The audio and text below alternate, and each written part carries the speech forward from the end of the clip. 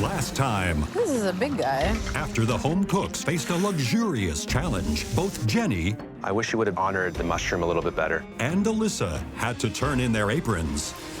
But You're both going to get a second chance. tonight, Alyssa and Jenny fight for their culinary lives. I'm panicking right now. And they're about to find out they're not alone. Two more home cooks have been given a shot at redemption and the ultimate prize of $100,000 and the life-changing title of Canada's next MasterChef.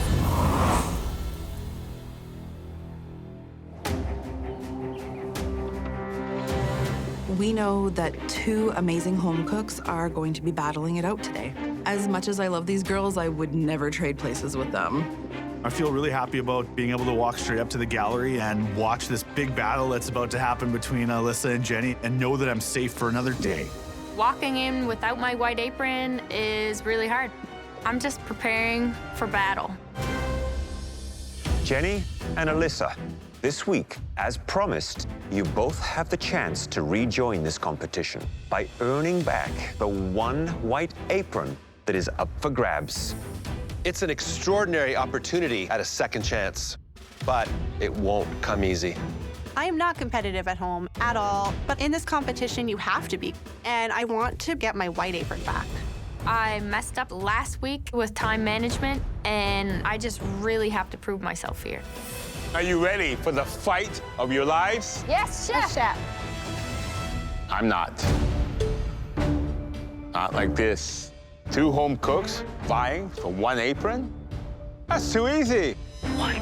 You're not the only eliminated home cooks that we feel deserve a second chance. Oh, wow. That's right. We've selected two other contenders for this battle. Like you, they believe they left this competition too early. And we agree. Nothing is ever as it seems in the MasterChef kitchen. I thought I was only competing against one person, not three. The pressure just got real. Please welcome back to the MasterChef Canada kitchen.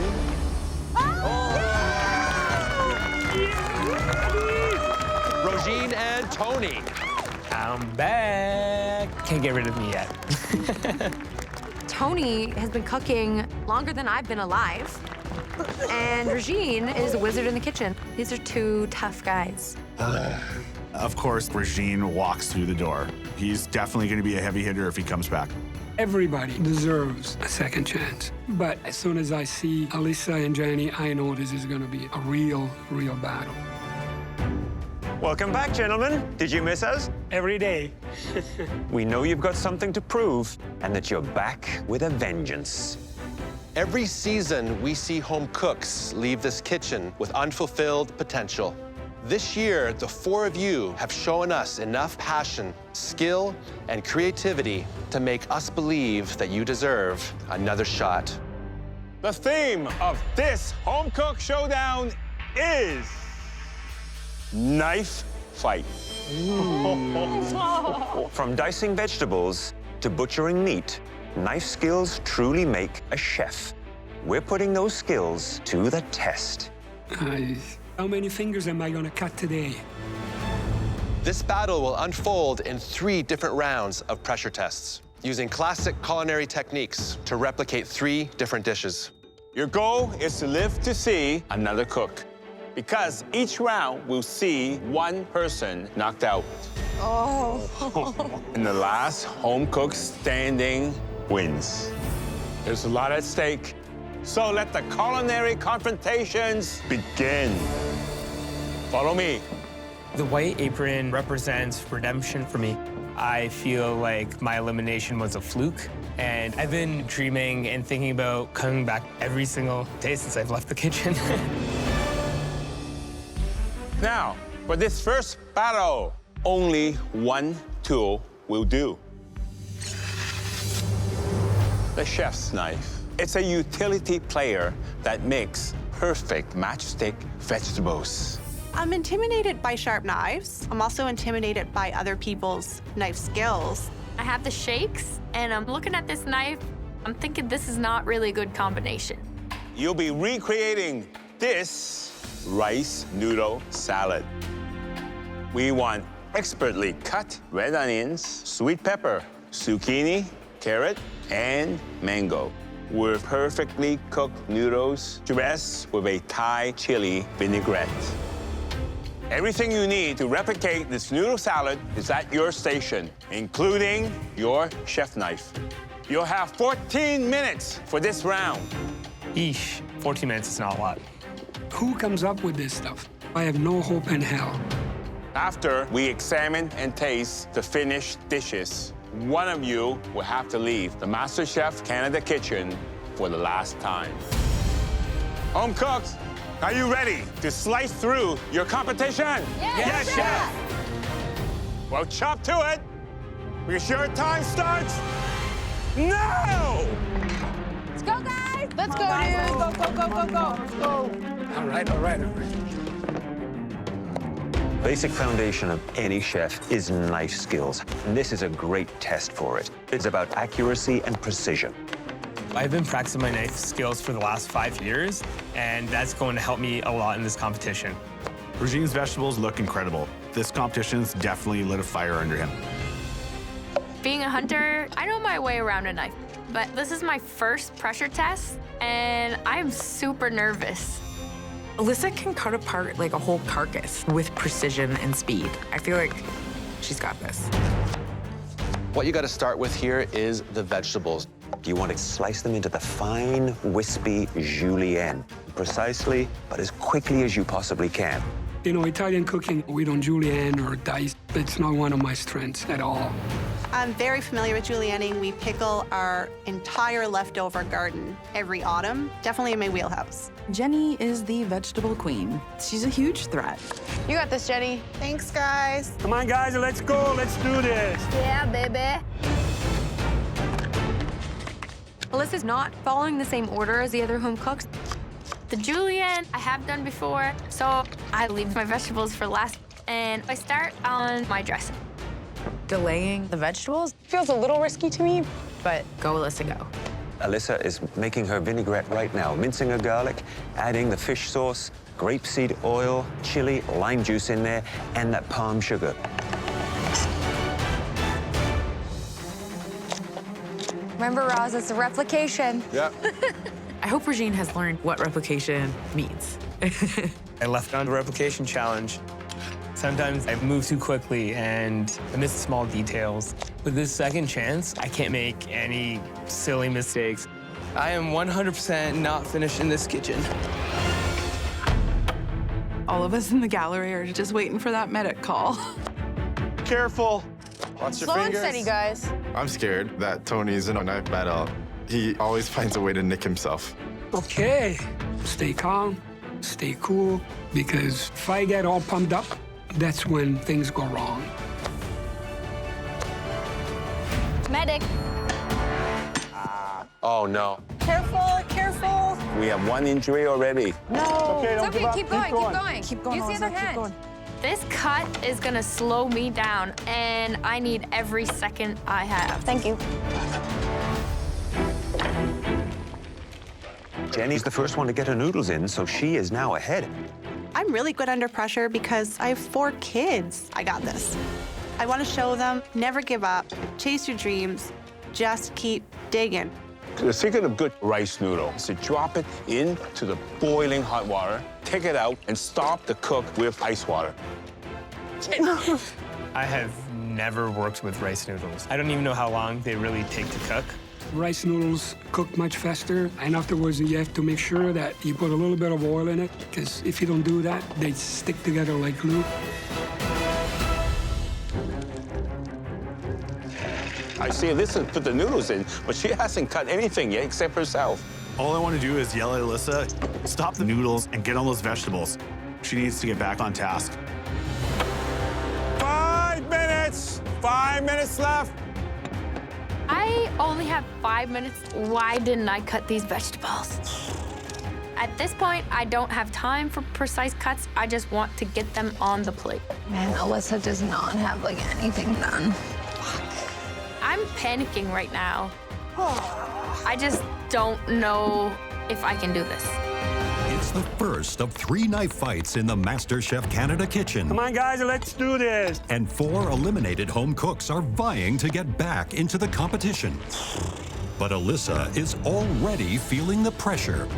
I'm panicking right now. I just don't know if I can do this. I'm sending all of my good vibes to Alyssa right now. I just want her to pull through this. Focus. 3 minutes. You only have 3 more minutes. Show us what you got. It is neck and neck right now. Oh, but look at Rogene's noodles. One hot mess. Rogene's noodles. Again, you have to separate the noodle. It's going to be a clog. Oh, I forgot to oil the noodles after I drained them, which is a supreme rookie mistake. So I just dump them in the vinaigrette and toss it as quickly as I can. Please, come on. 1 minute. You only have 1 more minute left. Come on, Come on, guys. Come on, show us what you got. Chiffonade. This is psychological torture. Come on, everything on the plate. Don't miss anything. Shaking, I'm shaking. My plating technique is throwing it on the bowl and hoping it's all there. 10, 9, 8, 7, 6, 5, 4, 3, 2, 1. Hands up! Job, guys. Whoa. The plate's not very clean, but it's a miracle. I didn't cut myself. Hi, Tony. Welcome back. Thank you. So, Tony, this was a replication challenge. Looking at your dish, I'm seeing most of the vegetables. Looks like they're all the same size and shape. Good job. Thank you. Let's see how you did on noodles. It's nice and loose, so it looks good.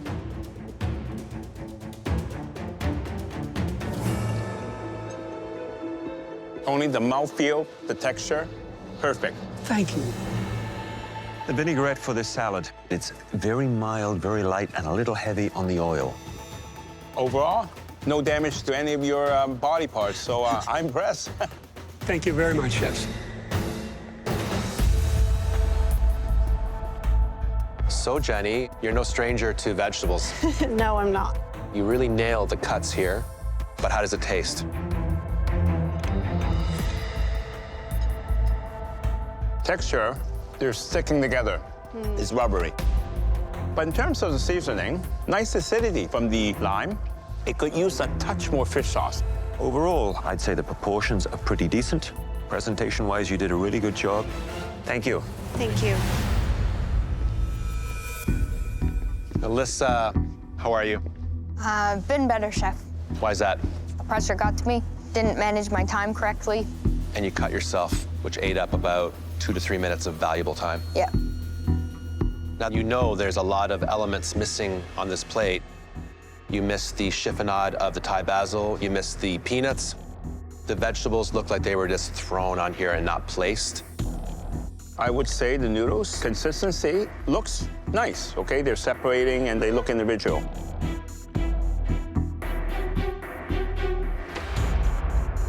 The consistency is quite good. Salad dressing definitely has more punch and more flavor to it. And the cook on the noodles, textbook. Thank you, Alyssa. Roene. Chef. You managed to get everything in the bowl.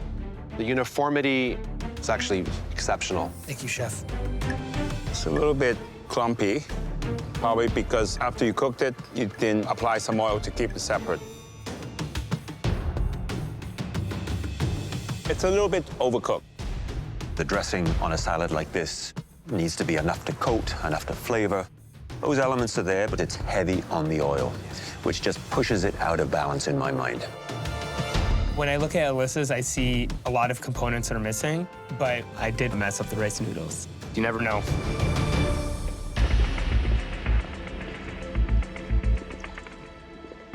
I want you to know the 4 of you put up a fantastic fight. It's clear you all want back into this competition, but only 3 of you will be moving on. Unfortunately, one of your noodle salads did not make the cut. Alyssa, I'm sorry. Please say goodbye to to your fellow home cooks. Thank you, Chef. I just want to thank everybody involved with this. I never thought I'd step foot in this kitchen. Alyssa, your indomitable spirit and your beaming smile will be missed in this kitchen. Now come on up and say goodbye. Thank you very much. Oh my God. Cool. I'm so proud of what I accomplished here. I find the combination really very, very good. The turkey is very succulent. Thank you. I walked into the MasterChef kitchen not really knowing what to do with my life. Congratulations, Red Team. Good job, guys. But I know what I want to do with my life now. I'm walking out with a fire in me, ready to fulfill my dream of working in this industry. Time for round 2. Please follow me. I'm a proud man, so I have to get this white apron. I want that thing back really, really bad. Your blade for this round is the mighty filleting knife. I recognize the knife. I know it's very flexible, and it's the kind of knife that you need to get under the skin and to get under the flesh of the meat. This time, you'll be crossing swords over this. Sole meuniere, a classic French dish and one of my favorites. A delicate fillet of Dover sole dredged in flour and sautéed in a brown butter sauce with parsley and lemon. When I see the fish, I slowly die inside. I've never filleted a fish in my entire life. I have no experience cooking French cuisine, but I'll give it a try. Just don't cut yourself. Preparing a flawless sole meuniere requires lightning-fast reflexes and a deft touch. It is an unnerving culinary ballet at the best of times. And you'll be doing it with 2 rivals breathing down your neck. For this challenge, you'll only have 8 minutes. This is gonna be the hardest and quickest 8 minutes of my entire life. Wow. I can't get the kids into the van in 8 minutes. I can't feed the chickens in 8 minutes. I just don't know how I'm going to fillet a fish that I've never seen before in 8 minutes. I don't even know what to say. It's 8 minutes. If the first one was difficult, this one is impossible. For this challenge, you'll only have 8 minutes. This is gonna be the hardest and quickest 8 minutes of my entire life. Everything you'll need is at your station, including expertly crafted Paderno kitchenware. After we examine and taste your sole meuniere, one of you will have to leave the MasterChef Canada kitchen for the last time. This whole business is quite foreign to me. I don't even know where the meat is in this thing. I just hope that doesn't send me home. Are you ready to use your filleting knife to save your skin? Yes, Chef. Yes, Chef. Then look sharp, because your time starts now. Go, go, go, go, go. Come on, guys. Come on, get in there. Come on, go, let's go. We only have 8 minutes to fillet, pan fry, and present the perfect meuniere-style fillets of a gorgeous sole. Here you have to use a flexible filleting knife. Go down the back spine of that fish, work around the neck, down along the fins, and then slowly peel that white, gorgeous fish off the back of its bone. Can't get it out. It has to be impeccable, and there is no time to mess up. It's not working for me. This fish is so delicate. I have to get out 2 equally portioned fillets, and I just try to carve out this flesh. Come on, you fish.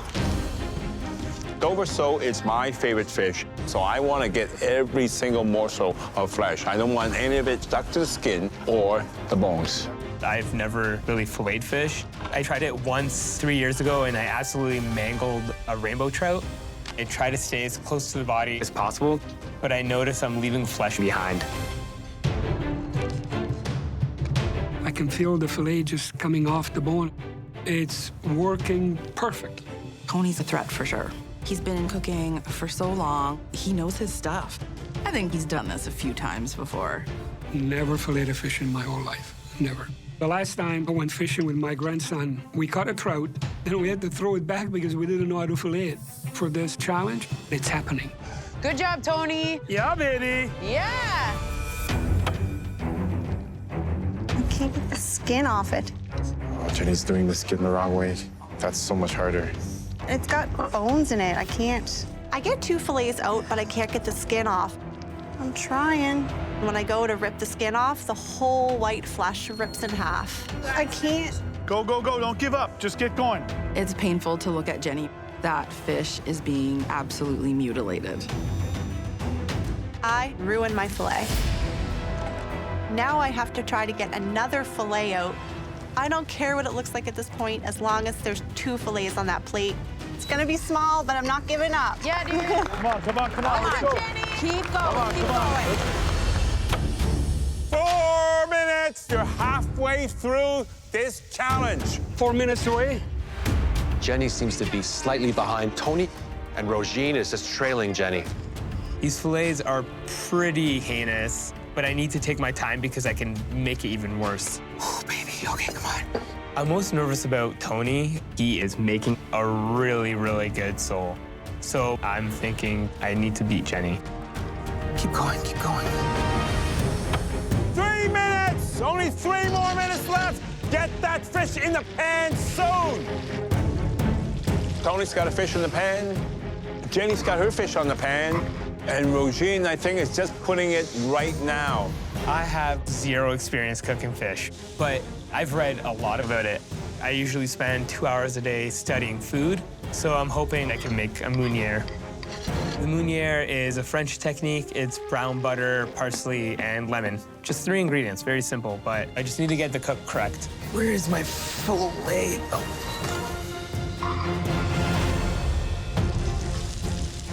Jenny's actually like cooking it properly. I put the butter in the pan early because I want it to be brown before I put the fish in. And only a little bit. If you put too much, the fish will be pale. Regine's got too much butter. It's not hot enough. Yeah. Fish are in the pan, butter is blonde. Come on, brown. If the butter's not hot enough, it won't brown. You want that butter to turn a nut brown color, which brings out a beautiful nutty flavor. If I don't brown my butter, it's not really meuniere, it's just a sole with butter on it. Oh, crap, I made a mistake. Put the lemon in the pan. And when you put the lemon into the pan, the heat goes down. So now I'm worried. 1 minute. In 1 minute time, I want that fish ready in 1 minute. 1 minute. I'm a little bit anxious because I need to get the fish browned a little bit. It needs maybe 1 more minute. I don't have another minute. I need to leave it in there for as long as I can. The butter is not browning, and I can't do anything about it. 10, 9, 8, 7, 6, 5, 4, 3, 2, 1. Hands up. Fudge! Good job, you guys. Dude. Wow, 8 minutes. Good fight, guys.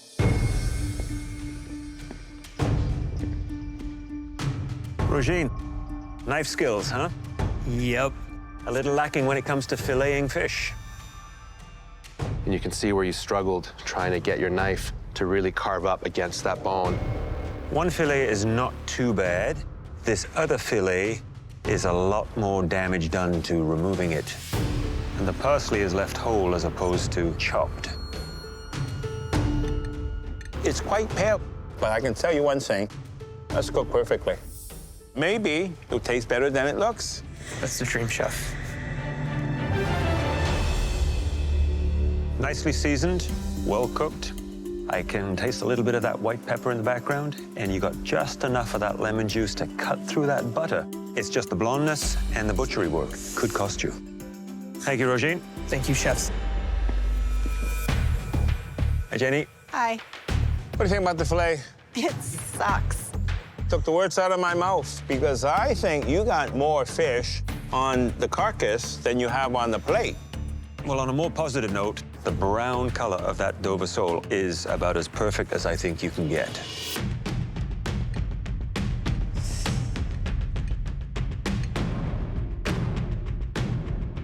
Jenny, you see the opaqueness right here? Yep. That's a good thing. Oh, good. Unfortunately, both fillet was so different. And you can see that. Overcooked. That's overcooked. Yeah. You got good flavors there, but the presentation looks very scrappy. This is a knife fight, and that filleting may cost you. Thank you, chef. Tony, you did a good job. You almost took all of the flesh off. A very small amount is left. Are you sure you haven't done this before? No. You got two pieces that's almost the same size, a very good thickness. Very nice job. Thank you. I think I put the lemon a little bit too early. I think you did. Yeah. The color is a little on the light side. Yeah. A couple of shades darker would have been right on point. This one is glistening. This fish is cooked nicely.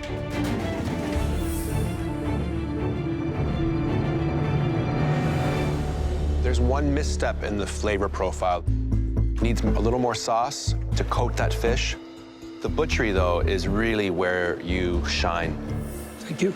Okay, thank you. Thank you. My grandson would be just so impressed with my skills. Maybe they want to go fishing again. They did a good job, but there was no dish that was complete. I'm really hoping that what I put out there is enough. You never know in this competition. Some of them did an amazing job butchering their fish, but failed on the flavor. Others succeeded with the flavor, but failed with the butchery. Almost too close to call. I'm really freaking out. This feels like deja vu right now. I think I'm going home.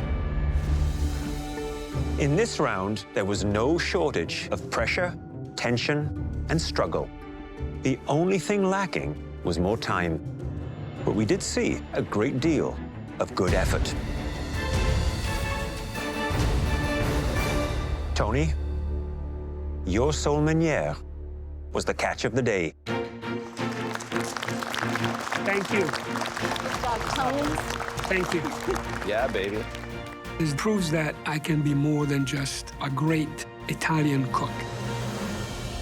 Roene and Jenny, one of you nailed the cook on your soul, and one of you nailed your flavors perfectly.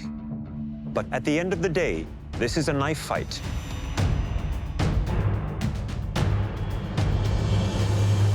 Roene, your fillet was superior. I am so relieved. If I didn't take my time, I could be going home right now. Jenny, you said when you came here, you felt you were just a mom. And you are a great mom, but you're also a great cook. Thank you.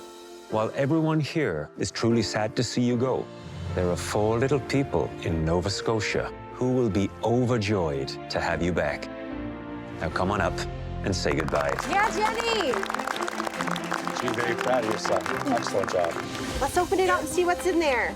This experience has been a complete eye-opener. I came here with a lack of confidence, really. Never used this thing before. But leaving, I've got a lot. You know, the plating is absolutely gorgeous. Jenny!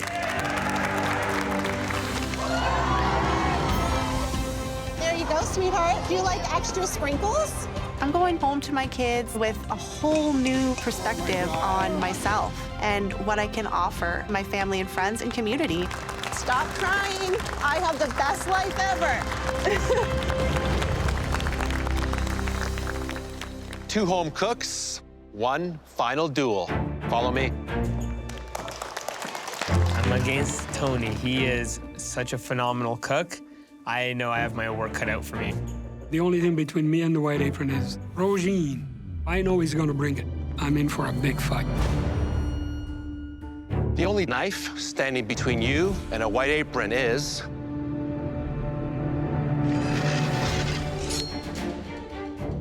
the boning knife. And if you want back into this competition, it all comes down to how well you replicate. A perfectly Frenched rack of lamb. I love lamb. I've cooked it at home, but why do I need to French it? It's fine the way it is. Cook it. Look closely at this example. This cut must be butchered precisely, cooked to a well-seared medium rare, and perfectly seasoned with rosemary and garlic. Tony, Roene, it's time to show us what you've got. Everything that you need for this challenge is at your stations, including your boning knife. And we're giving you 22 minutes. You praying right now, Tony? No, I'm trying to figure out how much is 22. Tony, Roene, are you ready? Yes, chef. Your time starts now. All right, guys. There you go. Every great chef has to be able to know how to French a rack of lamb. It is an essential skill that we all need to master in order to call ourselves a chef. I've done a few rack of lambs before, so feeling really confident right now. I have cooked rack of lamb before, but try to clean it and cook it in 20 minutes. It's torture. This is gonna be really tough, man. Yeah. Medic. He's got his finger already. No. Just right there, just a little pinch. The excitement of 22 minutes, of course, I stabbed myself in my hand. I like what I'm seeing. He's using his elbow right now. Go ahead. Nothing stopping Tony. You have to do what you have to do, right? I've never given up anything in my life. Never. They only got two hands. If I cut the other one, I'm in trouble. The ideal is on a French rack of lamb to have those bones spotless. There should be no sinew, no fat, no meat. Frenching the rack of lamb is very, very, very frustrating. I think I've done a good job at removing the fat from the top, but getting that membrane off the bones, it's very, very hard. The fat cap that covers the backside of the bones should peel off quite easily by using a knife and running it up the backside of the bones and then pulling it off manually. That's a very fast way to do it. And I think that might be what Roene is doing. Nice job, Roz. Thanks, guys. Surprisingly came off clean. Roene looks like he's done this before. Definitely looks like it's his race to win right now. Okay, Tony, come on. It sounds like somebody's just scraping their nails down a chalkboard at Tony's station. Tony's basically tearing the meat off the bone, and that could be dangerous. Medic. Tony has taken another wound. Tony cut himself again. Just cut my thumb. I cut myself twice. I'm wasting more time. And now I'm panicking. With one white apron on the line, there are only 2 home cooks left standing. Medic. And a second injury may put an end to Tony's dreams of redemption. Go carefully there, Tony. He can't spare any time here, and looking between him and Roene, he's already behind. Can't give up now. I'm not gonna go down without a fight. You're still in this, Tony. You're still in this. Okay, it needs to go in soon. I'm trying to get this lamb done because I know it needs at least 12 minutes to cook to medium rare. Oh, shit. Unfortunately, I forgot to turn the pan on, and I can't put the lamb in a cold pan because it won't create a sear. Come on, just get hotter faster. Waiting for this to heat up, I'm starting to lose time, and this could mean I'm serving rare lamb. 12 minutes! 12 minutes! The meat has to be in the pan now! At 12 minutes! Let's go. And away we go. Now we're cooking. Finally, the pan's hot enough. I don't know who's gonna get this now. Oh, God. At first, I thought Roene had it, but then Tony kind of catches up. All of a sudden, it's anyone's game. My dream is to become the oldest MasterChef in Canada. I think it'll be awesome. But first, I have to get this white apron. I only got one job to do, is make sure that the lamb is cooking perfect, and that's all I'm focusing on right now, nothing else. Keep basting, just keep basting.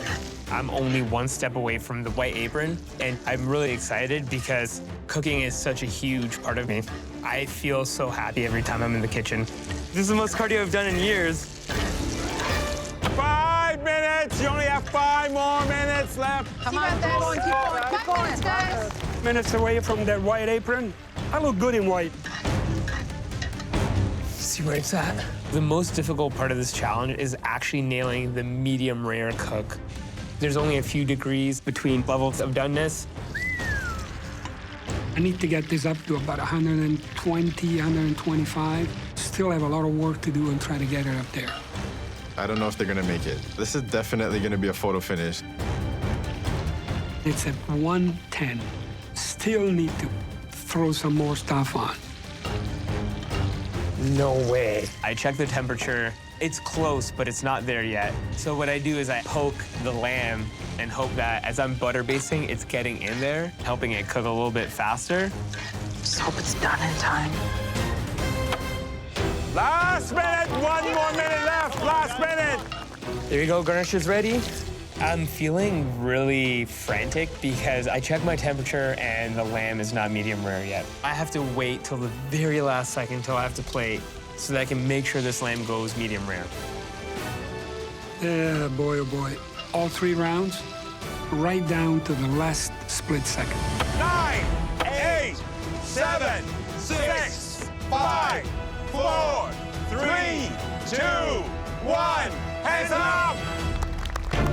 Wow.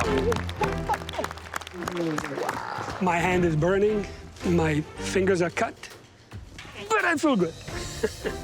Just on the outside, couldn't have asked for anything more perfect. Now it's just about the inside.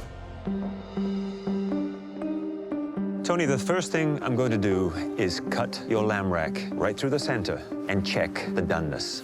We're looking for a perfect medium rare cook. A deep, rosy red towards the center, and it'll fade out to a more cooked doneness as it reaches the outer perimeter of the lamb. Let's open the Christmas present.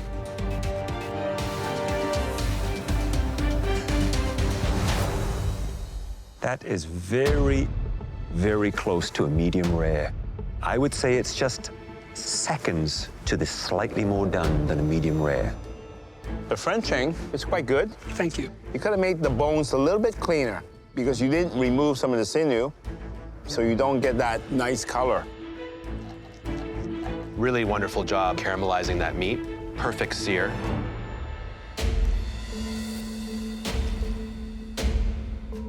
So, Tony, you're missing a very important ingredient, salt.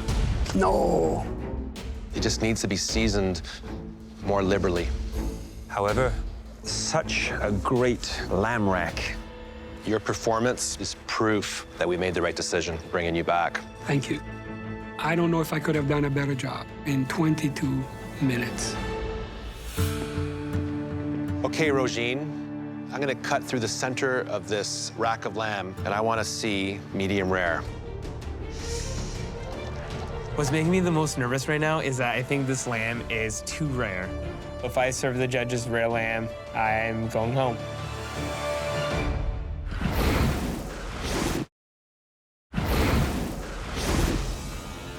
Okay, Roene, I'm gonna cut through the center of this rack of lamb, and I wanna see medium rare.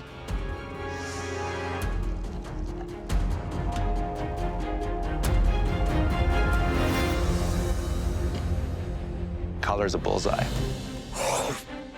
That's textbook medium rare. Did you get lucky?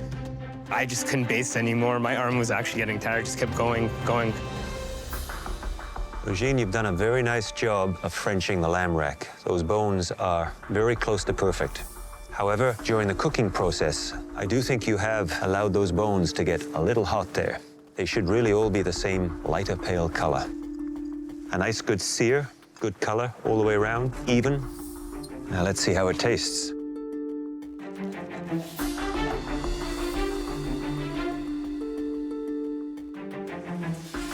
I love the flavor of the rosemary coming through in the garlic. I wish it had just another dash of salt. And this is not a perfect French. You left that bone in. Yeah. Details. Yeah, I didn't notice it was even there. Not perfect, but very close. All in all, for a pan-roasted rack of lamb in 22 minutes, a pretty good show. The last time I felt this nervous is probably when I proposed to my fiance. My heart is pounding so hard right now. This is a very, very tight race. We only have one of these to give away.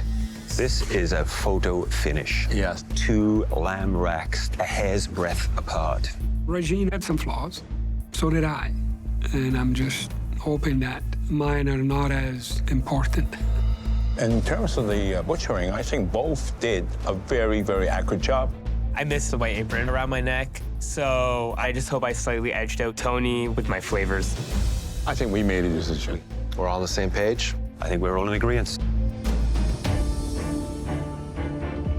You're here today because the three of us decided that you two deserved a second chance. And boy, did you prove us right. You competed in 3 grueling pressure tests back to back, and you performed admirably in each one. Unfortunately, there's only one white apron on this podium.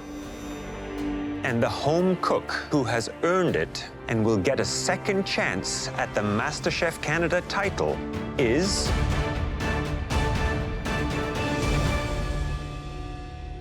Roene. I knew you would get it. I am on top of the world right now. There's the world, and I'm on top of it. Congratulations, Roene. Thank you. Come on up and get your apron. Crap. You know, the one guy that I didn't want back in the kitchen works his way back into this competition. Awesome. Thank you, Chef. Congrats to him, but man, it's gonna be tough for everyone else. Top 6, baby. Best feeling. Guess who's back? Yeah! As long as I don't get in my own way, then I know I can bring this home. Oh my God, I can't believe I'm back. Tony, yesterday you turned 70 years old. I did. Thank you. And you came oh so very close to a perfect birthday present. We may be saying goodbye again, but never underestimate the impact you've had in this kitchen. Now come on up, Tony, and say goodbye. Thank you very much for the opportunity again. I am delighted that I had the second chance. I feel really good about what I've done. Honestly, I hope that when other people look at this, they go, if the old guy can do it, I can do it. Because 70 is only a number. It's not over yet. I just got started. Next time, the home cooks hit the big time. Welcome to Lenya. Nothing less than perfect will leave this kitchen. Yes, chef. And run into big trouble. We got a little rush come in here, guys. I need help. Guys, I need clams. So close. Jennifer, this is not done. Dude, you keep pulling me off of this to do other things. Yelling at me doesn't make it better, man. I spent a lifetime building this company, not to be destroyed in an afternoon.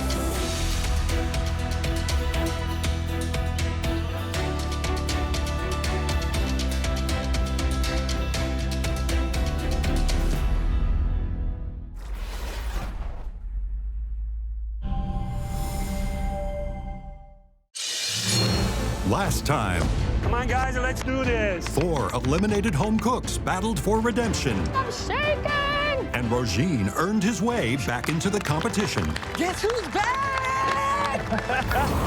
Tonight, the home cooks hit the big time and run straight into big trouble. Jennifer, this is not done. Yelling at me doesn't make it better, man. My blood pressure is rising. Fast.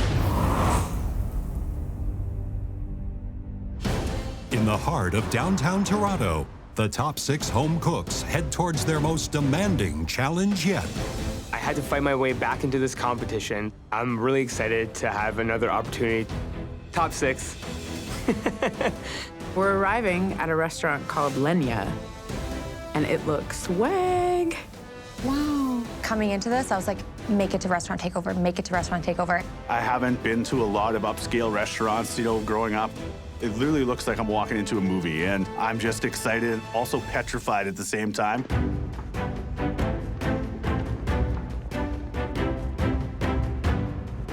Welcome to Lenya, one of Toronto's hottest culinary destinations. This restaurant is one of the newest and dearest members of the Oliver and Bonaccini family. We're taking over Chef Michael's restaurant. I'm a little nervous. The decor is designed to transport you straight to Buenos Aires, and the menu evokes the bright, vibrant flavors of South America. You've all managed to impress us in the MasterChef Canada kitchen, but today you have to prove that you can translate those skills to a professional kitchen. I would absolutely love to run a restaurant like Lenya. Like, I have a business plan already. You'll be working in 2 teams of 3. They're 2 home cooks who haven't led a team challenge yet. And we like to see what they can do. Josh and Chrissy, please come up and get your aprons. Having been on so many teams and not been the captain, I've been able to show that I can do anything the team asks me to do. Now I have to lead the team, take control of the kitchen. I don't want to let anybody down. It's a lot of pressure, but I am very, very much up for this challenge. Josh, we flipped the coin earlier. You get first pick. This first cook that I'm going to pick, nothing ever seems to faze her. Jennifer. I feel like today is going to be this like kind of amazing litmus test to see like where am I at? Like, yo, Jen, can you pull this off? Chrissy, who's your first pick and why? I pick Regine. Wow. Regine has just come back. He's got a lot to prove. I feel like he's a whole new home cook. He's dangerous. Josh, it's time to make your last pick. She's as strong-headed as I am. Chanel. I've worked with both of them before, so I'm thrilled. We have a really good dynamic. We know each other. We know what we're like in the kitchen. Andre, are you surprised you were the last pick? I'm a little surprised. I feel like I do very well in the team challenges. Being picked last has motivated me more than anything. Andre, now you have a chance to show everyone what you can do. Yeah, I'm not holding back at all. Josh is definitely gonna regret not picking me. Please join the blue team. Thank you. Andre, this has sort of lit a fire under him. I'm ready. I am so happy. This is my dream team. In just a couple of hours, you'll be serving a 2-course lunch to some of Lenya's most important clientele. During service, we'll get feedback from the guests, but in the end, Michael, Alvin, and I will decide which team wins and which team goes to the pressure test. Now, please change into your chef whites and meet me in the kitchen so that I can demonstrate the 2 appetizers and the 2 entrees you'll be making today. Hi there, home cooks. Come on in. You're looking pretty good in your chef's whites. Standing in Lenya with the chef whites on feels really like, is this allowed? Like, who's letting me do this? So the first appetizer I'm going to show you is the broken avocado salad. Avocado has to be beautifully ripe, cut into quarters, and then a good squirt of lime juice. White beans braised down in a vegetable broth. Little sticks of jicama. Next, a little kohlrabi. Chayote squash. A little sherry vinaigrette. Just give that all a good little toss. It's just so smooth for him, but for me, it's like, okay, like, wow, step 6, step 7. Blood orange. There is nothing more I love in life than some beautiful jamon. The broken avocado salad, showcasing great ingredients and great care and attention. It looks like art. It's beautiful. The second appetizer I'll be showing you is going to be clams and chorizo. A taste of home. A little bit. I feel like I'm in my mom's kitchen. I'm Portuguese. This is what we eat. And it all starts off with slivered garlic in oil and some flavorful chorizo. These are called savory clams. They cook quite quickly. A little splash of diced tomato, adding that sweet note. Whilst the clams are cooking, onto the beautiful calamari. Chef Michael looks like he's been doing this since birth. I want that calamari to cook instantaneously in a cast iron pan just like that. Taste as you go, remember, home cooks. Taste as you go. A little drizzle of finishing oil. Simple, clean presentation. Look at that. Clams and chorizo. I want to eat every single plate. The first entree I'll be showing you is the Atlantic salmon with chickpeas. Beautiful center-cut salmon, skin side down. Hear that sizzle? That's what I want to hear. And it should be done to a just blushing pink on the inside. Being from Saskatchewan and not eating a lot of fish, for me, it just terrifies me. These gorgeous dried chickpeas braised out. And I want that sauce glistening. Plating this dish. For this salmon, I want the skin side up. Little drizzle of the oil. One Atlantic salmon entree. Second entree is a roasted lamb sirloin. I want to get a good sear on this. Once this has got a nice sear and coated like this, into the oven it goes. 3 to 4 minutes. This is the cook I want. Medium rare, heading towards medium. Chef Michael's standards are sky high. They're out of this universe. Clean, tight, compact presentation. Roasted lamb sirloin. Lenya's menu is just such an adventure, and I just want to make sure that it's still a really pleasant adventure when we're the ones making it. This is kind of scary. Nothing less than perfect will leave this kitchen. Is that understood? Yes, Chef. The judges, they're driving home expectations. You know, it's almost like a coach right now. The game's about to start, running out of the tunnel of a football game. Your heart feels like it's going to jump out of your chest. The losing team will face a pressure test that will send at least one of you home. Are you ready to make Michael proud? Yes, Chef. Your preparation starts now. All right, guys, we got this. Let's get it going. The teams have no time to spare. The VIP guests are arriving and service will begin soon. Welcome to Lenya. Both teams are pushing hard to prep their appetizers, clams and chorizo and broken avocado salad. I'm going to do a test here, Josh, and then you can okay it. Do it up. We're going to succeed together, we're going to fail together, and that's not an option. Okay, we have orders in. Red team, 1 avocado salad, 1 clam and chorizo. Yes, Chef. Yes, Chef. I'm going to have Chanel do the broken avocado salad, and I'm going to do the clams. This is way too hot, way too hot. And then what I'm going to have Jennifer do is go back and forth in helping us. How are we doing for avocados? Do we need more avocados? No, we're good. Okay. How you doing, Josh? Good, good, good. Blue team, 1 avocado salad, 2 clams and chorizo. I'm doing the clams and chorizo. Woo! It's something I've eaten often, I've made often. It's a no-brainer. Blood orange, and then we got pumpkin seeds. Andre wants to do the salad. You're doing wicked, Chrissy. Thank you, thank you. Regine is our floater, I guess. Chef, 2 clams up. Good job. Table 15, 2 clams. New order in. Listen up, red team. 4 avocado salad, 2 clams. 2 clams, 4 avocado salad. Make it nice or make it twice. Fine, fine, fine. Thank you. There's not a lot of room. We're bumping butts all the time. Time to switch. Being super organized in this kitchen is paramount. I'm just going to work around you, okay? Yeah. Okay. Order up, Chef. Well done, guys. This is looking good. Blue team, order fire. 2 broken avocado salad, 2 clam and chorizo. This is a lot harder than it seems. Blue team, did you hear me? Yes, Chef. Yes, Chef. You're gonna have to scrap this batch. They didn't open? A lot of them didn't, no.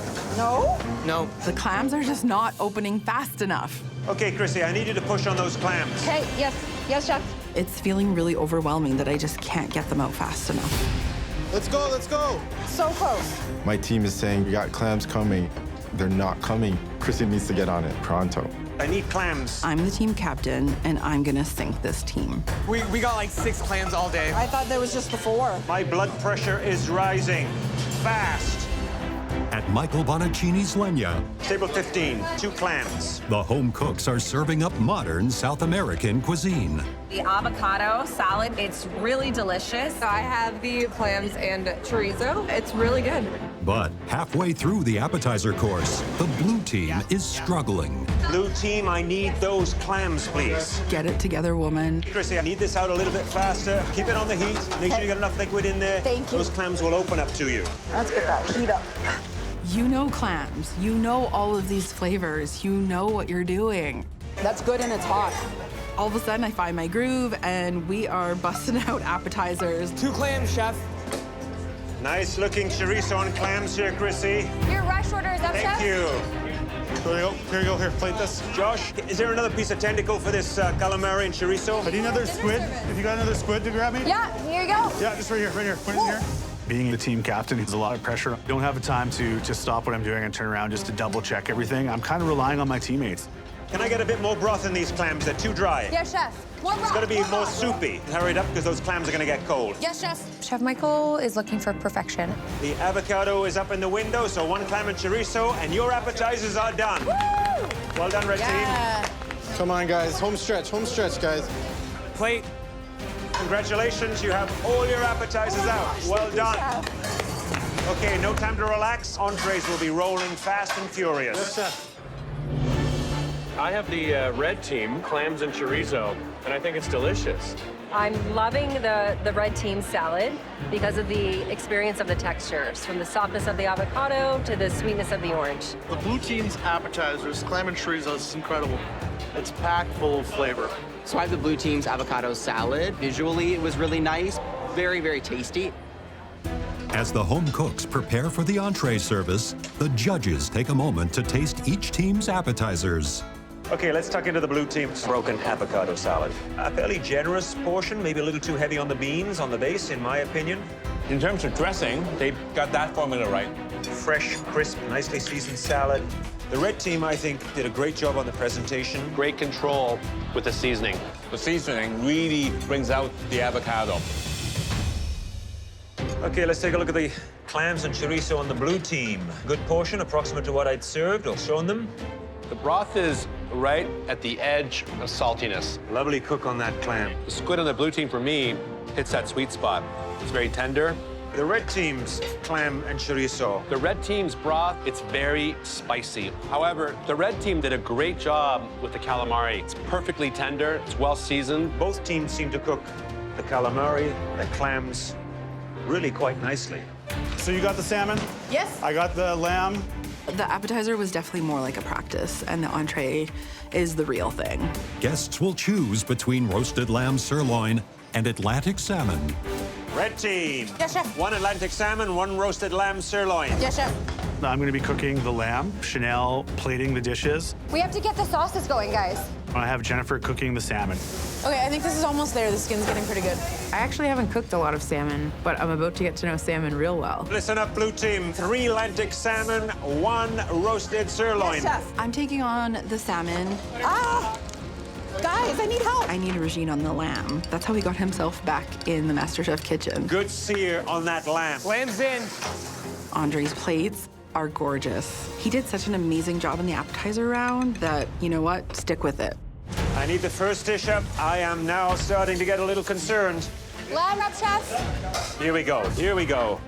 That's 2 blue in the oven. 2 blue in the oven. Lambs are not done here. I don't feel like we're kicking off on the right foot. It doesn't feel organized.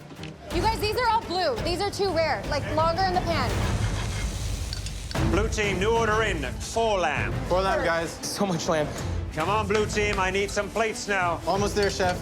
There are way more lamb orders coming in than salmon. I'm not just gonna stand around waiting for salmon orders. Just gotta wipe that. Sorry, that needs cleaning. Sorry, chef. Andre, you're gonna keep an eye on these plates to come up clean for me, okay? Yes, All right, chef. service, let's go. First table out. Well done, blue team. You have 1 lamb, 1 salmon. Table 7.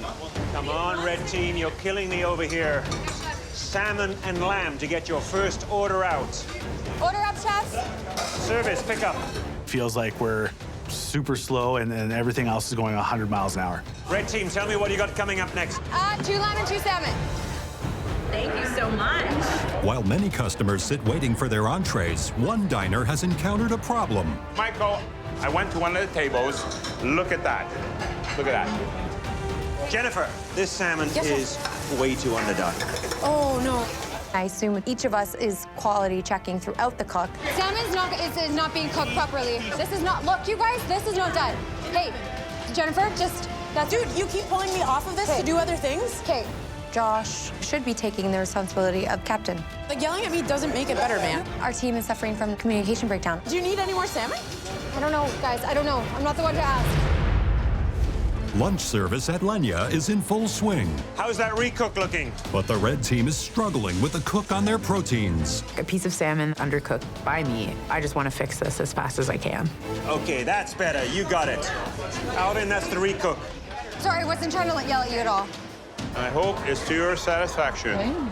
Very well done. Good. Thank you. Really apologize again. Thank you. Thank you. How long you been waiting? For the main course, about 45 minutes. 45 minutes. Yeah. Blue team, the 2 salmon, 4 lamb. Chef, how many lamb all day? 9. 9. I need one right now to go with this salmon. If it's not here in a minute, I'll be sending this salmon back. It is almost impossible to get the timing right on the big tables that have a mix of both the salmon and the lamb. Guys, I need it in 2 minutes or we have to reset the whole thing. No, it's coming. Red team, Yes. 4 lamb, new order, okay? Was that a yes? Yes, chef. Yes, Thank chef. you. The tickets just never stop. You just feel like you're just constantly trying to dig your way out of this hole, and the only place that you're going is down. In the past, 2 salmon, followed by 2 lamb in 1 second, chef. I need 4 lamb to go with these 2. Oh. And then it's 2 lamb, 2 salmon after Oh, that. you need 4 lamb. Okay. Yes. Do you need another pan for lamb? Yeah. How long on that salmon and that lamb? He needs to cook more lamb, so we're gonna be about 8 minutes. 8 minutes? That's killing me. Red team, these are words you don't want to hear. You have over a 90-minute wait on one table. It's a 10-year-old girl. I spent a lifetime building this company, not to be destroyed in an afternoon. 90 minutes have gone by. This is a horror of a service. I'm sending my chef de cuisine, Julie, in to help. Okay. Blue team, I'm sending Chef Julie to give you a hand so we can get these last few tables out. Yes, chef. Guys, we gotta get these final tables out. Let's go. Okay, I'm gonna go and jump in the red team, give him a hand. I need you to stay on the pass. Okay. All right, red team, we gotta get this salmon out. I'm not gonna let my customers down. You going in the oven with those? Yes, I am, chef. That's a little dark on that That one. a little dark. She's here because we suck. Okay, you need about a minute on these salmons. You want to just keep an eye on them? I just turned it down a little bit. Julie's pretty slick, man. She knows her stuff. So let's put these plates in the pass so they stay warm. Okay. Let's just give a quick wipe down so we're nice and organized. All right, I need 3 more lambs, guys, and the board's cleared. Woo! 1 salmon, 3 lamb up. Table 8, pick up. Table 13, 2 salmon, 2 lamb. You're going to table 14. Service, please. Thank you. Nice looking plates. Red team, you are done. Your last plates are out. Yes. Feels great. At the same time, I feel bad. We definitely could have done better. I had 90 minutes behind service. Blue team, you're done. Thank you, chef. Well done. It took too long. Sweaty hug. Oh, we did it. We actually did it. It was painful at times, but we got it done. The red team nailed it on the salmon. It's so perfectly cooked and tender. It's wonderful. The red team's lamb is just a little bit overdone. I love the blue team salmon. It's the best ever. It's cooked perfectly. My lamb from the blue team is a little overdone for me, but the sauce accompanies it quite nicely.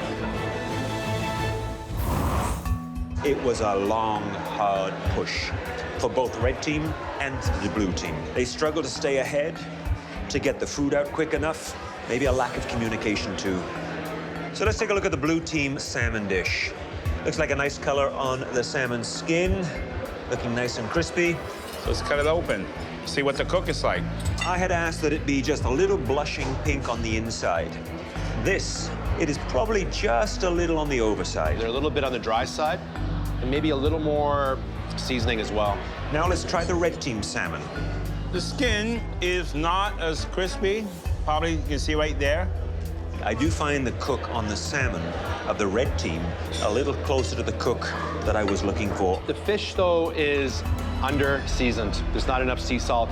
All right, let's take a look at the blue place lamb. What I asked the home cooks to do was to cook the lamb between medium and medium well. That was the range, the sweet spot that I'd like them to cook it to. That's what they've given me. The seasoning for the lamb, for me, is just a little bit off, maybe a little bit too much. Try that, Michael. That piece is a little over. Let's take a look at the red team's lamb.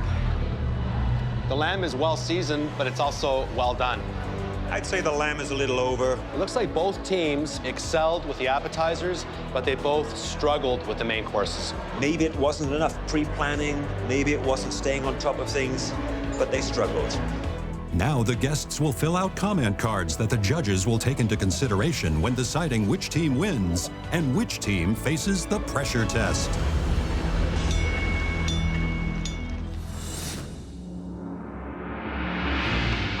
It's the morning after the restaurant takeover, and time to find out which team won the challenge. Service was twice as long as it was supposed to be. I think neither team is safe. I'm thinking we're kind of neck and neck. I feel humbled. I'm prepared for whatever's coming my way. Welcome back, everyone. Your work at Lenya was a tale of two courses. Both teams sailed through the appetizer, then struggled mightily with the entree. The dishes you sent out had many positive attributes, but because of your lack of speed and organization, Michael and his chef de cuisine, Julie, had to jump in so you could complete the service. With all that in mind, it was a difficult decision for us. We have decided to award the win to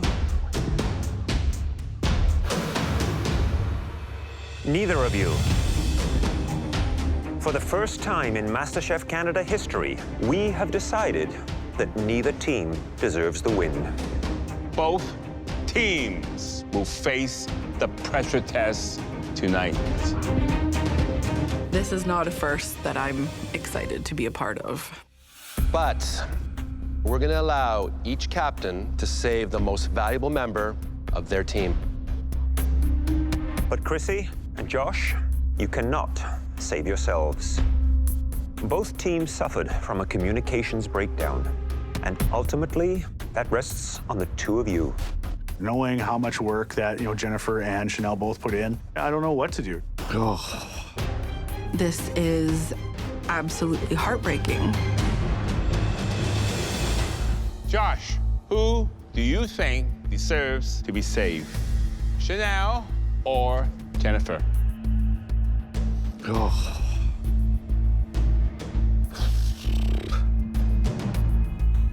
Chef, I choose Jennifer. Jennifer, please go up to the gallery. Jennifer is by far one of the better cooks in this competition. So, trying to save her instead of competing against her is definitely going to help me. Chrissy, who do you want to save? Andre or Roene? I just don't even know how to decide.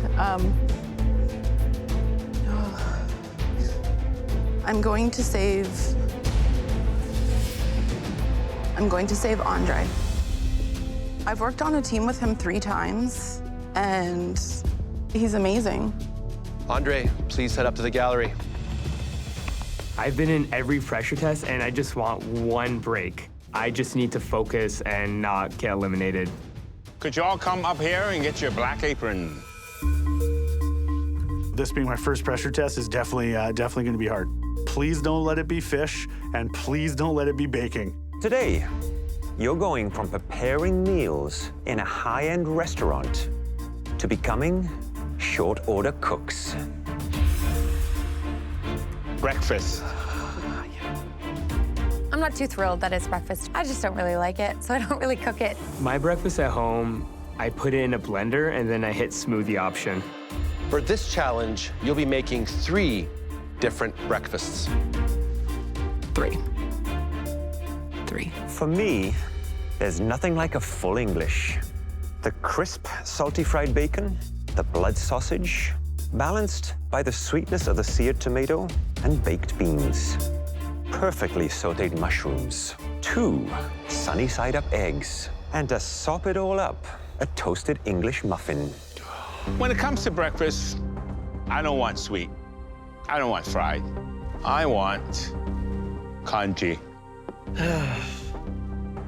White rice boiled for so long, it breaks down into porridge. I like mine with shredded chicken, sauté shrimp, scallions, ginger, a 100-euro egg, black vinegar, and chili oil.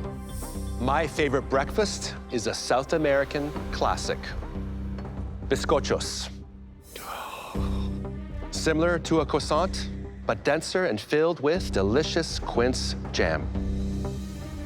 You'll have 65 minutes to serve up these 3 dishes hot and ready. What? And this is a replication challenge. There's no way I can get every single one of these elements done and done well in 65 minutes. Now please come up and take a closer look. Having to think about what all is on these dishes and how to replicate them to make sure that you don't leave something off or add something more, it's definitely going to be a challenge. Okay, home cooks, please go to your stations. At your stations, you'll have all the ingredients you need to make these 3 breakfasts, as well as premium German-made Miele appliances. The home cook who presents the weakest breakfast trio will have to leave the MasterChef Canada kitchen. Home cooks, are you ready? Yes, Chef. Your 65 minutes starts now! 3 breakfasts in 65 minutes, okay? This is really, really tough. I'm not going home because I'm going to work my butt off and get this done. There's a lot of moving parts and very little time. It's all about planning, organization, and speed, in my opinion. I have to move faster than I've ever moved in my entire life. There's so many different things to juggle. My time management has been my Achilles heel, not today. All of them are starting with the congee. That's a smart move. I have to get my congee going, my rice and my broth and everything in the pressure cooker. It takes quite a while to convert rice into a porridge. I definitely have to make sure my measurements for liquid to rice are right. Pressure cooker, it's like a surprise. You throw everything in there, close it up, and you have no idea what it's going to be like when you open it. That's good. You know, for congee, you got soy sauce, the saltiness. For layer of flavors, you got Shaoxing wine, and the aromatic consists of ginger, star anise, and pepper. Star anise is super potent. I'm only throwing 1 in there because it is quite bitter. I'm gonna just go ahead and only add half of that. And once you've added the seasoning, you cannot take it away. Congees are like making a risotto. You add your base flavoring, and then you tweak after it's cooked. I struggle with these. Now, all of them are starting with the dough for the English muffins. An English muffin dough needs to be soft, supple, with some elasticity to it. Baking is definitely my Achilles heel, but I'm not ready to go home. Oh, those look awesome, Chrissy. Thank you. The key to a good English muffin is to allow it to proof in the oven. This will give it a fluffy, lighter texture. Come on, plastic wrap.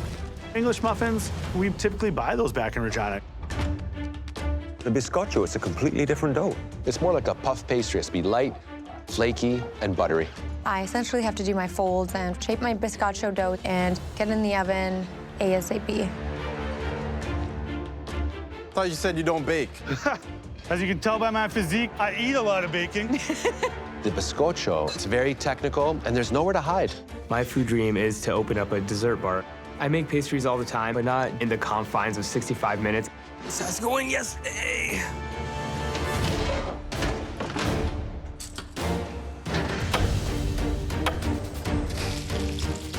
Now, the key with a good English breakfast is really timing.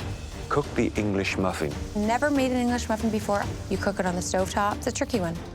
Fried bacon that is crispy, eggs that's sunny side up, not overcooked, not undercooked, hand-sauteed mushrooms, blood sausage. Oh! And if you have the heat too high, that blood sausage, under all that heat and pressure, can simply explode.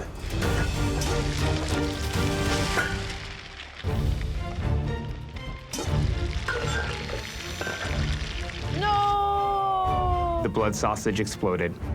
This could cost me the competition.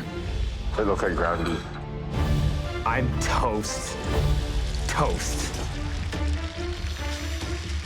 No! I'm really rattled that my blood sausage exploded. Since I'm toast on the blood sausage, I can't be toast on the other components. Don't sweat it, dude. Just think of the next right thing, okay? Let's get everything else right. Just keep moving. Just keep moving. Everything else right. That's it. I am not ready to go home. 15 minutes. You only have 15 minutes left. The most difficult element of the congee is blind cooking it. It looks really good. Chanel, she's the first one to open up a pressure cooker. I'm burning my fingers. Push through it. Yeah, push through it, bud. This thing just totally screwed me. When I look into the pressure cooker, it's soup. You gotta reduce the hell out of that right now. So I decided to just jam the lid back on, cook it as long as I possibly can. Looks like someone's going to school without breakfast today, Alvin. 5 minutes. We want breakfast served in 5 minutes. Oh, that's too hot, too hot, too hot. My pan is too hot. I have to take them off the heat and try to salvage them the best I can. There's just no time left. Does that look cooked to you? All right. Ouch. Oh no, look at Chanel's bizcochos. They look more like breadsticks. Congee, check. English breakfast, check. 1 more minute! You have 1 more minute left. 1 minute, guys. Just get it down, guys. I still haven't even opened up this pressure cooker again. So I'm definitely worried it's not even gonna get done. Hot. 10 seconds, guys. Come on. 9, Come on, 8, 7, 6, 5, 4, 3, 2, 1. Hands up! Everything rides on these 3 breakfast dishes. One thing I'm worried about, it's my blood sausage. But I think the cook on everything's so even. The sear, the seasoning. I'm not like thrilled with the outcome, but I'm also shocked that I was able to do as much as I did in 65 minutes. Now let's see if you were able to satisfy all 3 of our morning cravings. Chrissy. Hello, chef. Wow. Beautiful, golden brown, very light. You've got a really nice ratio of dough to quince jam. Great balance of sour and sweet and butter. It brings me back home. Such a compliment, chef. I'm impressed. Thank you. Josh. Chef? You don't bake much, and these look pretty great to me. Very even, golden, crisp. You can actually hear that. The only thing I noticed is this little piece of pastry right here should be underneath, so the weight of the pastry seals and hides that imperfection. They're a little dry. There's not enough quince jam in the middle. You really skimped out, but it's not a bad first attempt. Thank you, chef. Roene. Chef. You're a survivor. Here I am again. Let's taste. They're very tiny, a little smaller than what we showed you. Yep. There is another problem, though. They're overcooked. They're a little dry. There's almost no quince jam in here. These are a bit of a misfire. Thank you. This is rough, hearing some of the judges' feedback, because there's some things that looked so perfect. Chanel, these bizcochos don't look anything like the ones we showed you. You know, the thing with pastry, if you get it wrong in the beginning, it's almost impossible to recover. I suspect your dough was probably a bit too wet. It does not come close to the replication. Mm-hmm. Hey, Chrissy. Hello, chef. Oh my God, Chef Alden's going to taste my first ever congee. I'm feeling the pressure on that one. Have you made any congee in your time? Oh, no.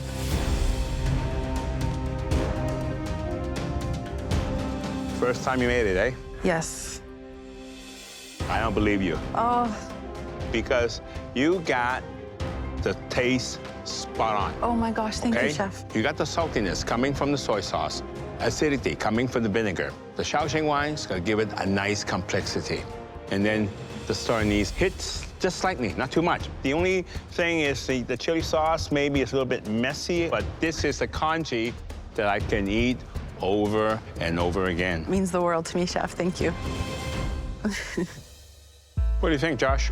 I think all the elements are there. Is this all the chickens there? No, there should be 3 pieces in there somewhere. I will take your word for it. The congee is too thin. And what happened is the topping has sunken in. But you know what? Taste is... It's king, yeah. It's a little bit on the light side, to the extent almost bland. So remember, taste your food. Yes, chef.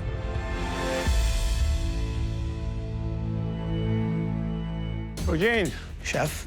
You got the texture spot on. Thank you, chef. But you gave us 2 shim. The replication only calls for 1.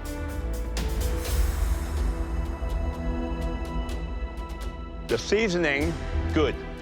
Only problem, balance. Balance. Too much star anise. You get a bad, bitter aftertaste at the end. It's overpowering. Yes, chef.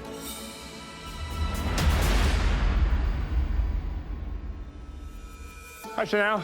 Hey, chef. How do you think you did on the congee? I'm pretty happy with it. Overall, it looks pretty good. Consistency is very important for congee, and I think you nailed it. Thank you, Chef. The taste of all the different elements, it's all there, and it's good, but a touch on the light side. Oh, okay. Okay? It's a very, very good effort. Thank you, Chef. I definitely think my congee's on the bottom, but the classic English breakfast, I feel the most confident about. Right now, it's a game of inches. Hi there, Chrissy. Hello, Chef. I do love a good, proper English breakfast. English muffin. Great color on the outside, and that light, pillowy, fluffy filling in the center. Very nice. You have a good piece of the black sausage there. I can't resist a little of that blood sausage with the English muffin. That's a great way to start the day. 2 eggs, sunny side up. The pan, I would say, was a little too hot because you could see a little of the browning at the edge of that egg white.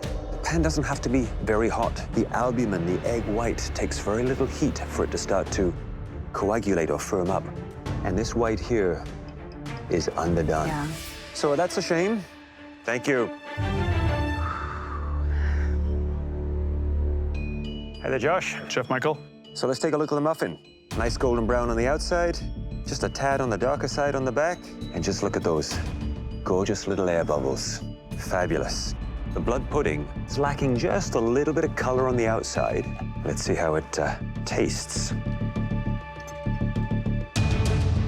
You're lucky. I thought, given the outside of that sausage, I would have thought it would have been a slightly bit underdone. But that heat must have just percolated through, just for you. Look at that. That says good morning. Thank you, Chef. Thank you. Good luck, buddy. Hi there, Roene. Hi there, Chef. Which aspect of my English breakfast gave you the biggest challenge, Roene? The blood pudding. You had that pan way too high in temperature, and that sausage just burst. But on the bright side, gorgeous golden brown color to the English muffin. Light, fluffy, that is a great English muffin. And this egg, perfectly done. Perfect texture. Thank you, Chef. Thank you. Thank you. Hi there, Chanel. Hi, Chef. Let's start off with the English muffin. Good golden brown color.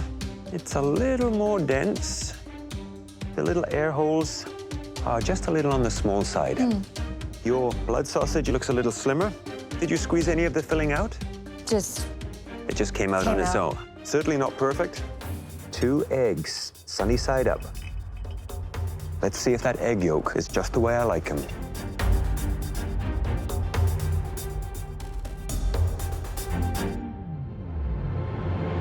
Just a little on the overside. Thank you. It's hard for me to gauge who's the best right now because everyone has faults. 3 breakfasts in 65 minutes. This challenge kicked my butt a little bit, and mistakes were made. It would be devastating to leave this kitchen so early. I just got back. I can't go home now. Making 3 breakfasts takes a wide range of skills. There was one home cook who created a trio of dishes that would make all 3 of us jump out of bed. Congratulations, Chrissy. Please take off your apron, head to the gallery. I'm top 5. It feels too good to be true. Josh, Roene, and Chanel, you all performed admirably, but each of you made mistakes. We had to carefully weigh all the missteps on your plates. It was a very difficult decision for us, and sadly, we feel we have to say goodbye to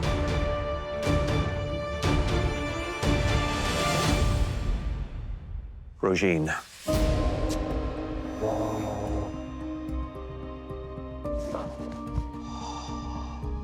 Josh, the overall quality of your 3 breakfasts puts you ahead just by a hair.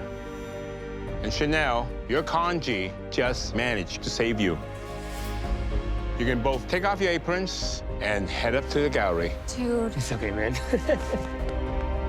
Don't worry. Surviving my first pressure test, definitely a sigh of relief.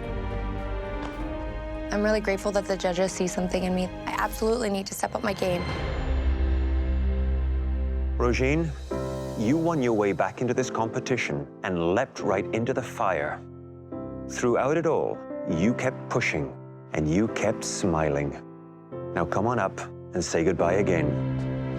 I feel really, really fortunate. I had a second chance.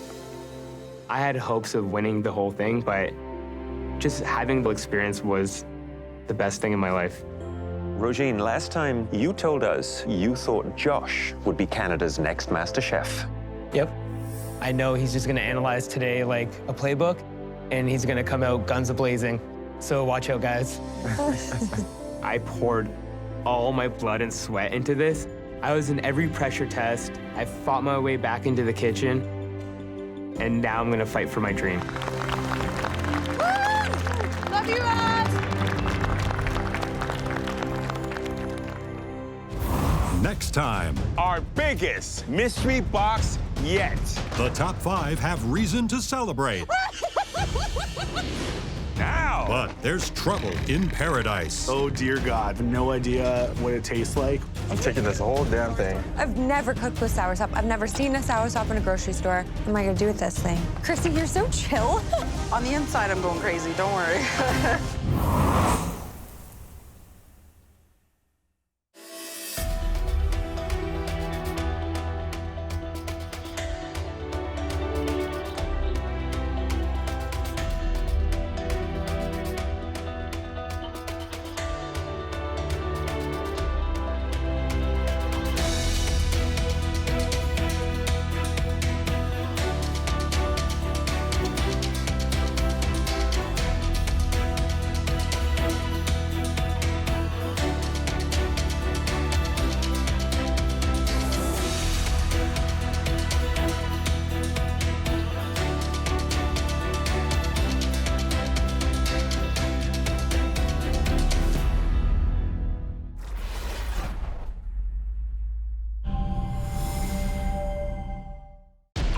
Last time on MasterChef Canada, Breakfast.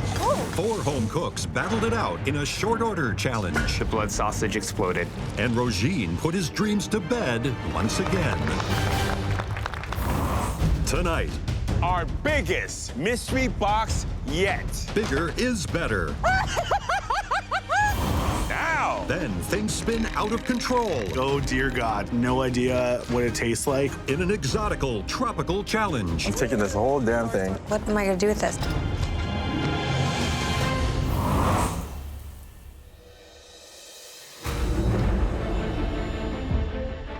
I can still vividly remember being in a line of hundreds of people to audition. Now there's just 5. Feels great to be top 5. I sacrificed so much to be here. It's been super hard to be away from my family. Top 5 means I'm just so close to the title of MasterChef Canada. It's almost surreal. Hello, everyone. Welcome back. You are the top 5 in MasterChef Canada. Can you believe there was once 18 of you in this kitchen? But maybe it's getting too empty here. Kind of lonely. So we've decided to fill up some of that space with our biggest mystery box yet.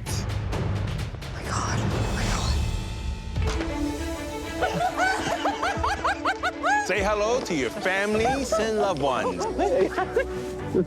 Come here. I miss you so much. It's my wife, Erica. I haven't seen her for a very long time, and I miss her a lot. I see my sister, and it feels like a dream. You look so cool. It's my sweetheart, Logan. I'm so happy that he exists exactly the way that he does. It's perfect. I know. Oh my God. I know. I miss you. It's my husband, Leo. I've only been married a couple months, and he's so supportive of me. He's like my biggest fan. How about you? It's my Auntie Joan. She just means the world to me. She has believed in me ever since the start. Is this really happening? I think so. Okay. Home cooks, it's such a pleasure to see you with your loved ones. Leo, tell us what it was like to come out of that box and see Chanel standing there. Just so much emotion. Like, you don't know what you got till it's gone. And missing Chanel has been very, very hard. Erica, what is it like with Josh gone? It's hard. It's really hard. As much as we want him home, he needs to be here. Terry, Chrissy quit her job to be here. That was a huge sacrifice. Is this her time to shine? Absolutely. She deserves this chance more than anyone I know. And she's got the biggest cheering team ever. Joan, Andre's food dream is to open up a restaurant that was inspired by his father. Yes. Do you think he has what it takes to get there? It takes hard work and sacrifice. The entire family's behind him, so he can do it. Logan, what's it been like surviving without Jennifer at home? It's been weird. Every time something fun happens, it's like, who do I share this with? Something big's missing, and I'm really happy to be here right now. After weeks of trying to impress 3 very demanding judges, it must be nice to be back with your biggest fans. But today, they're not here to inspire you. They came to help. No way! And they're not just helping by cooking at your side either. What? Your loved ones are doing the cooking for you. Oh, dear God. My wife is very beautiful and amazing, but she doesn't cook. Wait, what? My brain is broke. I don't know how to reconcile what's happening right now. No pressure. Home cooks, you'll be able to coach, advise, and support from the end of each station. Now, you're probably all eager to find out what you're making. Fried chicken, biscuits, gravy, and coleslaw. This Southern classic is comfort food at its best. The chicken should have a crispy, golden exterior and a moist, perfectly cooked interior. Home cooks, your loved ones will only have 60 minutes to create a fried chicken dish that blows us away. But we do want you to still love them at the end of this challenge. So we're going to let you help them just a little bit. Each home cook can jump in and help for 18 minutes. 18 minutes. Woo. At the end of each station is a timer. Punch it every time you enter and leave the cook. It will track how much time you have left. Leo does not cook ever. And 18 minutes, that's not a lot of time. I hope he can cook better than I think. At your stations, there are a wide variety of ingredients that would allow you to come up with your own special recipes.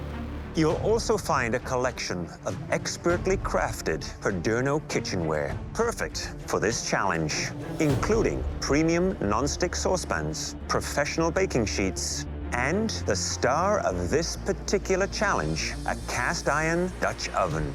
This dish is all about family, and we want to learn more about yours. Logan and I both have pretty creative brains, so I'm just excited to see what we can make together today. After the challenge, we'll taste all your dishes, and the best one will earn the winning home cook an advantage in the upcoming elimination challenge. Are you ready? Yes, chef! Your time starts now! All right. Okay, get the garlic going. This has got to be a major culture shock to the visiting loved ones right now because they've never been in this kitchen before. One of the drawers will have the measuring cups in it. The drawers, those are cupboards. The drawers? It's a tough challenge because there are a lot of elements to this dish, and to have to cook it with your loved one doing most of the heavy lifting and the home cooks tied to that little white box has got to be incredibly frustrating. It's hard to do this in a kitchen you don't know. This is her first time in the MasterChef Canada kitchen. Whenever she needs help, I'll come in. I'm gonna cut this in 2. Maybe 2 or even 4. Okay. Make it strips, too. Andre never yells. He's calm and sweet. Just says, Auntie, remember to check this. Auntie, remember to check that. He's great. They need to use their time wisely, but they also need to give good, clear direction. A little bit of garlic powder. Yeah, a little bit. Sweetie, I love you, but just a little bit, not too much. Positive reinforcement. That's what I'm looking for. In my opinion, the 18 minutes should be used for very intricate cooking. All the menial jobs and tasks should be done by the visiting loved ones. So just salt and pepper, vinegar, sugar, make it thin, right? What does it need? I don't know. If it's too tart, then you need sugar. I do think I would probably go in right away because I think dissecting the chicken, prepping the marinade is super important. Do you want me to come in?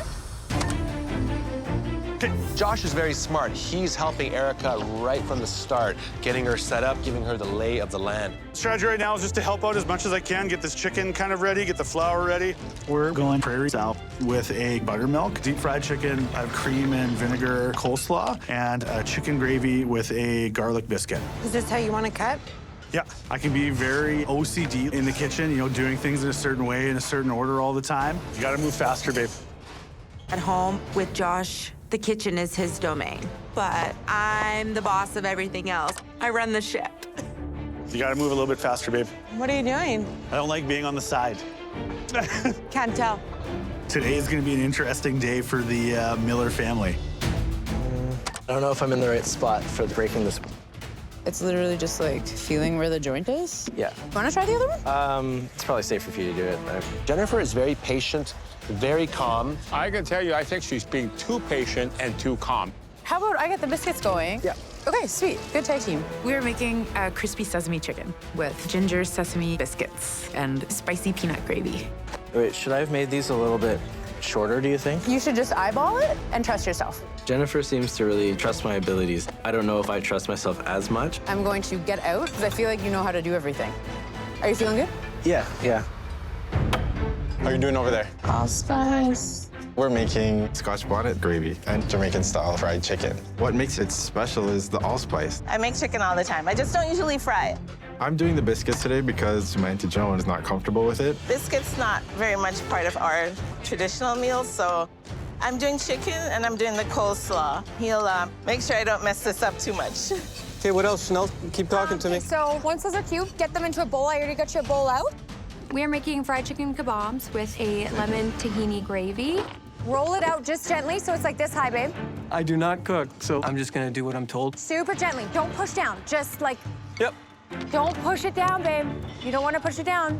Geez, Chanel. I know. Yeah, maybe I'm bossy at times. Quick. Gotta move quicker.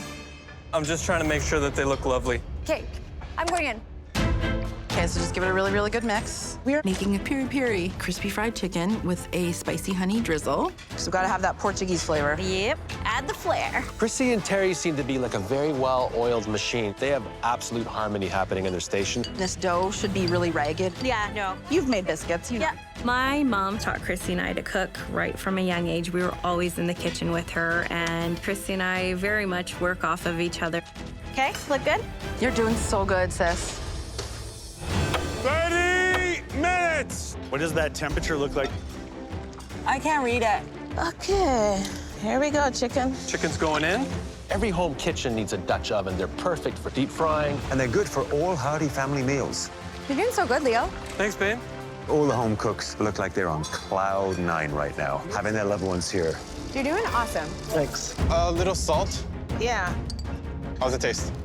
I like it. Okay. It's a perfect addition. He's a natural. Is that enough dressing? More. Just keep tasting it along the way. I'm gonna come in for a minute just to double check. Yeah. Going in. Don't do a thing. Perfect. I want to run in to check the temp on the oil. Yeah. Jennifer and Logan have eaten up a lot of their time. Neither of us have fried chicken before, literally ever, so we have no idea what we're doing right now. Oh my God, she is cutting it close. Oh my God.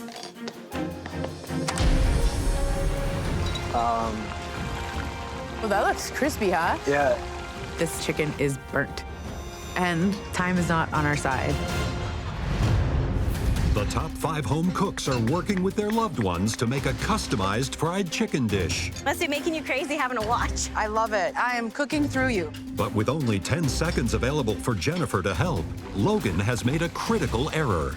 This chicken is burnt, and we have to make more. So I would say get those thighs in right now. Okay. Logan, seriously, just as fast as you can. Yeah. Got you. Yeah. Thank you. Yeah. 10 minutes! Last 10 minutes in the kitchen! 10 minutes to go! Going in. I feel like we're in a good place right now, hey?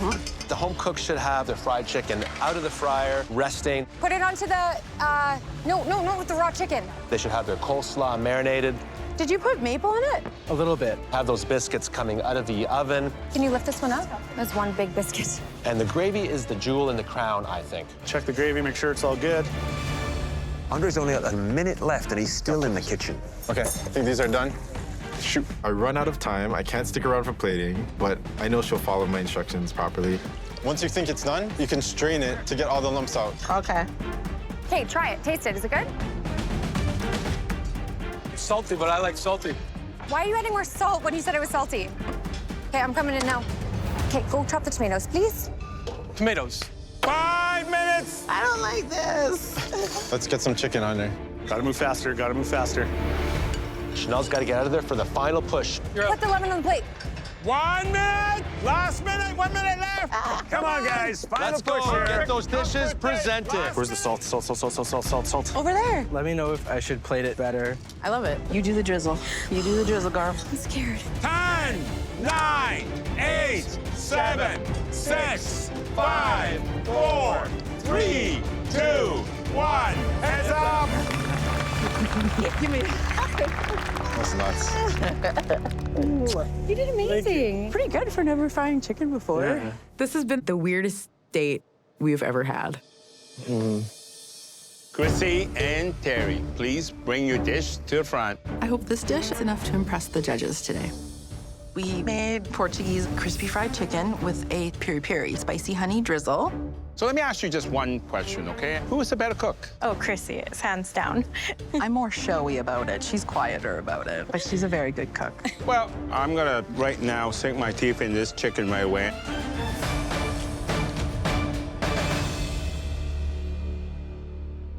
Wow, wow.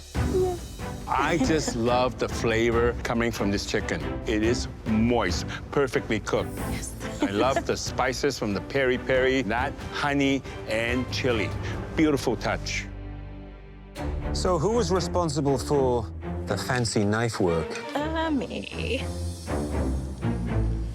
Fresh, crunchy, crispy, and that little bit of fennel in there is just absolutely wonderful. Dun, dun. That is perfection. Aw. Perfectly layered. There's a little bit of air trapped inside of this pastry.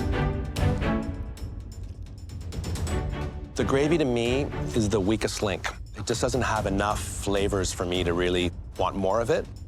But overall, you can see the craftsmanship on this plate. Great job. Thank you very much. Josh and Erica, please bring up your dish. We made prairie-style deep-fried chicken with a cream and vinegar coleslaw and chicken gravy with a garlic biscuit. How the color on the fried chicken just looks incredibly golden brown and crunchy.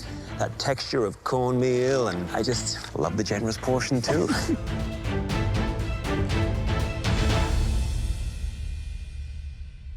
Really great moist chicken, which is absolutely essential. And then that wonderful savory crust to it. Thank you. It's like a little nest. Who likes the garlic? It's definitely for me, chef. You know, that Ukrainian background. It's a lot of garlic. So I'm responsible for the biscuit and gravy. This biscuit is hummus textbook. It's fluffy, it's flaky, and your gravy, well seasoned, it's balanced, well done. Thank you very much. Thank you. Andre and Aunt Joan, please bring up your dish. This is Jamaican fried chicken and biscuits with Jamaican-style coleslaw and a side of Scotch bonnet gravy. The chicken looks really crispy. I can see just some of the batter coming up here, and it looks very inviting.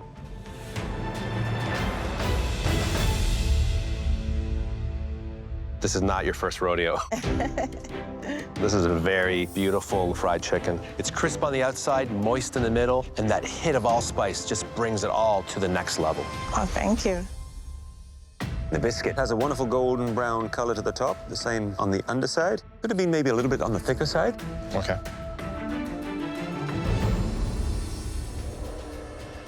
You had to make sure that gravy kept us coming back for more.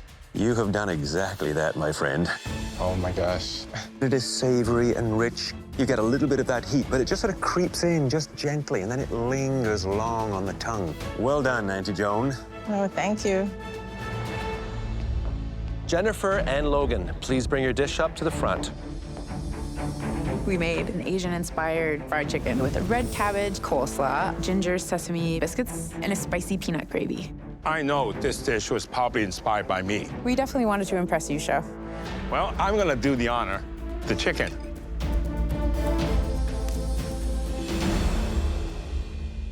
Chicken's perfectly cooked.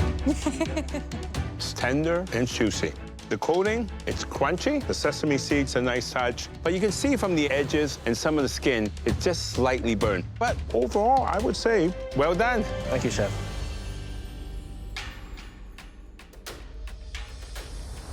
Wow, perfectly cooked. What is this exactly? It's kind of like a gravy and a peanut sauce at the same time. I love the flavor. Did you add a roux to this? Yes. I don't think you needed a roux with peanuts. Peanuts have a lot of thickening properties to them already. Right. But other than that, it's very different and delicious. It's really great. Thank you, Chef. Yes. Thank you. Chanel and Leo, please bring your dish up for tasting. We decided to do Greek-style fried chicken on souvlaki skewers with a kale slaw, and oregano and roasted garlic biscuit, and a lemon tahini gravy. I love the color. Good, generous portion, no bone, easy to eat.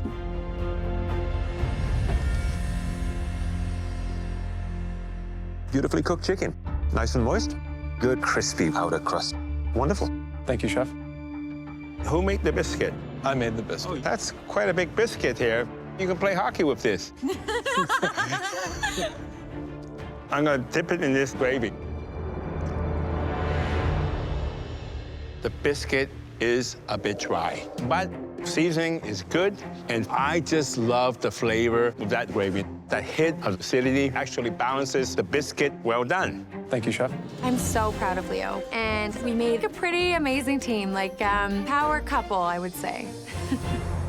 We saw a wide range of really great quality fried chicken. We saw so many different cuisines and cultures all coming together on one plate. Getting this win with my Auntie Joan would mean a lot. To get an advantage at this point in the competition is like a big deal. Well, one thing I learned today, with your loved ones, right there, you're inspired. I've never won a mystery box. I've never got that advantage, and that would be the best. I think we know who it is. Yeah, let's go tell them. Home cooks, your loved ones came into the MasterChef Canada kitchen lacking in your expertise. But the combination of your know-how and their hard work led to some truly astounding dishes. But one team had a dish where all the elements worked in perfect harmony, just like the two cooks who made it. And that team is Andre and Aunt Joan.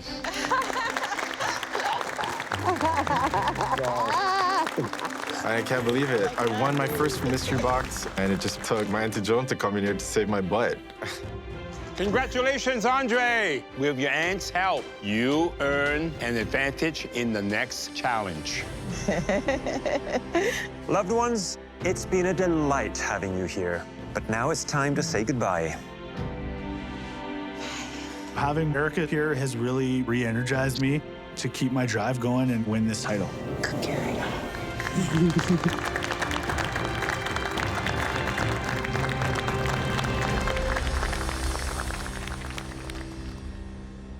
Come on up here. Heading into the elimination challenge, I'm definitely nervous because I know I just can't mess up anything. It's time to put your game face on for the next elimination challenge. It's gonna be tough, it's gonna be stressful, but it's also gonna be fun. And what's more fun than Oh my God. a great big wheel of tropical fruits? Interesting. I feel like this wheel is awfully colorful for an elimination challenge. This wheel is full of delicious and versatile fruit, some of which will be new to you. But whether you know it or not, you'll have to find a way to make a spectacular dish. And each one of you will have a chance to come up here and spin the wheel. What you land on is what you cook with.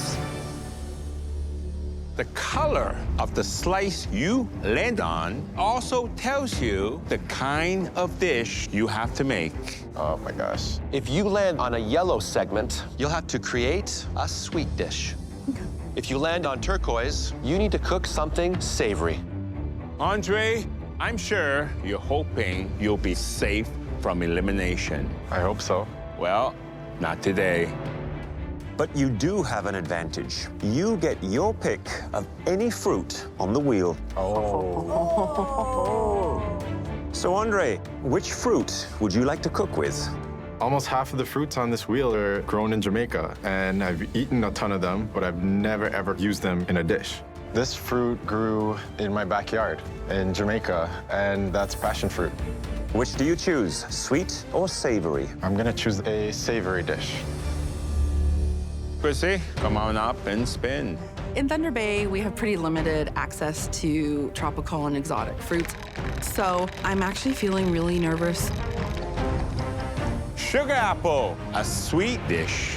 I've never cooked with sugar apple, and this is an elimination challenge. Tamarind, a savory dish. Oh, dear God. The tamarind I definitely don't want to cook with because I have no idea what it tastes like or how to use it. Soursop, sweet. Yay!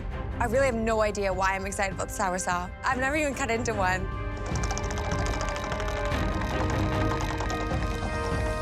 Coconut, savory. I feel good about this. Coconut's pretty versatile, but savory with coconut is definitely more of a challenge for me. Okay, everyone, the wheel has decided your fate.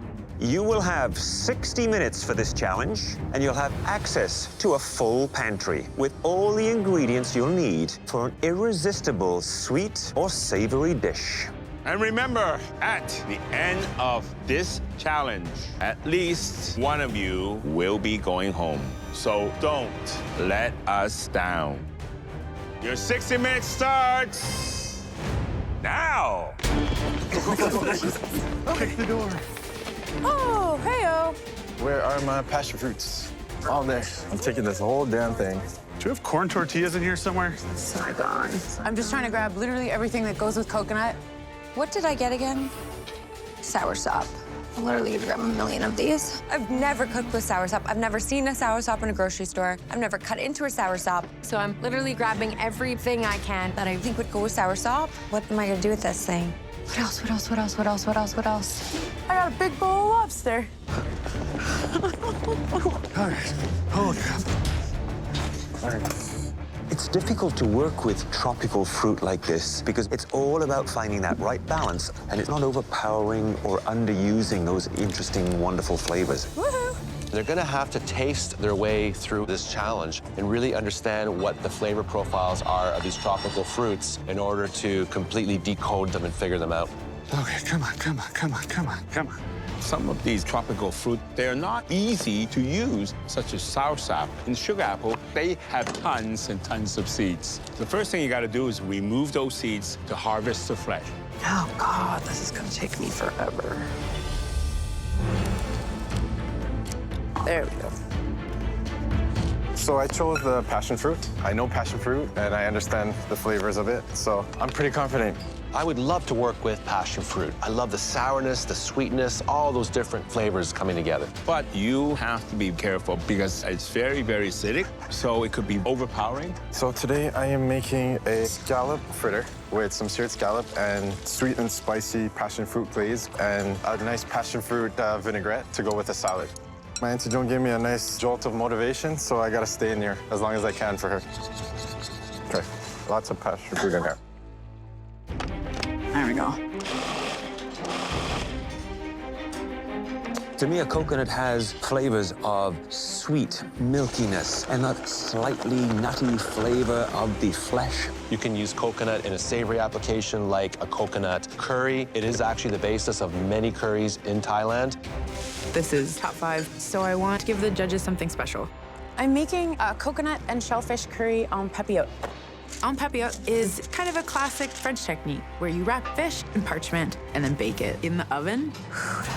I've never cooked en papillote before, but I've read that recipe 1 million times, so it'll be fine. Feeling okay. Come on, come on, come on, come on, come on, come on, come on, come on. Scallops. Sugar apple is delicious. It's really creamy, sweet. It's literally a custard. Those guys. Hi there, Chrissy. Hello, chef. So, Chrissy, remind me, which fruit did you get? I got the sugar apple, and I have to go sweet. Sweet. So Yes. tell me what the big plan is with your sugar apple then. I'm going to be doing a tart, and it's going to have sugar apple puree. There's going to be caramelized pieces on top and a custard on the sides. I really, really, really want to make it about the sugar apple. So do you think this is a good opportunity for you to show off your baking skills? I do. I haven't done a whole lot of baking for you yet, and I do both. I bake as well as savory, so So this may allow you to stand head and shoulders above the crowd, who knows? I am hoping, yes. Chrissy, from a strategic standpoint, Yes. who would you like to see go home? You know, I know Jennifer and Andre are my biggest competition, and unfortunately, in order for me to get my dream, they have to go home. Well, this sounds like a very exciting dish. I look forward to trying it. Enjoy. Thank you. Thanks, Chrissy. Okay.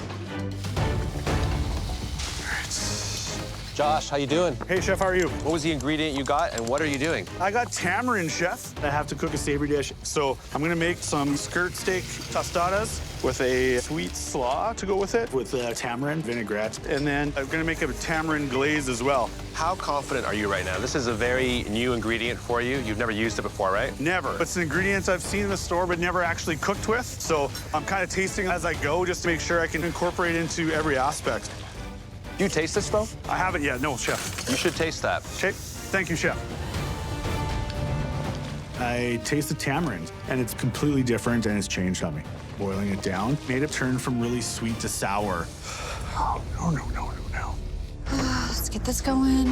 Right into the blender as you go. All I know about a soursop is that it's like kind of like creamy, kind of like yogurty, and I know it's a bit tart, so I'm gonna make a puree out of it. Chanel, Hi, chef. what did you get? I got soursop. Are you happy you have to go sweet today? I don't typically eat a lot of dessert. I just like am not a sweets person. So no, I'm not as happy as I could be. What are you making? I'm making soursop puree crepes, and I'm gonna do like a ton of different toppings with them. So I'm doing a mascarpone limoncello cream, a smoked apple caramel, and a roasted jackfruit and stuffed almond. You'll have two big baskets I there do, yeah. full of fruits and nuts with chocolate. I see you got maple syrup. The soursop has to be present. Very Yes. delicate flavor. You worried that it would be overpowered. I don't think you'll miss the soursop, chef. I hope. All right, good luck. Thank you. Gotta start hustling. 30 minutes. You only have 30 minutes left. No. I need to be tasting everything before it goes in the oven, because once this goes in the oven, game over. There's no more seasoning, there's no more adjusting things, so that makes me feel a little nervous. Papillote is a very tricky thing to pull off because it's blind cooking. You don't know what's happening inside of that little parchment paper. Okay. I am sweating. Ooh, that's dry. My dough was in the blast chiller for way too long. It's basically frozen. It's too cold. It is literally crumbling like sand in my hands. If the base of my tart doesn't work, then I don't really have a tart. It's just gonna kind of be a mushy mess. Ugh, I can't go home now. The top 5 are battling for survival in a tropical fruit challenge. I'm not going home today. I'm gonna be here battling it out for that trophy. And Chrissy's dreams may be slipping through her fingers. Ooh, that's dry. My dough, it's basically frozen.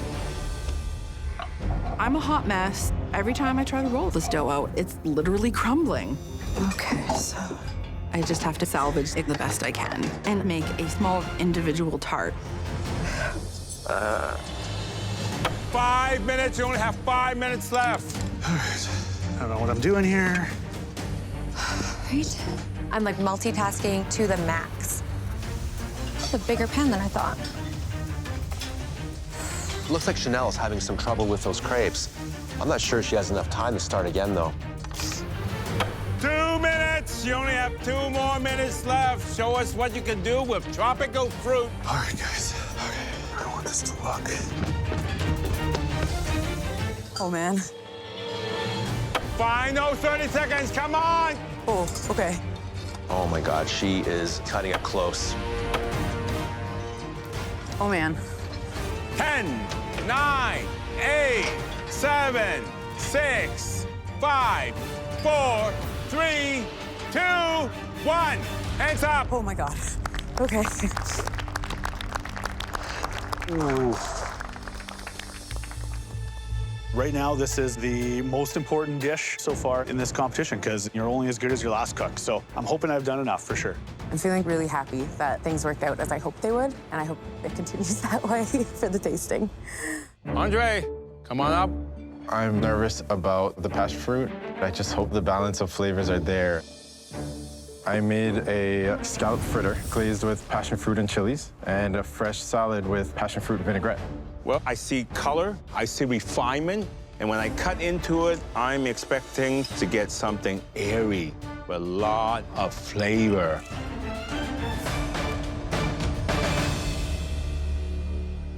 I'm getting exactly all of that. Wow.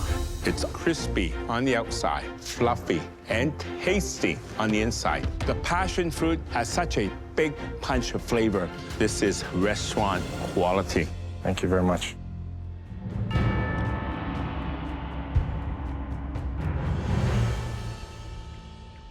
Wow, really delicious. I love that passion fruit that comes out.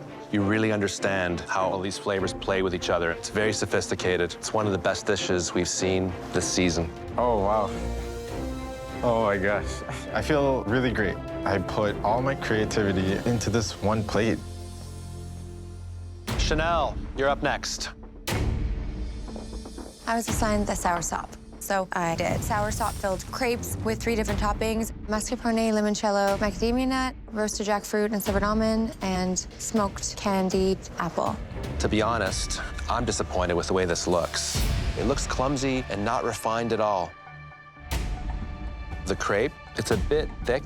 You should have added a little more milk to it and just let it out a little bit, and that would have resolved that issue.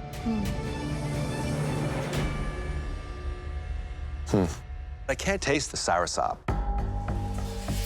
You gotta be careful that you don't overpower it with stronger flavors. You know, Chanel, I hope that you have the opportunity to show us more, because I know you have what it takes. Thank you, Chef. Jennifer, please bring your dish to the front. I got coconut, and I made crustacean en papillote with lobster tail, rum poached dates, and coconut curry sauce. Cooking on papillote requires perfect timing. You have no idea how the cook is on your crustacea. Top 5, elimination challenge, and you decide to pull this out of your box of tricks. You think you're pushing your luck? When you put it that way, Chef, I feel a lot more nervous than I did when I first walked out. So I'm gonna cut it open and see how things look.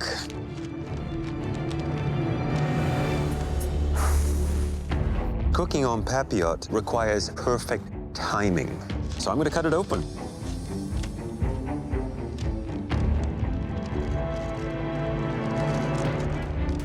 Aesthetically, this is what I would be looking for. Okay.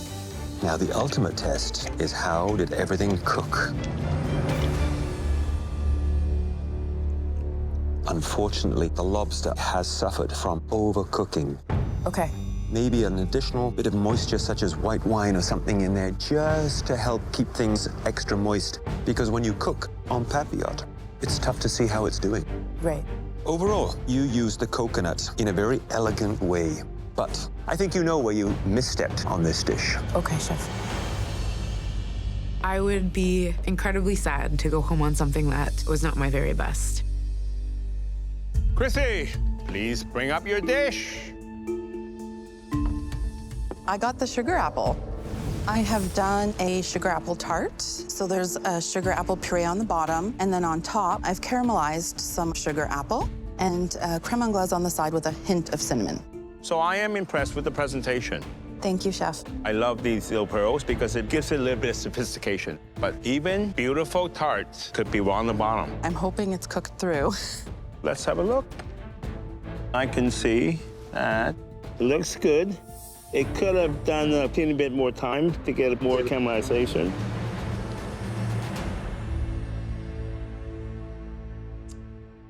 Wow. You definitely taste the sugar apple. It's creamy, it's smooth, delicate, and mildly sweet. You're very wise to keep the other elements to a minimum. Christy, you can bake. Thank you so much, Chef. Well done. Josh, please bring up your dish. I got tamarind, and I made a tamarind skirt steak tostada with a sweet and sour slaw and a yogurt on top with cilantro and tamarind. Did you make the actual tortilla? No, I did not. Why not? You know, I typically don't make things like that, so, you know, I did think about it, but didn't make it. I'm mystified by how you spent 60 minutes and this is all you were able to achieve. What happened here? You didn't even cut right through it. Not too sure. I obviously didn't cut at the end there. Wow, I'm surprised by that. At this stage of the competition?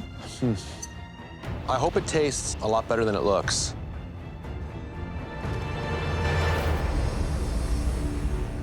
I like the flavor.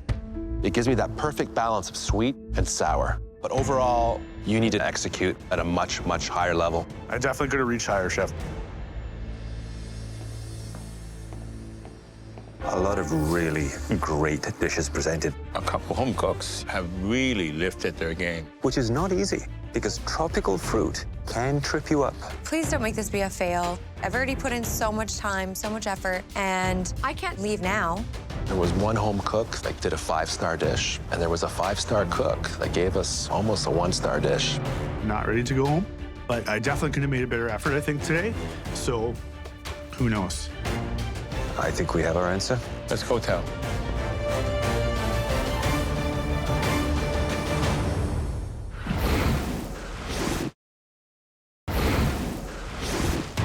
Tonight, you all managed to honor the bright, tangy flavors of the tropics. In the end, one home cook showed us slightly more technique, and the home cook who made that dish is Andre. I feel really great and honored. I'm top 4, and now I'm just inching my way closer and closer to that trophy. This win was definitely for Auntie Joan. Unfortunately, there were also 2 dishes that let us down. Please come to the front. Josh and Chanel. Definitely don't want this to be my last time in here. I have so much more to give, and I want to show everything that I can.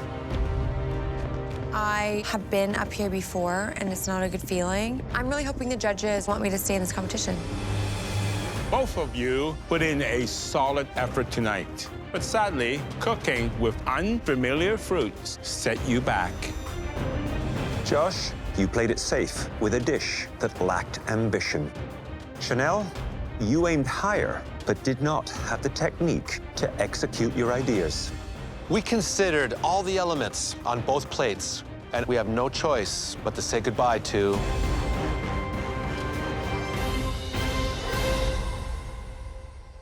Chanel.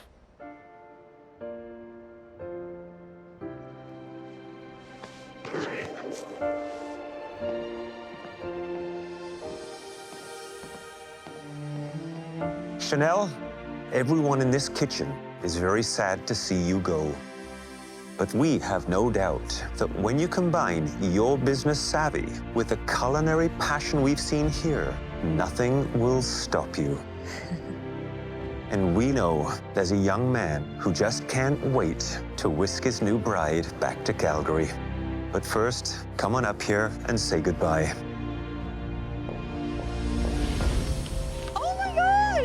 This was just such an amazing experience. You truly took a risk, and it's paid off. Thank you. I've learned so much about myself. It's done in the Nouvelle Chanel way.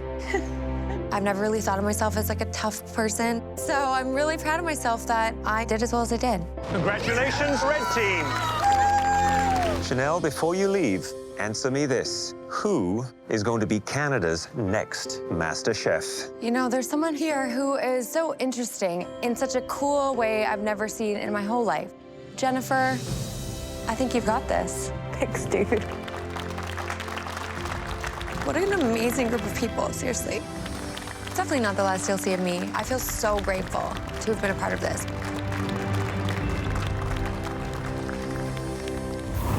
Next time, you'll be cooking for luminaries from the world of First Nations cuisine. the top 4 pair up for a challenge that will take them to the land's culinary beginnings. This is a really special opportunity. I just hope that they love it. Josh, I'm coming. Start plating. It means so much to be here, but it definitely means more to stay here. Do not disappoint our guests. Yes, Chef. Yes, Chef. I have never given up in my life, and now is not the time.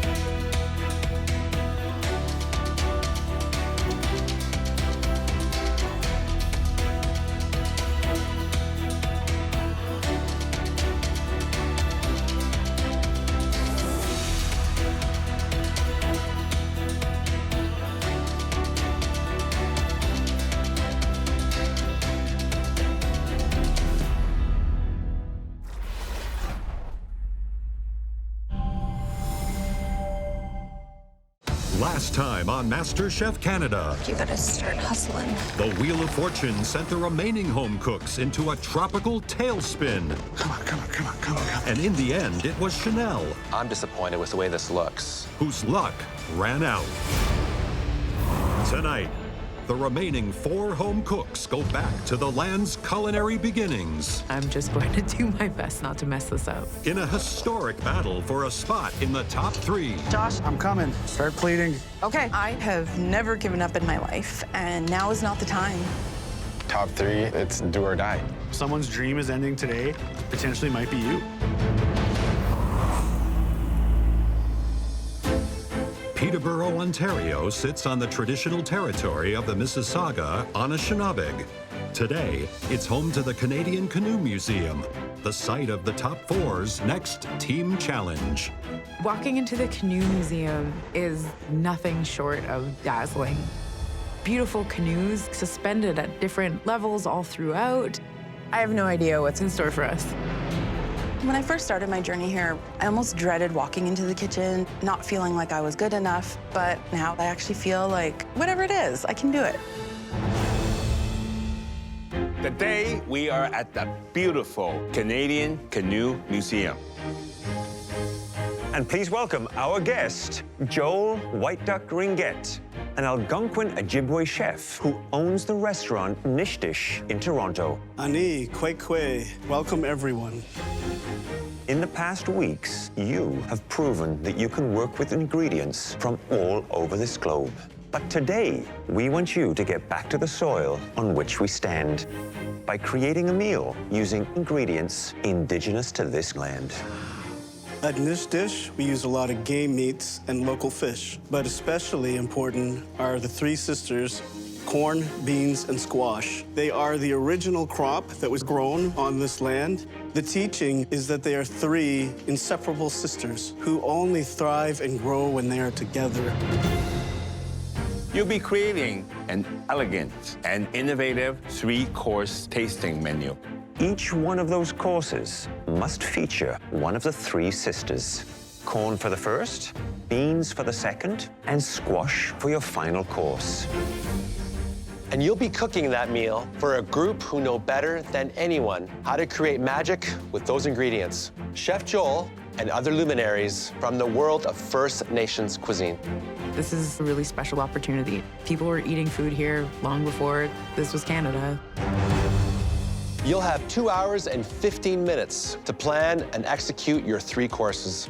And you'll have access to a satellite pantry featuring beautiful ingredients indigenous to this country.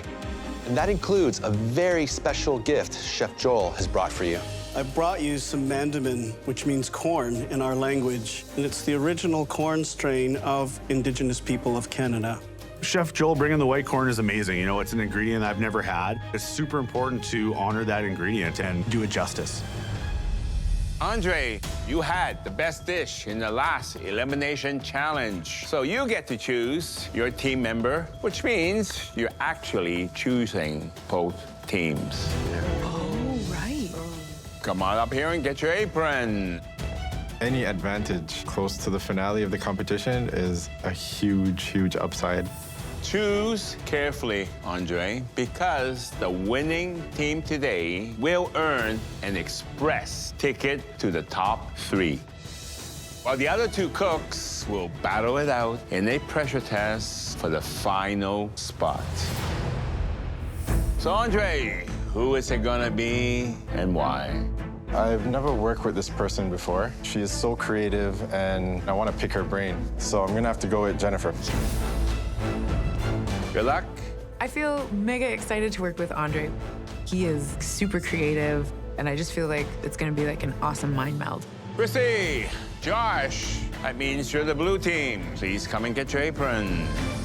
I feel like we're kind of the underdogs, Josh and I, but we can run with the big dogs. We can do this. Claudio, Alvin, and I will be eating with the guests and listening to their feedback. But in the end, the 3 of us will decide the winner based on creativity, taste, presentation, and how well you've honored the 3 sisters. Then Wamazik, good luck to all of you. Head to your kitchens because your time starts now! We'll start down the stairs. All right, let's get planning here. Okay. Oh, look at this. This pantry's super inspiring, as well as the 3 sisters. There's a lot of wild berries, a lot of mushrooms, beans that are like this long that I've never even seen before. There's definitely an amazing variety of ingredients to use today. Take some corn. Okay, so I got these little guys. What worries me about the challenge is doing enough justice to these really special ingredients. Like, these are so delicate. Yeah. I think they'll be really yummy. I'm just going to do my best not to mess this up. Okay, ready to party? Yeah. Okay. Let's talk about the teams. I'm sure it came as no surprise that Andre chose Jennifer. We should start with a pemmican, like right out of the gate. We can pair that with some bison. Yes. Jennifer is very imaginative. Almost everything she's created has a story. I'll get started on the corn.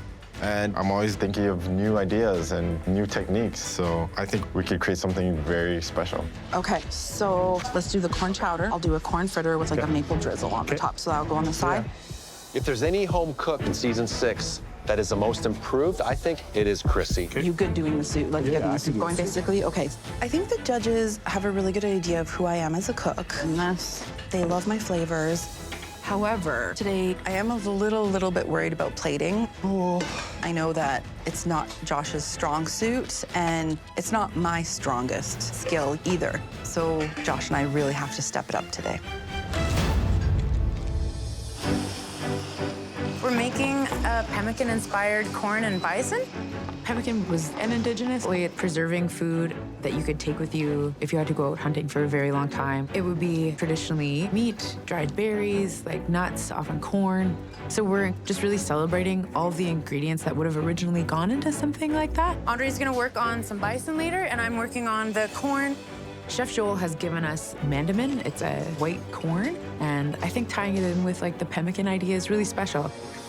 So I'm working on our dessert right away. So right out the gates, I start making a squash cake before I can start with the bison because I know that will take a while. It's all about time management. I need to get this cake done like yesterday. You got this, bud. I'm working on our corn chowder right now, so I'm getting as much corn as I can off of here. I am working on a corn fritter that's gonna go with our soup. I'm using corn flour, corn meal. It's gonna be amazing. In the last challenge, I almost went home. The end is so close. You know, we're down to 4 cooks now. It's definitely gonna be a tough game from here on out. 14 minutes. I'm just gonna take off enough for the first couple steaks. Yeah. Okay. I'm just kind of trying to set things up for Andre because I know he's working really hard on getting that cake done. How do you time this thing? I get the cake in the oven and start working on that meat. I have to make sure those steaks are perfectly cooked. And then I have to make a great pan sauce. Oh, beautiful. I've come a long way. Before this, I was working in the hospital doing my regular routine, and now I'm top 4 in MasterChef Canada. Being here is making me realize that cooking is where I should be. Okay, how are we doing? I'm good. I'm chopping the squash for dessert. Just gonna get a head start on it. Christy, how are you? I'm good. How are you, Chef? What are you making? We're gonna do a corn chowder, and we're gonna have little corn fritters that go with it with a little bit of a maple drizzle. So how are you gonna incorporate this beautiful white corn to your corn chowder?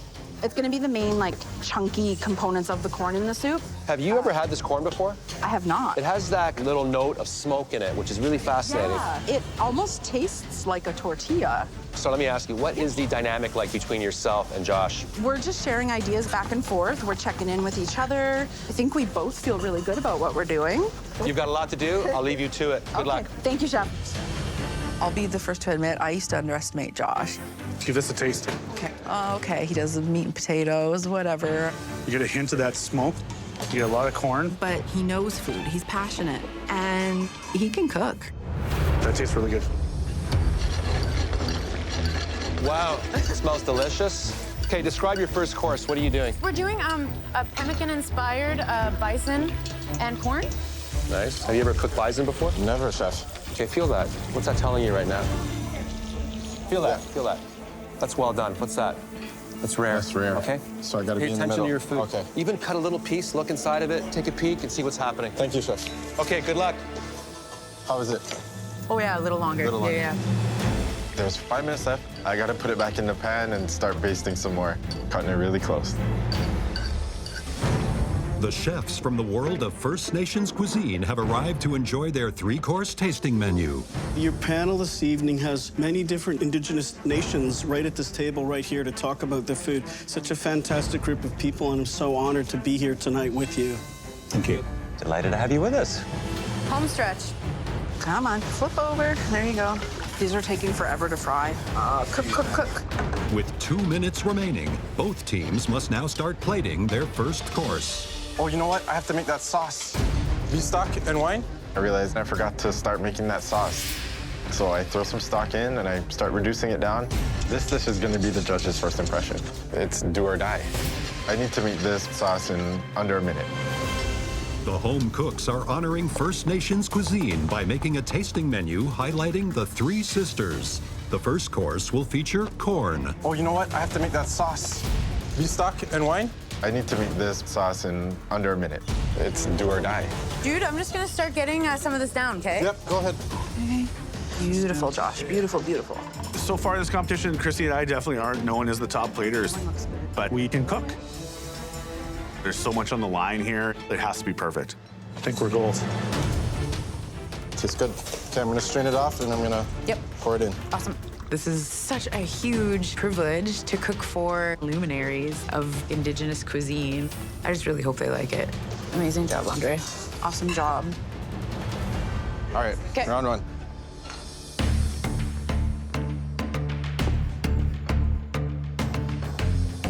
So what you have in front of you from the blue team is a corn chowder with smoked cheddar and corn fritter. And from the red team, a pemmican-inspired bison with corn. So please enjoy.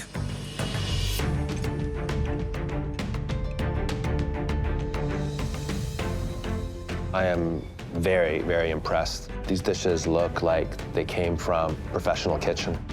The red team, the pemmican-inspired corn. I'm a huge fan of Iroquois white corn, and it's front and center. It was incredible. I agree. On the red team, they've really done a good job with the white corn. You really do get the smokiness. Whereas I feel with the blue team's dish, the white corn is featured, but you don't quite get that from this particular dish. The soup on the blue team, the flavor profile and the seasoning is a bit weak. I think it needs to be amped up in the actual flavor of corn, something to just give it another layer. I think the red team, lots of flavors coming from the bison, but I would have preferred probably a little bit more rare. Chef Wolfman, could you tell us your thoughts on the blue team's corn chowder? The corn chowder reminds me of the soup that my mom would make. Very simple, but it tastes like home. Now, the corn fritter here, you can see that the outside's a little bit dark and the inside looks a bit chalky. but the flavor and the seasoning is very precise. It really hits all those notes. Who doesn't love a good hot chowder and a corn fritter? Gorgeous. Go, go, go. Back in the kitchen, the home cooks are tackling their second course, this time featuring beans. I'm thinking like nice long strips like this will do. So for the second course, we're gonna have a wild mushroom dusted venison medallion on a warm bean salad with a wild berry balsamic reduction. Thank you, thank you, thank you. Awesome. Thank you, Josh. We've got runner beans, we've got green beans, yellow wax beans. Let's use them all. I want these beans to be beautiful and mouth-watering. Okay, just a couple more of these guys and then we should be good. All right, so I'm gonna grab the partridge. Okay, awesome. I'm gonna move on to the beans. For our second course, we're doing partridge in a nest of sour cherries and beans. We're hoping this plate tells a story of a partridge, you know, in its little nest. I like having stems on my beans. How do you feel about it? I like them too. Keep it rustic, yeah? Okay, cool. I like them all. The bean is the main star, but the partridge is gonna accompany it. I gotta get these birds in ASAP. I gotta move fast with these partridges because I gotta get them roasted, so I do not have time to cut this bird up into little pieces. So I'm just basically chopping it straight down into halves. Ooh, that's a nice sound. This is my first time cooking venison tenderloin, but you know, being from the prairies, who doesn't like cooking meat? So I'm just gonna sear them at really high heat just to get a nice crust on them, take them off, and then rub it in a dried mushroom dust. And then I'm gonna finish it off in the oven. Okay, Chrissy, what's happening? Hello, Chef. I am preparing our warm bean salad that's gonna go with our venison. Okay, how are you gonna make these beans sing? I'm gonna use some maple syrup. We're gonna Okay. use some vinegar. Well, that's very Canadian. I love maple syrup. All right. Now, Josh, you only got 13 minutes left. What cook do you want on this? Medium rare. You need the time to cook the venison. Yeah. And also, you need time to what? Rest it, Chef. That's right. Yep. 13 minutes left. Thank you, Chef. I appreciate it. But it's definitely gonna come down to the wire. I'm going to literally treat these beans as though they're like a steak and like butter baste them. Oh yeah, perfect. The treatment we're giving to the beans is to butter baste them to really kind of bring out their more like earthy elements. No, I like them whole, man. Yeah, no, I like them too. I love the great outdoors. One of my fondest early food memories is fishing with my dad. He passed away when I was 20. Being here and using all these really special ingredients and just seeing how far I've come, he would have loved this. 4 minutes! You only have 4 more minutes left! Josh. Yes, Chef. How's the venison doing? Come on, you gotta rest it. I don't want to pull them out until they're exactly perfect, and I know it's not exactly there yet. Just a little underwear on it. Josh? Yeah, I'm coming. Start plating. Okay. We are running out of time, but we cannot serve these guests and these judges undercooked venison. It has to be just right. Okay, I'm gonna pull these out in like a minute, okay? It's almost there, so I'm just praying that this works out for me. Josh, how's the venison doing? Come on, you gotta rest it. Josh? Yeah, I'm coming. Start plating. Okay. With 3 minutes remaining on their second course, temperatures are rising as the blue team hopes to serve their venison on time. We gotta start slicing. Yeah. Trying to give it as much time as possible to rest, but at this point I have no more time. We gotta get this meat cut and get it on the plate. It has to go. I got it. Just do the sauce part. Okay. I got the rest of it. Oh, do they look good? We got this. I've never cooked a partridge before. Oh, I definitely do not want to let my team down. Okay. Thanks very much, you guys. Woo!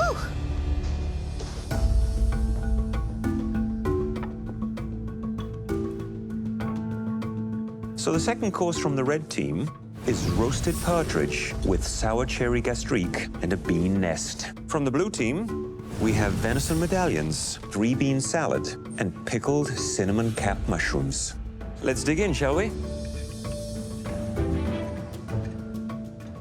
I think on the red team, just feels a little bit more sort of rustic and homey and simple. Counter to that, the blue team, I think there's some elegance to the plating. I like the balance of this dish. You have the bean, still has this crunch. The berries provide the acidity, so one working with the other. Now, the venison is slightly overcooked, but still, for me, it's not bad. On the red team, the partridge is delicious, lots of great flavor. The beans, however, you can see that they weren't cleaned properly, which is a problem. For the red team, When I think of Indigenous hospitality, Indigenous food, I think very approachable. This is how we would eat it, right here. But the beans could use a little bit of work. For the beans to be a featured ingredient, I think Blue Team really did a great job. I had to cut off the ends of my beans to eat them off of the Red Team. Thank you for the feedback. Last push, last round. It's all sweet stuff. We got this. So with this third course, we have a squash cake with a tempered chocolate bark on the side. And we're gonna finish it off with some juniper pastry cream. Way to already have the cake done, dude. Yep. We start big. Andre has the cake already done. I'm gonna get started on the juniper pastry cream. Andre's gonna start making some chocolate bark. So I'm using a brush so I can get the bark lines onto the chocolate. We're still sticking with the outdoors theme, and I want this chocolate to look like tree bark. This is the third and final course. Everything has to be perfect. We gotta get this cooled down quick. Oh, it's so pretty. Baking powder, baking powder. Where's the baking powder? The idea for this third course is to really celebrate the squash. So we're gonna do kind of like a play on a bread pudding using bannock. There's nothing better than a hot piece of bannock. Bannock is a quick bread that's very simple to make. You know, it's pretty much flour, baking powder, and water. Ready for this? See how this goes. Bannock is perfectly done when it's nice and golden brown on the outside. Oh, that looks gorgeous, Josh. I'm responsible for squash, and more squash. So squash puree, caramelized butternut squash. Also a whipped cream with some birch syrup, cinnamon, and nutmeg. Yes, that's perfect. I want to eat this. I really want to eat this dessert. Oh my God. That is so good. Oh, this cake is nice. I'm gonna follow you with the pastry cream, okay? Perfect. I'm mega proud of us. We had such a joy of a time cooking together, and I think that really showed in our food and on the plates. I'm gonna follow you this way, okay? I'd be extremely devastated if we lose this one. Okay, so just over top, like that. Perfect. These are so nice, Josh. Oh my God. I feel like this challenge has been perfect to show that I can be delicate and plate well. And also that, hey, I deserve to be here, and I'm a force to be reckoned with, too. You thought these big hands would be using flowers, right? All right, thank you, guys. Yes. Good job, guys. Good luck tomorrow on the pressure test, Red Team. Boom, mic drop, I'm out.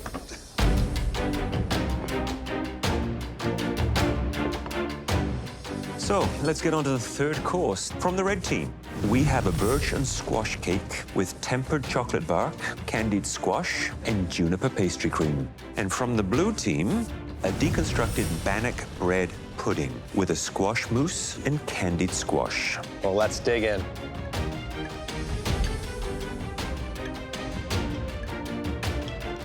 What I first of all notice is the plating styles have flipped. The Red Team has gone with a more sophisticated plating, whereas I felt their bean course was much more rustic. On the Blue Team, plating is much more sort of homey and simple. Visually, these are probably my favorite plates. The Blue Team's plate, the squash in the puree, you can taste it. Candy squash, also a nice touch. I love the texture from the bannock. I just love the complexity.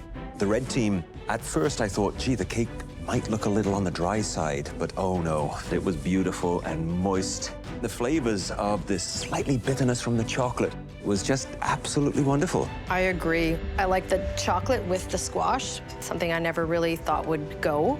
I'm really liking this. Chef Mandy, what are your comments on the third course? I don't know which one I like better.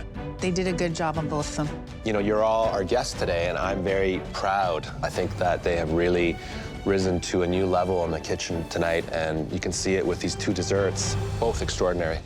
I think we can all agree that was a terrific meal. Now let me introduce you to the talented home cooks who made it.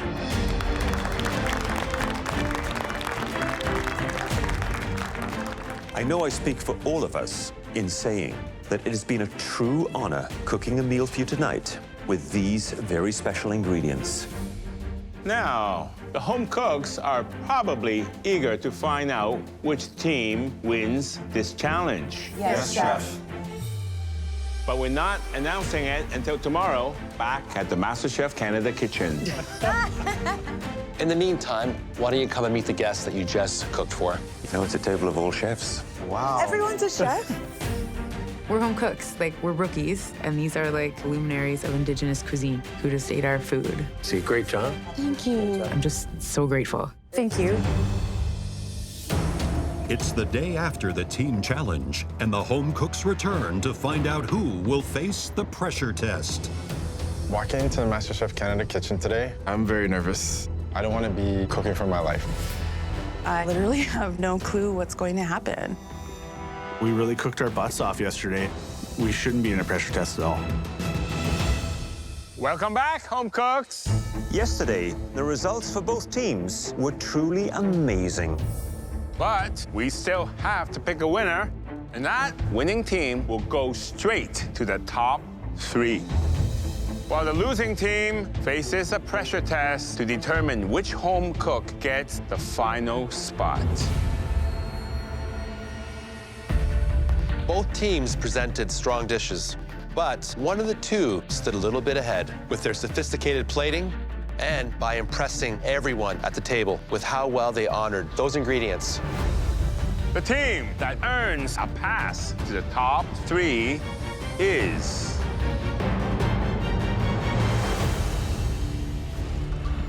The team that earns a pass to the top 3 is...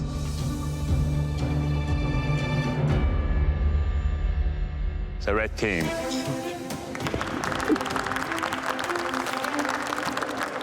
We just put so much care into that meal. I'm just so grateful that they liked what we did. Andre and Jennifer, head up to the gallery. Okay. Thank you. Good job, guys. I feel extremely grateful to make it this far, and we're automatically top 3. Oh my gosh. Chrissy and Josh, you will be on opposite sides in the most challenging pressure test of the season. Now, please put on your black aprons. I hate putting the black apron on. Good luck. Thank you, Chef. Josh, also good luck. Thank you, Chef. It's a 50-50 chance. It just takes one mistake and you're the one going home.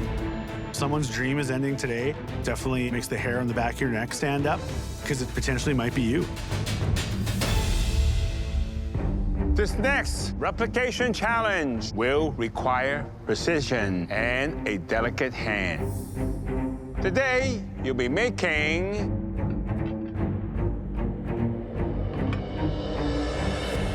a chocolate sphere. Crap. A pristine globe of perfectly tempered dark chocolate. This isn't just a dessert. It is a work of art, and it's much more complex than it appears. This perfect chocolate ball, shiny, sparkling, and you want these hands to make something that pretty and delicate? You might want to get a little closer.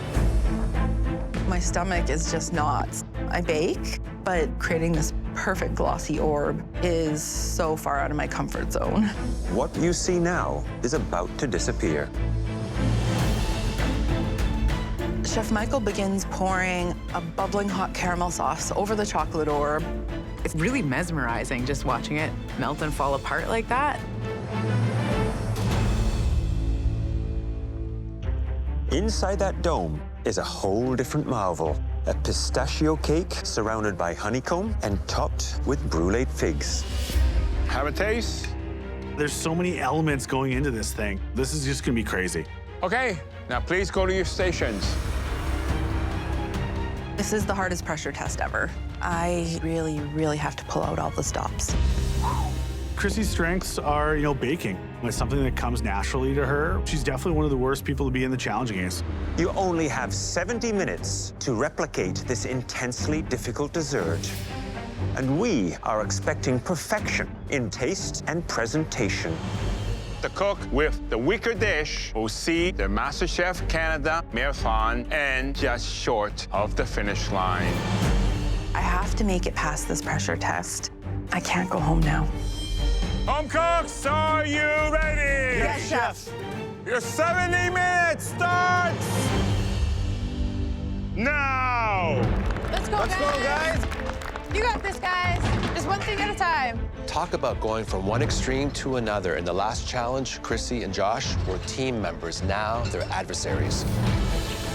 So the first thing they have to do is temper the chocolate. The reason we temper chocolate is so that they can work with it and it'll hold that spherical shape. They need to bring it up to a temperature of about 114 degrees. Come on.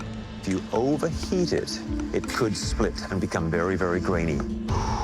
To me, baking is like rocket science, very measured and precise. There's so many things that could go wrong. You're about 10 minutes in, guys. Thank you. The chocolate will take a little bit of time to melt. So in the meantime, I'm gonna start my cake. The next step is a pistachio cake. And what I'm looking for is a light, fluffy Genoese sponge cake. I'm trying to get that cake in the oven, so I'm just sifting the flour and then I can bring it all together. I've baked so many cakes. I know that this is something I could kind of do with my eyes closed almost. Good job, Chrissy. Way to get that in. Breathe, breathe, breathe. This pressure test is my worst nightmare. But my wife told me before I got here just to take a deep breath and settle my hands and my heart. It's super important to have that little voice in my head saying, you can do it. How's it looking, Josh? It's looking fluffy, just like my beard. 45 minutes. You only have 45 minutes left. Good job, Chrissy. I pulled my chocolate off the heat. This is the tricky part happening now. Still too hot. I have to make sure it's at the proper temperature. Josh is checking the temperature on his chocolate now. Trying to get it to 88, 89. Now I'm putting handfuls of cold chocolate into it to bring that temperature down. So close. This is definitely the most precise and exact challenge we have ever given to home cooks. You're good. Yeah, we're good. Perfect. I'm good to go. All right. What they're gonna do is take that tempered chocolate, pour it into those molds. All right, baby, come on. They shape them so there's an even coating of chocolate inside. Even professional chefs often make mistakes with the chocolate spheres. Come on, come on, come on. Come on, baby, come on, baby. Trying to coat every part of this ball. Come on. I'm shaking it like a maniac right now. Come on, come on, come on, come on, come on, come on. Come on. Come on. It's good. Finally, I get it to a point where I like it. I sprint to the kitchen, put it in the fridge to cool off. Josh has finished his sphere. Let's go, Josh. Way to move, bud.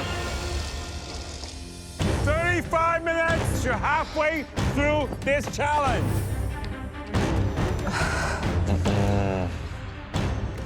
Her sphere's not working. I'm realizing that my chocolate has cooled down too much. It's not spreading inside the sphere. It's starting to set as I'm moving it around. Why? Chrissy is in deep water right now. All that's going through my head is, you're done. You're done. It's Chrissy versus Josh in a chocolate sphere showdown for the last remaining spot in the top 3. Oh, come on. But at the halfway point, Chrissy is at a chilly crossroads. My chocolate has cooled down too much. Why? I have so much at stake right now. Oh, I've given up so much at this point that going home, it would just be heartbreaking. It's okay, Chrissy. It's okay. It's okay, bud. But I have never given up in my life, and now is not the time. Shake it off, bud. Come on. I'm gonna keep fighting. I'm gonna finish this challenge. Yes, Chrissy. Chrissy has pulled a balloon out as her second option for the chocolate sphere. At this point, man, I gotta try anything.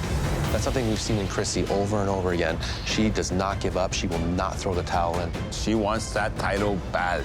I know it's not gonna be pretty, but I'm not going down without a fight. 25 minutes. You only have 25 minutes left. You're doing awesome, you guys. Remember, it's not just about the sphere. They still have to make the sponge toffee and brulee that fig. And the hot caramel sauce that's going to melt that chocolate sphere. Come on, damn you. I've already, done my cake, did my chocolate sphere, so now I'm just working on all the garnishes.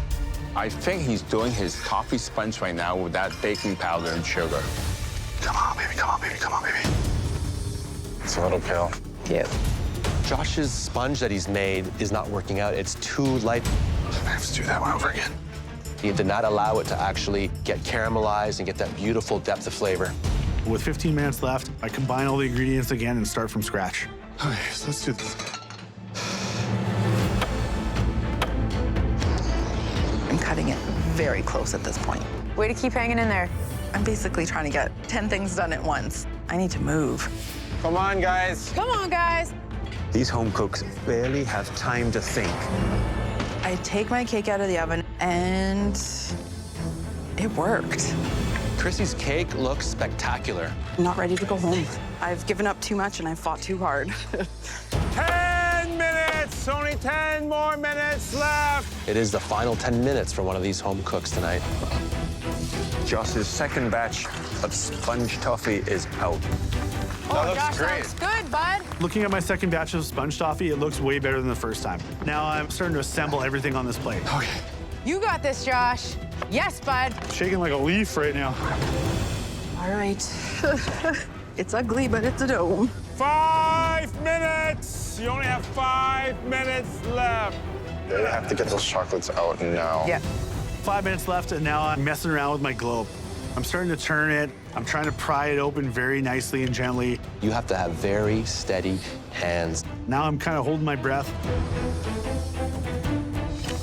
Oh my God. Look at that. Look, but he still has one half to release. Yes, Joshy. You got it? Oh, baby, yes. Oh. Wow.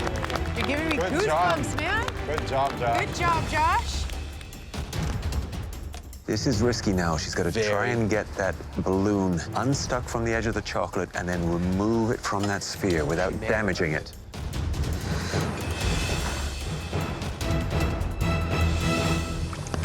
There you go. Awesome, Chrissy. Let's go, Chrissy. Good.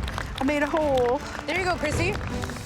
If everything else on the plate is great, maybe, just maybe, I can get away with my lumpy, ugly sphere. 1 minute! Remember, everything has to be out in 1 minute. Come on, 1 minute. Come on, Don't guys. forget the caramel sauce. 1 minute. Guys, you make sure you get every component on the plate. Okay, come on. Here goes Josh. He's motoring through it. Come on, paintbrush. The title is so close they can taste it right now. Come on, guys. 10, 9, 8, Let's go. 7, 6, 5, 4, 3, 2, 1. Hands up. Hot damn, that was amazing. Wow. I'm really proud of you. Good job. Thank you.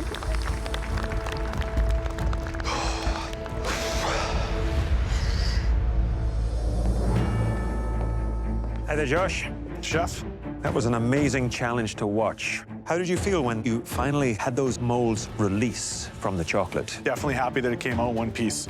Well, the tempering of the chocolate, I think, was pretty decent because it has that nice, lustrous shine to it. Now, the moment of truth. This dessert needs to reveal what lies beneath it. It has to be that perfect thickness in order for that magic to happen. Oh, yes. Right on cue. A real showpiece. I want to try a little of that sponge toffee.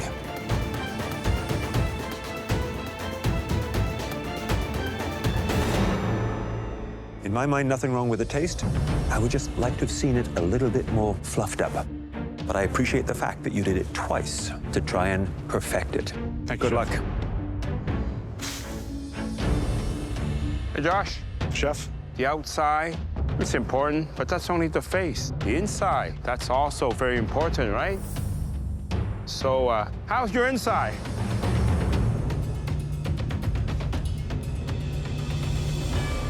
The cake, just a little bit dry. But I love figs. You did a great job cooking them. The butter, the seasoning, it just adds an extra goodness into this dessert. Were you surprised you were able to pull this off? Yeah, Chef, you know, being a big guy, not used to little dainty things like that. I was a little worried I'd manhandle it too much, but I was super happy to get it all together for you. Well, very nicely done. Thanks, Chef.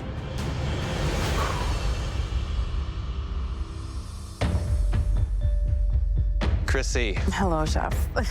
You wear your emotions on your sleeve. I can see it. A little bit. So, Chrissy, You did not hit the mark because this was a replication challenge. Yes. It's not perfect, but this was not easy what we asked you to do. Let's see what happens. There are a lot of opportunities within this sphere for you to really shine. Look at that, Chrissy.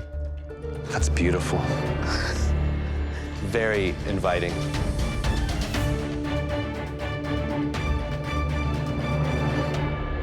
That cake is perfection. It is perfectly made. You hit all of those notes. Beautiful. Hey there, Chrissy. Hello, chef. Obviously, the chocolate dome, you got it done, not without its flaws. Yeah. The tempering wasn't quite right, but you never gave up. Nope. Let's try the sponge toffee.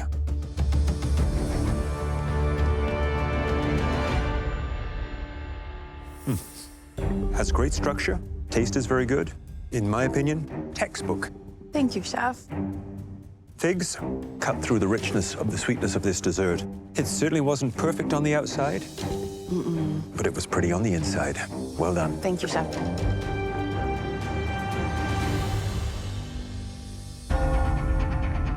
Oh, what a challenge. The decision is tough. I know I didn't replicate properly, but the other elements, they might be my saving grace. We really have to consider the dessert as a whole.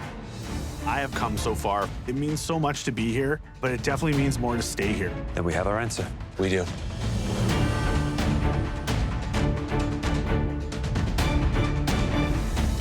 We gave you your toughest challenge yet. And the chocolate spheres that you delivered were extremely impressive. But there can only be one winner.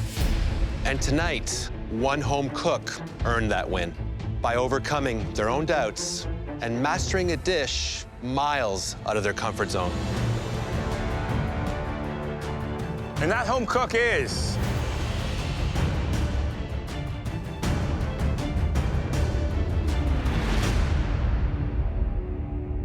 Josh. Yeah, Josh. Please head up to the gallery. I'm proud of you.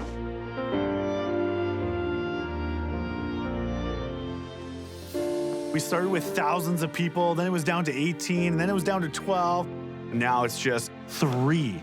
This guy from Saskatchewan, top 3. Chrissy, MasterChef Canada is a long way away from your mother's kitchen in Thunder Bay. But it seems to have provided you with the same sense of inspiration and belonging. No matter what we threw at you, you delivered.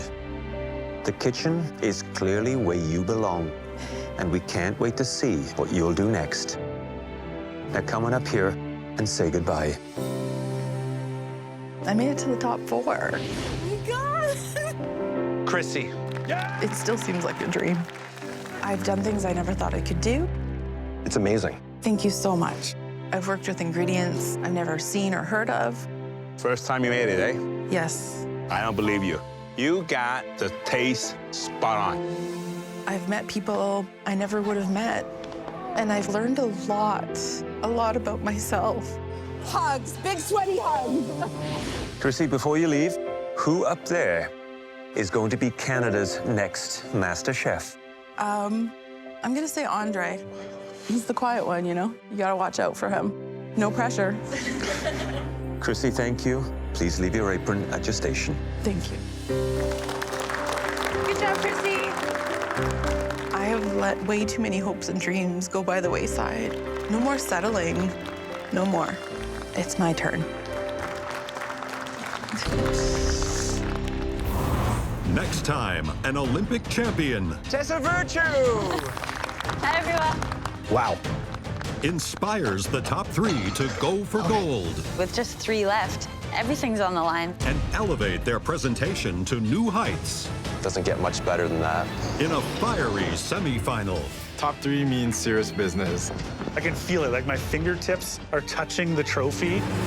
We're so close to the end. I don't want to go home. That will determine who will make it to the MasterChef Canada finale.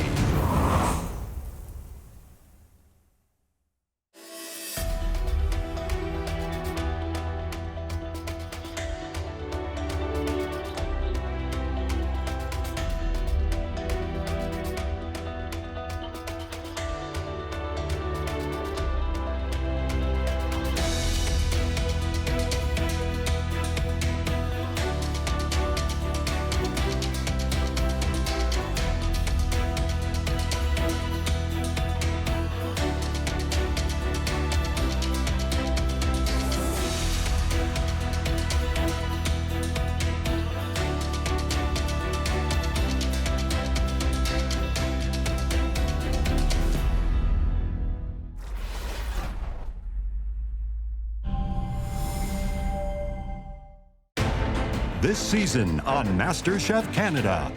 From Chef Claudia Laprile. Oh my God. The nation's best home cooks received personal invitations. Daddy made it on MasterChef. It was their ticket to the MasterChef Canada kitchen and a grueling round of challenges. No! Oh my God. Time flies. That only 12 would survive. Left! Week after week, they were pushed to the limit. It's gonna be stressful. Oh! They cooked for true love.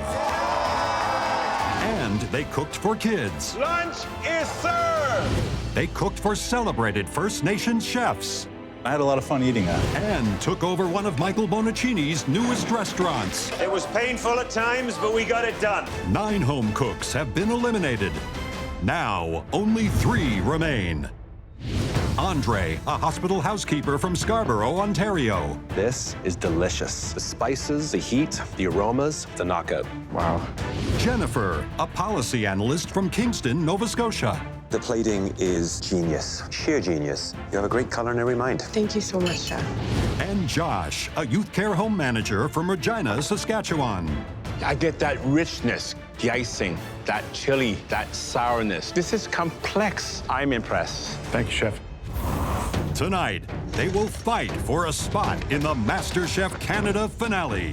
I'm so close to that win. I can feel it, like my fingertips are touching the trophy. Somewhere in like a crumb of my heart, I knew that I was capable of this happening. Winning MasterChef Canada just sounds like a dream world for me. I started out really slow in this competition, but I picked it up, and now I'm the front runner.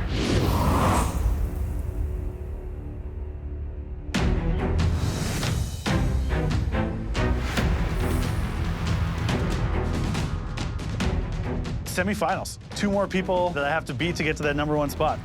Top 3 means serious business. I'm here for a reason. I want to be #1. Josh and Andre's cooking is no joke, man. But I just have to keep doing exactly what I've been doing. Welcome to your final mystery box. The life-changing title is now within your grasp. This is a time for you to dig deep.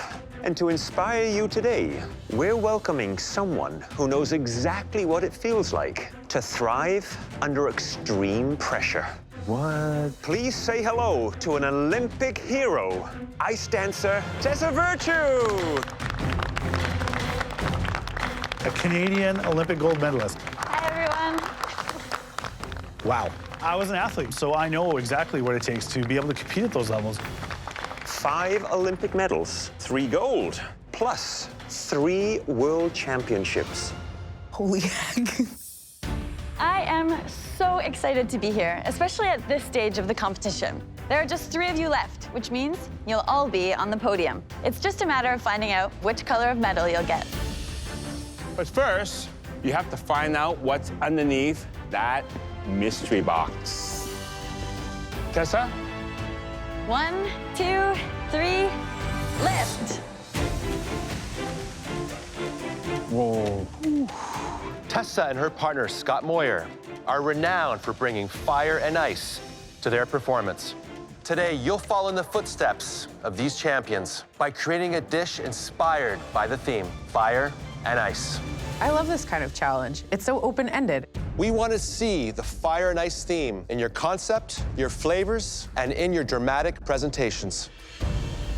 Every one of our performances is crafted to make people feel something. And that's exactly what you'll need to do as you create your fire and ice dish. Having an Olympic champion here, I can only imagine the even higher standard that we're going to be cooking at today.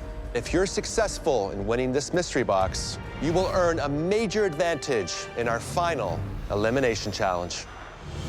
We stock a specialty pantry with amazing ingredients to inspire you. And at your stations, you'll find premium German-made Miele appliances. You have 60 minutes to create your fire and ice dish. Are you ready to cook like a champion? Yes, Chef. Your 60 minutes starts now! Go. Fire and ice. I have no idea how these 2 things are gonna go together, but I'm gonna find a way. It's all about creativity. I want to show that I can be creative and also compete with Jennifer, who is like the savant of creative thinking. So So this is one of our most conceptual challenges that we have ever seen. Fire and ice. This is all about performance and about drama and creating something that's emotional on the plate. And I hope that there's a story to be told. I'm curious to know the inspiration behind their recipe. First thought that lands on me is about my dad. He passed away when I was 20. His birthday's coming up soon, so I want to put my heart on a plate today and see what happens. Every birthday, my dad would make bacon-wrapped scallops. So I'm going to try and recreate like some of those tastes and smells and hopefully feeling as well. I would be very excited to have this challenge as a chef. What would you do, Alvin? Fire, obviously something spicy. In terms of ice, a nice ceviche.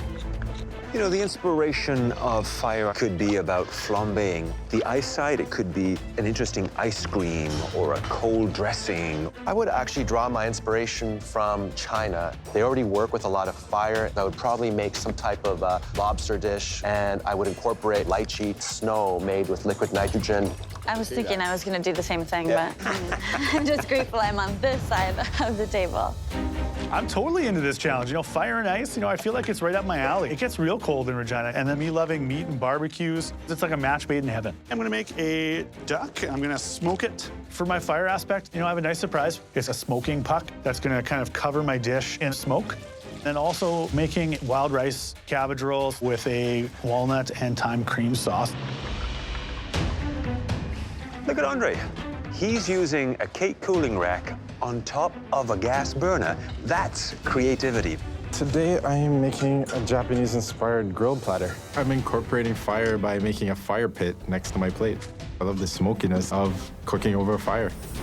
I'm making beef ribeye, red miso sauce, a cauliflower sesame oil puree, and a ponzu marinated charred eggplant.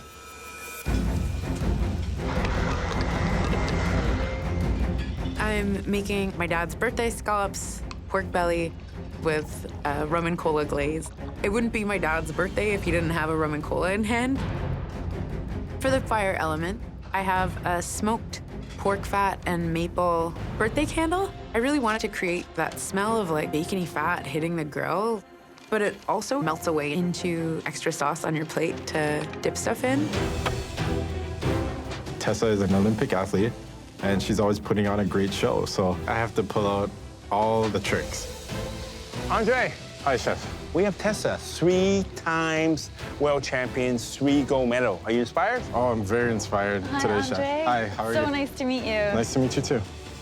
So what are you gonna do for your fire? I'm putting everything on the grill. I love my wife, and she's always taking me to Japanese grill houses, so I thought I'd honor her today. I've been admiring what's happening over here, but can I ask where you're finding the inspiration for the ice component? The ice component, let's just say it's gonna be a big bang. You're keeping a lot of this under wraps. Yes. I'm very intrigued. I can't wait to show you guys. Best of luck. Thank you. My surprise big bang ice element is dipping shiso leaves into liquid nitrogen. Shiso. My plate is gonna be extremely creative. Josh, how are you? Chef, how are you? How does it feel to have a world champion here? Amazing. Being a former athlete, having someone with such class and elegance in front of you. I was talking about you, by the way.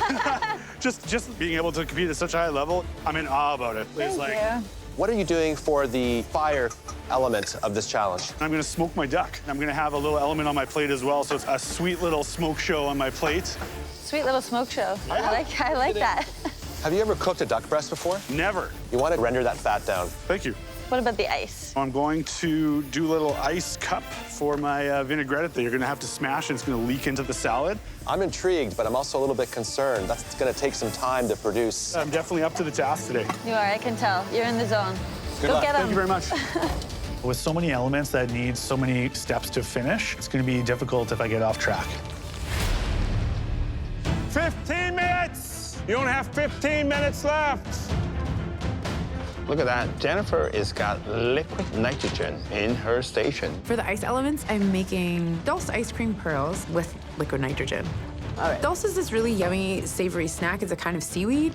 I'm taking dulse powder and whisking that into some cornstarch slurry and hot milk and start adding liquid nitrogen. And 1 minute later, I have ice cream pearls. I have a lot going on today. There's no shortage of things that could go sideways. Come on, on, guys. Come on, get it all in. There's a big advantage out there waiting for one of you. The top 3 are pushing their limits in a mystery box fire and ice challenge in the hopes of dazzling Olympic champion Tessa Virtue. 5 minutes. You better start plating. This energy, I mean, it's so intense in here. These are the make and break moments when you're putting your plate together in the last minutes. I'm just sweating so much. It feels like I'm training like an Olympic athlete right now. These last couple elements are really going to be the wow of my dish, so it's go big or go home. I'm having a smoke effect going, a smoking puck, giving off a continuous stream of smoke around the plate. I plate my dulce ice cream pearls, and then I light the candle so it can melt down a little bit and have a bit of sauce on the plate. Artistically, I'm creating the look of a fire pit. I want flames. Love the creativity. I was wondering what the ice component would be. I think it's coming right now. I want sprinkles and sprinkles of shiso leaves shattered all over the entire plate. This is my only ice component, and it has to work. My ice element is very risky. It's my vinaigrette in a balloon. I'm gonna freeze it with liquid nitrogen so that it forms a nice cup, and it's frozen on the outside, but still liquidy on the inside. Wow, look at that. Looks amazing. It's like a little red egg in a nest. With ice cream pearls, I'm also going to make hazelnut snow. I'm mixing hazelnut oil with maltodextrin and put it in some liquid nitrogen. I want it to melt like actual snow, like when you get snow on your tongue and then it's just gone. 10, 9, 8, 7, 6, 5, 4, 3, 2, 1. Hands up! Wow. So nervous for them. Hey, man. Andre, can you please bring up your dish? I'll call this steak by the fire. Sake marinated ribeye with ponzu marinated eggplant and sesame cauliflower puree. The presentation looks spectacular. The ice element was very theatrical. Let's see how it all goes together. Very tasty, very savory, beautiful cooked ribeye, lovely medium rare, and the flavor of that shiso leaf is unmistakable. Thank you, chef. A dish that was well executed, well thought out, extraordinarily well presented. And what it says is how far you've come. Wow. Thank you, chef. Hi, how are you? I'm good. I have to say, I loved the choreography with the shiso leaf. Thank you. Oh my goodness, so many textures come through. I love those Japanese flavors. I've spent a lot of time there skating and touring, and this dish feels like a home away from home. Well done. Thank you very much. Andre, you've gone a long way in terms of presentation. I see perfect symmetry. The matches of color, the white, the red, the green, the black, very, very zen. I'm gonna try the amami. So this has been charred. I thought that that's an interesting way to do it instead of just steaming it. Wow. By charring it instead of boiling it, okay, you retain that sweetness. And that char just gives it the extra smoky flavor. You're on fire. Don't let the ice cool you down. Thank you, chef. To have an Olympic gold medalist in awe over my dish. I'm just so proud of what I did. Jennifer, please bring your dish up. This dish was to honor my dad. I've made scallops, some pork belly, a dulce ice cream pearl, a birthday candle made out of smoked pork fat. My dad's favorite drink was rum and cola, so I made a rum and cola glaze, and that's brushed on the pork belly. I definitely see the fire and the ice.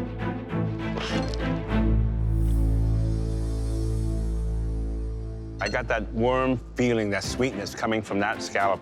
Complements the pork belly perfectly. This sense of togetherness, of flavors from the earth, flavors from the sea, flavors coming together. Well, did your dad know that you're a great cook? No, chef, it's kind of something that I got interested in, but I think I kind of caught the bug from him. He was just really multi-passionate and loved really good food. My father also passed away way before I was a cook, and we share some moment that we wish he was here, and somehow I'm sure he is. Thank you, Chef. I almost don't want to dive in because it's so beautiful. No, please, wreck it. Just go. Okay. So flavorful and beautiful, but what I love is that you can tell it's made with love. I mean, meuniere timers are just the best. I always feel like you could knock on anyone's door out east and they would welcome you in for a lovely meal, maybe not quite this elaborate. Thanks so much. Very intrigued by this. It looks like a candy that's been just wrapped in some tin foil, but I know it's more than that. This is a Dulce ice cream pearl. Beautiful flavor. That seaweed really comes through. I've never had an ice cream made with seaweed. You have talent to burn. Thank you so much, Chef. To impress the judges, a gold medal Olympian. Feels like such a gift. Josh, please bring your dish up to the front. After listening to the critiques of the other two cooks, they were wow dishes. So I'm kind of nervous, I'm really hoping that this dish is up to that standard.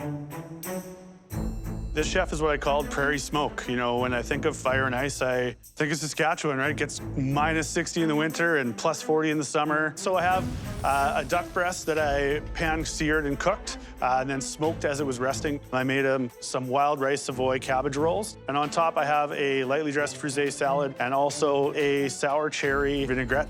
You've cooked it rather nicely. Beautiful medium rare. It could have maybe done with a little bit more color on the fat side.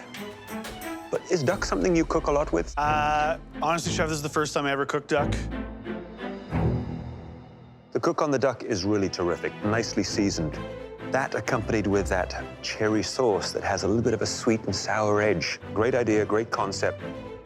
And the aromas of that smoke, it's campfire, it's cooking over an open hearth, it's soulful. Josh, well done. This presentation, it's so layered and colorful, and it felt like an ambitious plan. I admire that risk, because at this point in the competition, you just can't play it safe.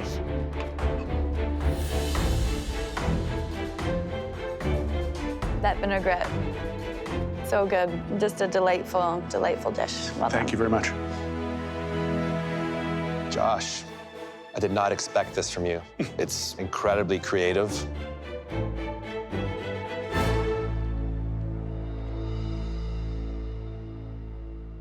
I love the flavors that you've captured in this cabbage roll.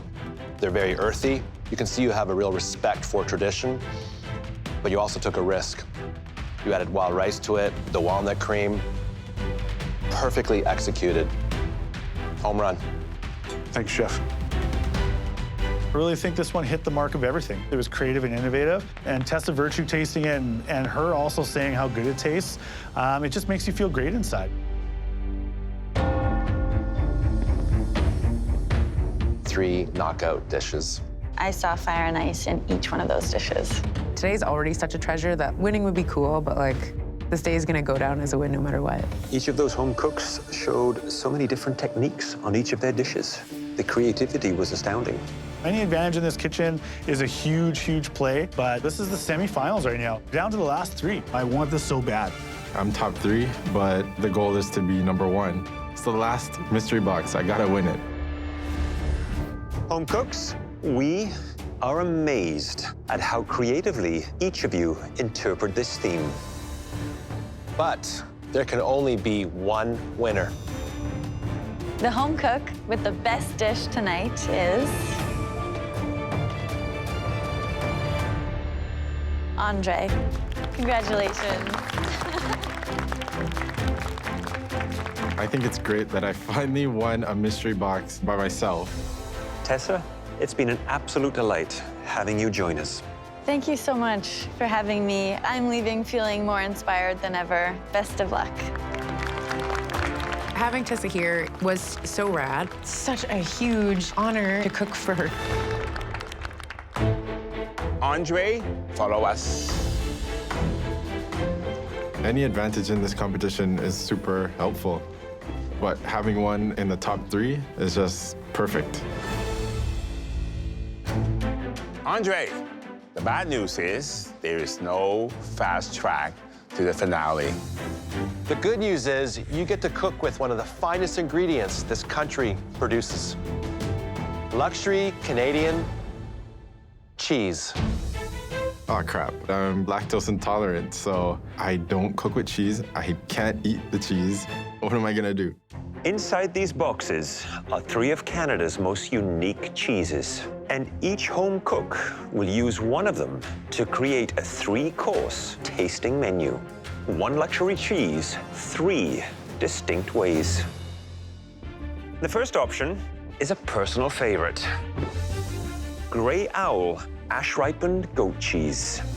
This little gem from Quebec is silky smooth, and its tangy sweet flavor lingers delightfully on your palate. For my choice, an Avonlea cloth-bound cheddar from Prince Edward Island. The province's iron-rich red soil and sea air are reflected in this cheddar's savory flavors. I am partial to a cheese that comes all the way from British Columbia.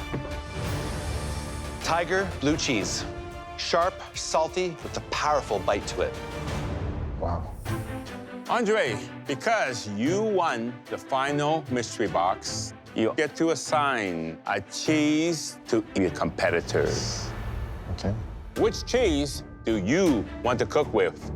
Judges, I choose the goat cheese. I choose the goat cheese because I think it pairs well with fruits and vegetables, and I'm more familiar with the texture. Now, Andre, how do you plan to assign the final 2 cheeses? I gotta get these guys out of here, so I'm going to try to throw some curveballs today.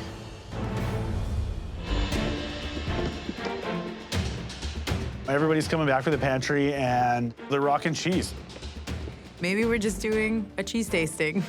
Oh, my God. As you can see, Andre will be cooking alongside you in this challenge. But as part of his advantage, he assigned both of you a luxury Canadian cheese. Strategy is very important. I don't want to give them something they're comfortable with. Josh is getting the blue cheese because it's so strong. I think he'll have a difficult time pairing things with it. With Jennifer, her brain is always ticking. Cheddar is one of the easier ones, and I feel like she might overcomplicate it and lose the whole point of the challenge. We want to see you use your luxury cheese in 3 distinctly different ways. You will have 75 minutes. Are you ready to cook your way into the finale? Yes, Chef!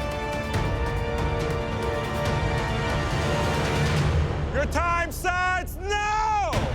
Oh my God. Holy heck. I need to show the judges that even though I've never touched goat cheese before, that I can still make an amazing meal. Pomegranates. I'm definitely not gonna let this cheese get the best of me. Pears. Heavy cream is good. I'm stuck with the blue cheese. Blue cheese is tough, but I really think that there's some things I can do with it to kind of calm it down. Okay, carrot. I eat what some might consider to be an outrageous amount of cheese. Oh, broccoli. But I have never eaten or cooked with Avonlea cloth-bound cheddar. The stakes are mega high and kind of scary. We're asking these home cooks to come up with 3 preparations of 1 cheese. That is not easy. You really have to understand all the flavor profiles within that cheese. Making 1 dish with blue cheese, incredibly hard. Making 3, it's like climbing a mountain. And it's interesting with cheese, like wine, it picks up the flavors of the region from which it is made. This cheese is unreal. Avonlea cheese is wrapped and then aged in the ground in PEI, so the minerals from the soil actually work their way in there. It smells like potatoes and also tastes like potatoes. For the first dish, I was thinking kind of like chips and dip. That's what the potatoes made me think of. So I'm making gougères. Gougères are like a savory cream puff. And then I have an idea, like broccoli and cheese, man. It's like so classic. So crispy cheddar and broccoli. And then I'm just gonna finish it off with a tart tatin. So to make a tart tatin, you put apples into a good hot cast iron pan with butter and sugar and let them caramelize. Then the pastry crust goes on top and then into the oven for it to finish off baking. Oh, right.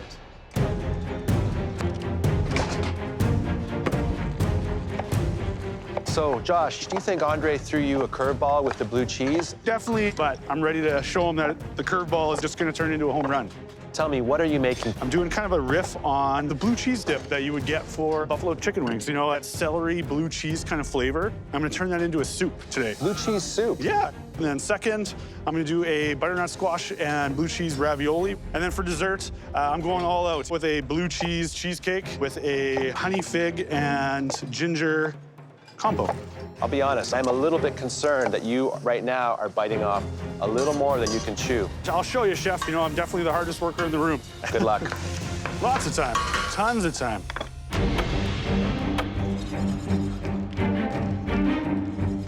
Andre, you got the advantage. So what's your plan? I'm gonna start off with a oyster mushroom mac and cheese. Okay. Then I'm doing a Brussels sprout and pomegranate goat cheese salad. The final course is going to be a pear and goat cheese mousseline. Which of these applications will present the biggest challenge? This mac and cheese. The mac and cheese? What? Yeah. Why? Just making sure the flavor of the goat cheese gets into that sauce. Good luck. Thank you. I really feel like this challenge is not for me. I'm not a cheese guy, but I didn't come this far to give up. I'm not gonna make this easy for Josh and Jennifer.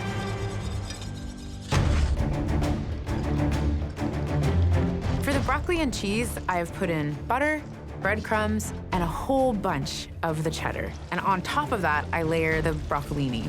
I actually think the broccoli and cheese dish is the weakest link in Jennifer's lineup of 3 dishes. Doesn't sound like it's ambitious enough. This dish is like so simple, but I want to do something really kind of classic, but do it really, really well. I can smell the cheddar, so that's caramelizing. 30 minutes! You have 30 minutes left. Josh is attempting to make fresh pasta. It's an amazing idea, but he is definitely taken on a lot of tasks. I have to stuff my pasta, I still have to cook my pasta, still have to make my blue cheese soup and a blue cheese cheesecake. He is desperately running out of time. I came here to win, and to win, I have to be able to take risks, but time is running out. The top 3 are cooking luxurious cheese dishes that they hope will earn them a spot in the finale. 1 cheese, 3 different applications, 1 amazing opportunity for these home cooks to show us who they are. But with time ticking down, Josh is struggling to keep up. Everything's riding on this challenge right now. Being here in the top 3, I'm so close to that win. Definitely not gonna give up now. Cut into the edge. I'm gonna deep fry the ravioli because I want it to be nice and crunchy. And it's either gonna pay off or it might send me home. Almost there, almost there. Going into my mousseline is the goat cheese, heavy cream, and vanilla. And I want to top it off with some nice puff pastry. The puff pastry will go very well with my poached pears and mousseline because it will add texture. My food dream is like a step away right now. So going to the finale would change my life forever. I want that spot so bad. 5 minutes, only 5 minutes left. For the tart tatin, I've added a bit of cheddar to my crust. It has like a nice brown on it. I feel hopeful. Getting the tartin out of the mold can be quite tricky. That caramel is so thick, it can quite easily stick to the pan. When I've made tart tatin at home, I've never had like a perfect execution. Feels promising. Jennifer is just about to flip her tart tatin. It's the moment of truth right here. Ooh, okay. Oh, some of the apples are actually sticking to the bottom of her pan. I just want to fix this as fast as I can. 1 minute, you have 1 more minute. Get going, get going. Josh hasn't even started plating. This is gonna be so close. What am I missing? Come on, let's go, let's go. Holy heck. That's good, that's good. 10, 9, 8, 7, 6, 5, 4, 3, 2, 1. Heads up. Wow. I'm disappointed. The puff pastry did not end up on my dessert. I completely ran out of time. Home cooks, that was impressive. Let's see how you did.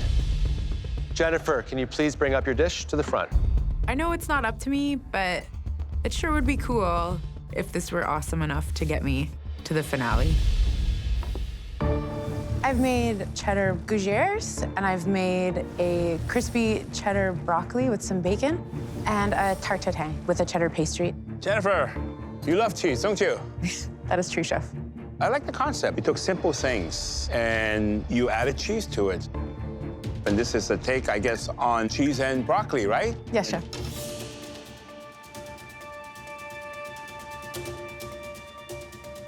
Cook is perfect. You get that sweetness coming from the broccoli, and then you get that sharp hit from the cheese itself. You got the balance of flavor, the seasoning, it's right. Well done. Thank you, chef. I get to try your apple tatine. Let's see how this tatine cuts. That's a good sound.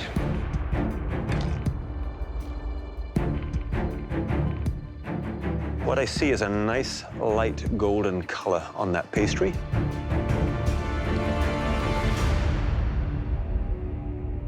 It is very, very good. That apple has become so molten and soft, and there's enough of that savory cheese element that adds just a touch of saltiness to it. This is an excellent rendition of a classic French tatine. Thank you, chef. So tell me about these gougères. I was trying to capture some of that potato-y flavor near the rind, so it's in the batter, and then I think chips are always best with dip, so it's just some spicy honey and some grapes and pine nuts.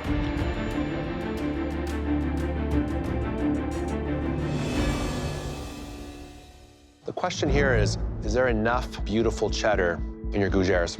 What do you think? I think so, chef. I'm not too sure you really nailed it. Okay. The question here is there enough of that beautiful cheddar in your gougères? I think so, chef. I'm not too sure you really nailed it. But technically, these are very textbook. They're airy, they're light. Mm-hmm. I just want more of that cheese. Okay. It doesn't feel like the bat flip level home run I have felt a couple other times in the kitchen, but it feels like I did a good job. Andre, please bring your dish to the front. Everything is riding on this one dish right now. My place in the competition and my ticket to the finale. You had the advantage, the cheese, which you don't usually cook with. Not working with cheese at all is a big disadvantage, but I just hope that I created something that could beat both of them. I started off with Brussels sprouts and pomegranate vinaigrette over a bed of fluffed goat cheese, oyster mushroom mac and cheese with truffle oil, and goat cheese mousseline with pine nuts and poached pears. I can't resist having a macaroni and cheese. I'm gonna take a really big bite. That's very nice. First, the pasta cooked to perfection, okay, al dente. And that gray owl, it's a very, very mild cheese. But this seasoning, perfect. Wow, thank you. I am going to tuck into those Brussels sprouts. Let's see how this combination works. Your Brussels sprouts could have done with a little bit more charring in the pan. Okay. Other than that, this is a knockout little dish. Seriously? It has flavor from the bitter notes that you get with the Brussels sprouts, but then the creaminess of that gorgeous ash-aged goat cheese just sort of wraps around that Brussels sprout and says, I love you. Thank you, chef. I'm gonna try the poached pear. What did you poach it in? I poached it in honey. Is this what you envisioned? No, I actually wanted some crumble. Well, how come that didn't make it onto the plate? Time. Time. Yep. Time escaped. First time has really hit me.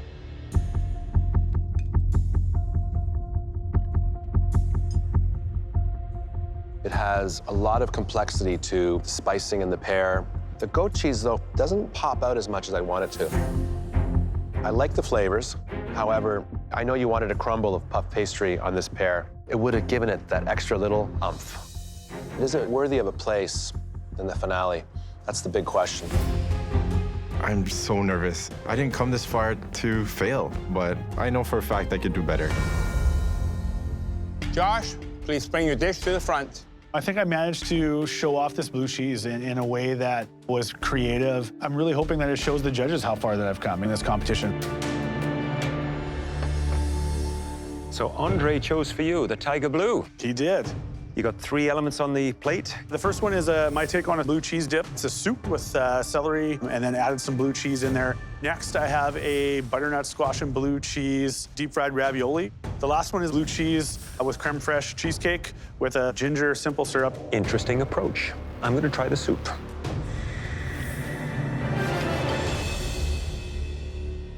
The soup, you say, is a celery base, which is a challenging ingredient to make a soup from. Just because there's a lot of water content to it, I find the thickness of the soup to be on the thinner side. I think you could have sweated down some onions, added more of the celery, and then blitzed everything just to give it some viscosity, some thickness. Although the cheese has a really nice note. There's no doubt there's blue cheese in there. Josh, thank you. Okay.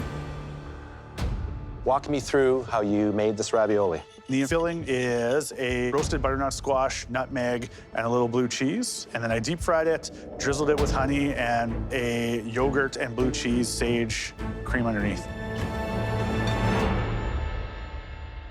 I like the flavors inside the ravioli. A little more of that blue cheese inside would have helped it to really pop and honor the tiger blue, which was what this challenge was all about. However, I was very concerned when I saw that you were trying to pull off a soup, a ravioli, and a cheesecake. So I really give you props for pulling this off.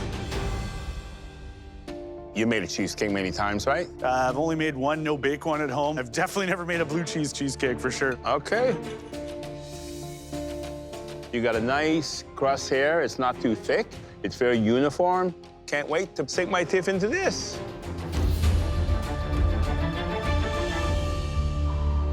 It's very good. I definitely get the blue cheese, which is very important because that's what you're paying homage to. It's very smooth and it's not grainy. Very good job. Thank you, Chef. You know, there was a couple little things that I definitely could have done better, but I'm just hoping that this dish gets me to the finale. Well, we need a few moments to discuss. In my head, I'm coaching myself to accept whatever happens, but going home would be, like, super duper sad. One of them reached very, very high, was very ambitious. The taste was there. You know, I've been dreaming of this moment forever. It's been 6 years, and the last part of the dream is winning MasterChef Canada. There were some outstanding dishes. The use of the cheese, inventiveness, creativeness, plating. It absolutely does come down to the final execution. My gut is telling me that I have the flavors, I have the presentation, and hopefully that's enough to get to the finale. Do we all agree?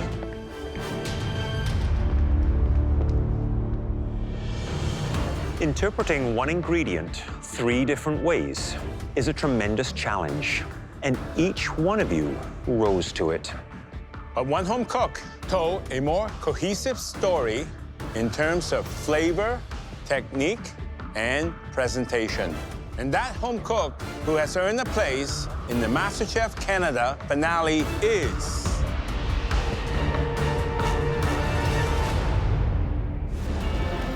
One home cook told a more cohesive story in terms of flavor, technique, and presentation. And that home cook who has earned a place in the MasterChef Canada finale is...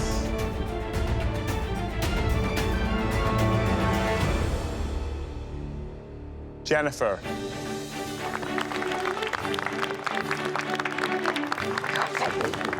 Jennifer, please come up here and get your chef's jacket. Okay. I'm cooking in the finale. Putting the chef's jacket on is so cool. This is such a singular experience. That kind of enjoyment and meaning and working so hard at something you care about, it's just precious. Good job.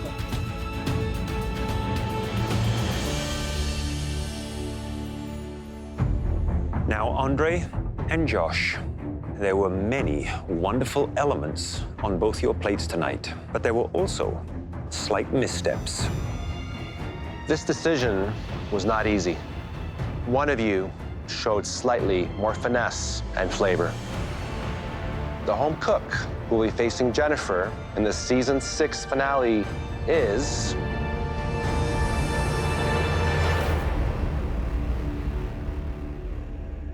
Andre.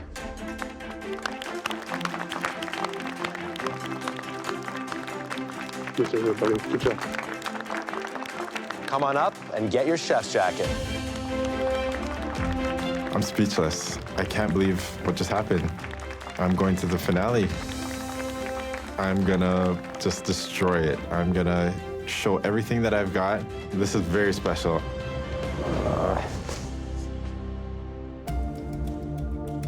Josh, you are the definition of perseverance. And you definitely showed that applying for this competition 6 times. And boy, are we glad that you did.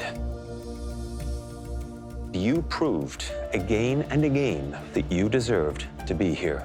And I also know the entire province of Saskatchewan is bursting with pride. Thank you guys for giving me the chance to come here and show you my passion for food.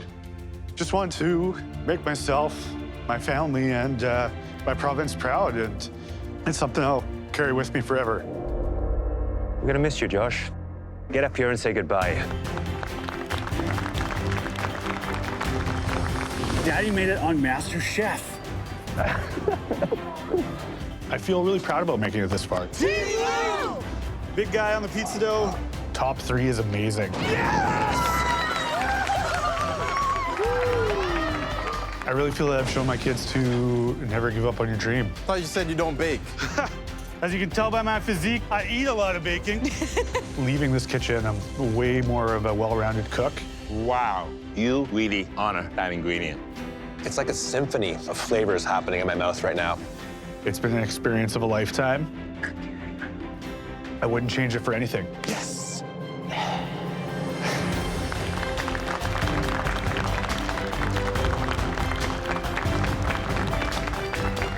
It's just been an amazing experience. I'll be telling stories about it until my wife tells me to stop talking about it.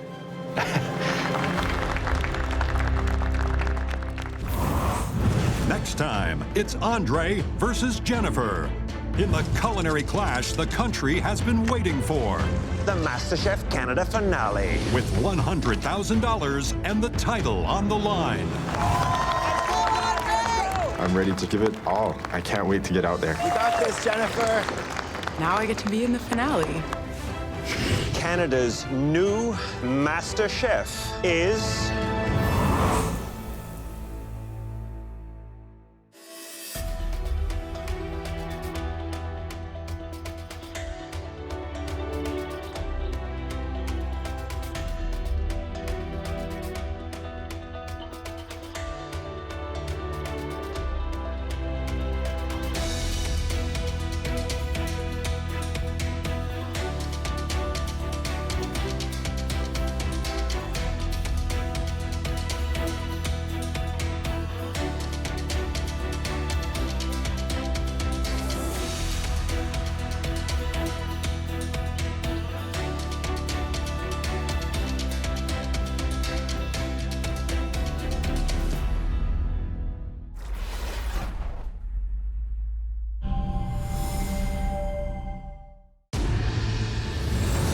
"12 home cooks were chosen.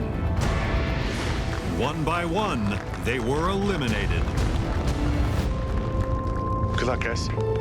Tonight, Canada's top 2 home cooks will go head-to-head in the most spectacular culinary battle this country has ever seen. You're watching the MasterChef Canada finale. Here it comes.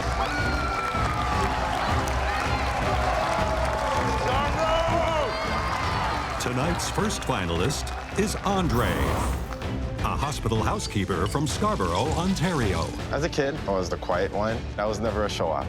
But now I feel like I'm coming out of my shell. I want all of them nice and brown like that. Okay. He entered the MasterChef Canada kitchen with his heart firmly focused on family. For me to live my best life, I would need to open a catering company with my dad. And this connection to his Jamaican roots inspired every dish he created. I'm making something that my Auntie Joan showed me, jerk pork and coleslaw. I would expect no different than a great jerk spice from you, Andre. He displayed technical skill. This is restaurant quality. Wow. Team spirit. 1, 2, 3, yeah! Blue team! Let's go, let's go. And the determination to succeed. The knockout. It tells me that you want to be here. I really do, Chef. And after a slow start, he racked up the wins. Andre! Andre. Andre, congratulations. Wow. Really delicious. You really understand how all these flavors play with each other. It's one of the best dishes we've seen this season. Oh, wow. Now he's heading into the finale, determined to hit even greater heights. I'm bringing elegance, flavor, and combinations that the judges have never seen. I can't wait to get out there. But Andre has some serious competition. The second finalist is Jennifer, a government policy analyst from Kingston, Nova Scotia, who came into this competition brimming with ideas. There's this backlog of expression that needs to come out. And MasterChef Canada provided the perfect canvas for her creativity. The inspiration is a walk through the forest. The direction I'm going in is a night at the Christmas market. I dream up stuff like this for fun at home all the time. Again and again, she dazzled the judges with her innovative concepts and flavors. This might be the first fish I've eaten where I like the scales. The plating is genius. You have a great culinary mind. Wow, this is like Christmas in a spoon. Thank you so much, Chef. Her whimsical approach brought her great success. Jennifer. Jennifer. Jennifer, Congratulations. And with her boundless energy, she embraced each and every opportunity with open arms. In Asia, the honor guest gets to sink their teeth in the eyeball. Thank you very much, Chef. And now, she's ready to bring her unique energy and vision to the finale. I feel ready to break things open and just see how hard I can push, how big I can create, and how weird it can get.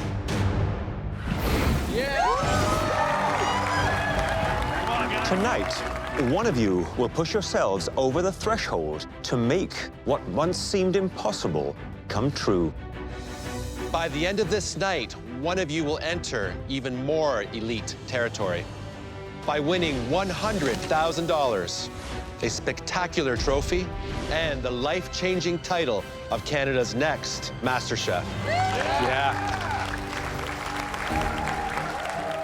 You fought hard to be the last two standing, but you're not facing the battle without support. The 10 home cooks up there were your competitors, but also allies and friends.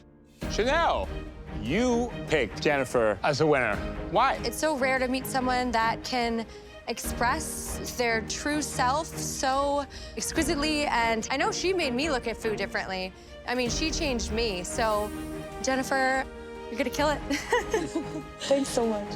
Chrissy, you made it all the way to the top 4 in this competition. Did you notice a real spurt of growth in Andre near the end there? Yes, too much, actually, and that's why I'm up here. As soon as he finally was just like, I need to be who I am, he's just soared ever since. As gratifying as it is to have your fellow home cooks in your corner, they're relatively new to your food journey. So we've also invited the people who've been along for that ride from the beginning. Jennifer, you have a whole lot of loved ones here to support you. Your partner, Logan. Your friends, Keenan, Teresa, and Mark. And your brother, Lucas. My brother came here all the way from Fredericton, New Brunswick. Oh my God, everybody! You guys! This is the best. And Andre, here tonight for you is your wife, Crystal, one and only Aunt Joan, your mother-in-law, Larissa, father-in-law, Vincent, your dad, Tony. Oh my gosh, my dad is here. I mean, he started everything for me in the kitchen. My wife is here, her parents, and my lovely Auntie Joan. This is just a perfect day. Andre, how does it feel to have your dad by your side? It feels amazing. I don't think he's ever seen me cook. He always eats what I make, but I don't think he's actually seen me show my passion and make something wonderful. I'm here to see that. And Joan. Yes. How does it feel to see him here wearing the chef coat in the finale? I am very proud. I thought he could do it. I hoped he would do it, and he's done it. He's here. It's fantastic.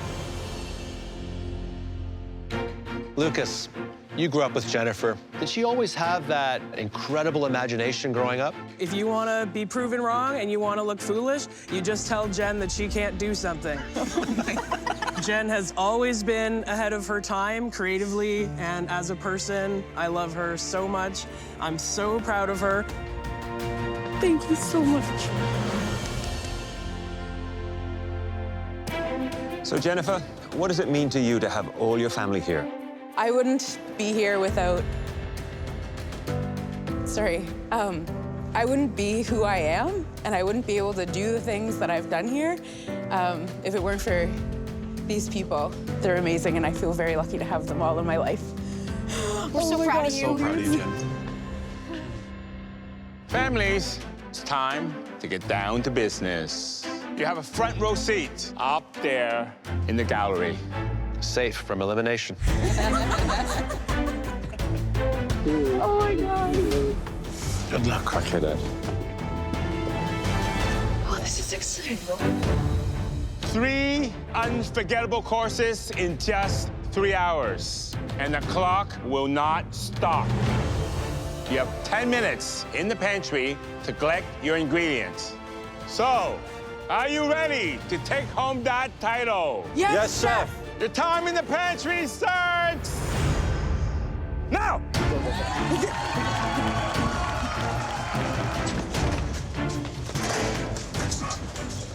Garlic. May the best home cook win.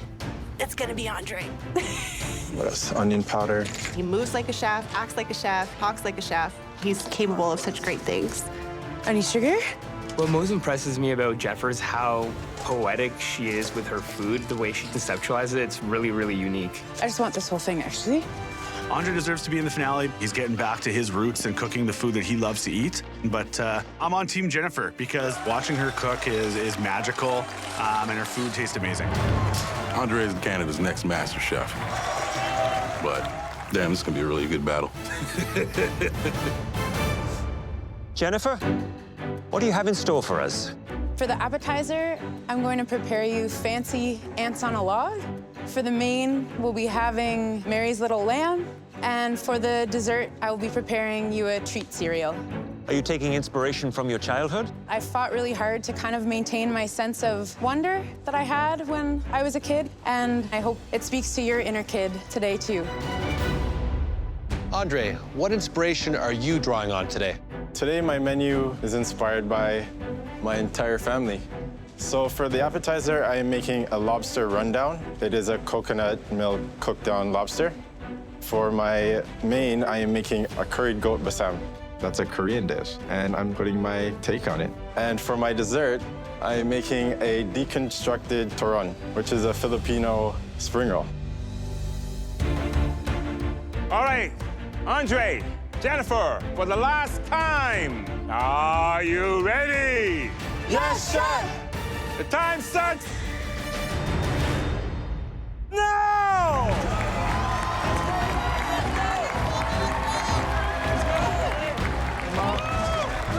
This is a 3-hour cook. They do not stop. This is going to be absolutely fascinating to watch.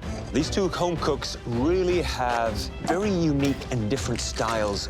I am making fancy ants on a log. A traditional ants on a log is you take a log of celery, you fill it with peanut butter, and then top it with raisins. It's a fun way to eat some vegetables.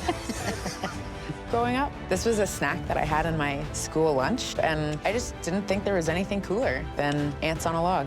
Jennifer. Hello, Chef. Ants on a log. So how are you gonna make it great? This version is with blue cheese, a celery juice vinaigrette, and corn poached figs. I really want it to look like a bit of a sculptural art piece that you get to eat. Okay, well, you have always inspired us and impressed us with your beautiful plating. Thanks so much, Chef. Don't let those ants run loose, eh? Okay. I'm working on the rundown, so I got a head, a tail. Oh yeah, boil it. I'm doing this for my dad. He always made rundown at his restaurant, and it would fly off the shelves. That's gonna cook up a bit. Hi there, Andre. Hey, chef. So tell me about your appetizer. A rundown is basically fish cooked down in coconut milk. And today I'm elevating it by putting lobster with a callaloo puree and boiled dumpling. So I'm assuming that you've cooked lobster this way before, Mick? Never. Never cooked lobster? Never cooked lobster. Do you think that was wise, pulling lobster out on such an important night like tonight? I gotta pull out all the guns today, so... Taste every element, right? Yes. Seasons like a king. Roz, I need a sous chef, man.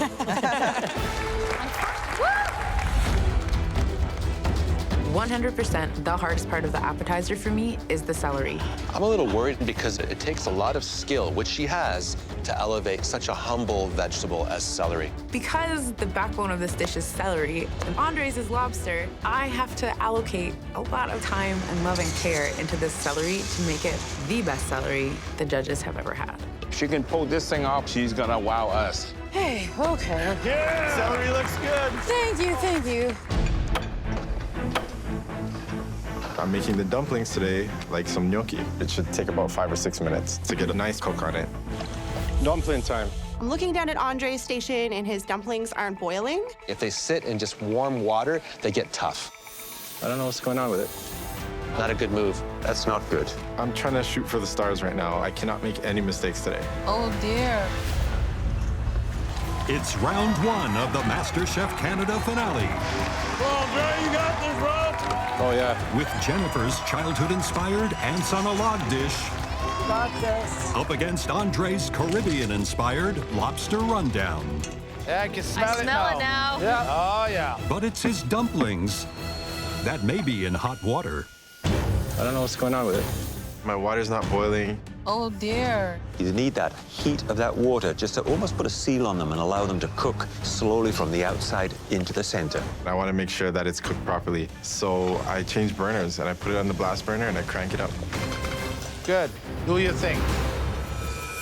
So you only have 10 minutes left before we start to taste your first course. We are moving.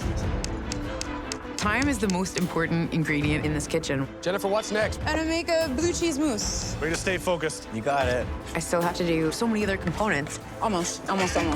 My brain is just in this mode. Good job, Jennifer. Good job. Look at those tails of lobster that he's just cooked. They look spectacular. He has amazing intuition. Oh, nice and soft. I'm going to start plating.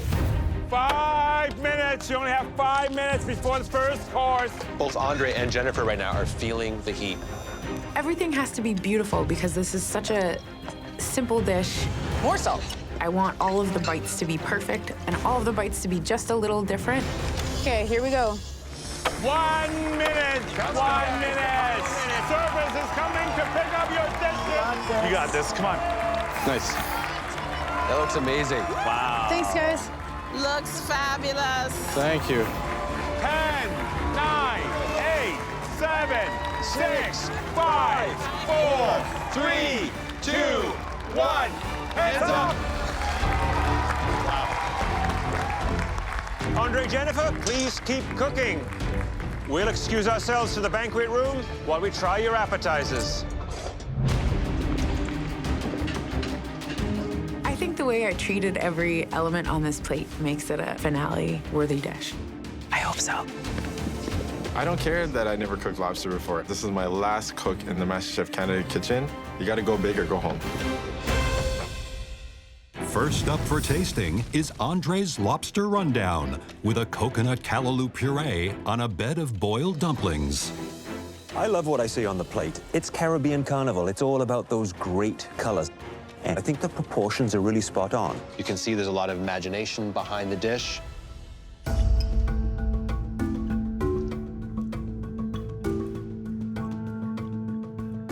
It is a good balance of savory, sweet, bitter, and you can identify it all. Nothing is overpowering each other, which is very, very important. You can see the lobster is perfectly cooked. I can't believe this is Andre's first time ever cooking a lobster. This callaloo puree. It is silky smooth, and I like the coconut reacting with the usually very bitter flavor coming from this very leafy vegetable. There's only one misstep, in my opinion. The dumplings are slightly tough, and that's because his water was not boiling. Oil. Next is Jennifer's appetizer. Fancy ants on a log made of pork poached figs, a celery brunoise, and a blue cheese mousse. She has taken a very childlike dish and elevated it to restaurant quality. I look at it and I can't wait to tuck into it.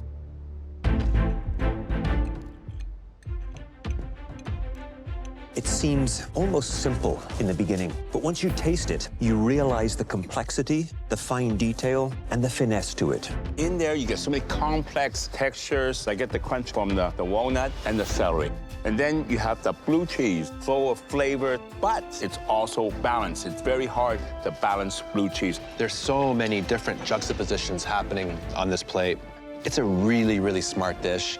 I mean, this is the kind of dish that you could see in, may I say, a Michelin-starred restaurant. This is just spectacular. When I tasted the lobster, I thought, how is a celery and blue cheese dish going to compete with a dish of Andre's caliber and quality? Any ingredient in the right hands can be sensational. Let's get back out there. Woo! Come on, guys. Good job, guys. Come on, come on. Good job. Boy, Andre. Okay, what's next? Lamb. I'm making Mary's Little Lamb. This course is really different than the appetizer course. This course has a zillion elements. It's going to be lamb shanks with hay-smoked oats, some sour cherries, some demi-glace cherry glaze, and some mint fleece. They all require a lot of time, effort, and care. It's game time. I think it's going to be worth it in the end. Doing great, Andre. You got it. These ones are a little too big. Everything got to look good. Keep going, keep going. Two different approaches. Jennifer is going very conceptual, and Andre is going rustic, Caribbean. But the flavors that he knows and loves. I'm making a curry goat bossam. My wife is inspiring this dish because she always takes me out to a million Asian restaurants. Yeah. I'm bringing a Jamaican curry goat dish into a Korean dish. Nice knife skills. My bossam platter will be made up of goat two ways. I'm braising goat loin and I'm currying goat. Also caramelized kimchi that I hot, a green mango salad, and a green onion ginger sauce. Well, that's good. Korean, Caribbean. I like that. If you can get it right, you're gonna get beautiful combinations of flavor and spices. Doing great, Andre. Right now I'm working on some lamb shanks. I just seared them to brown them, and now I'm gonna get them going in the pressure cooker. She's pressure cooking her lamb for only 35 minutes. She has to get that lamb shank in the pressure cooker right now, otherwise it won't be cooked. Yeah, that's time to slow down. Slow down. There you go.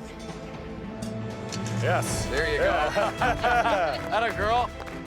Getting something into the pressure cooker is a calculated risk. You don't know exactly what's going on until you open it. Timing on the lamb is like mega important. 30 minutes. 30 minutes for your entree.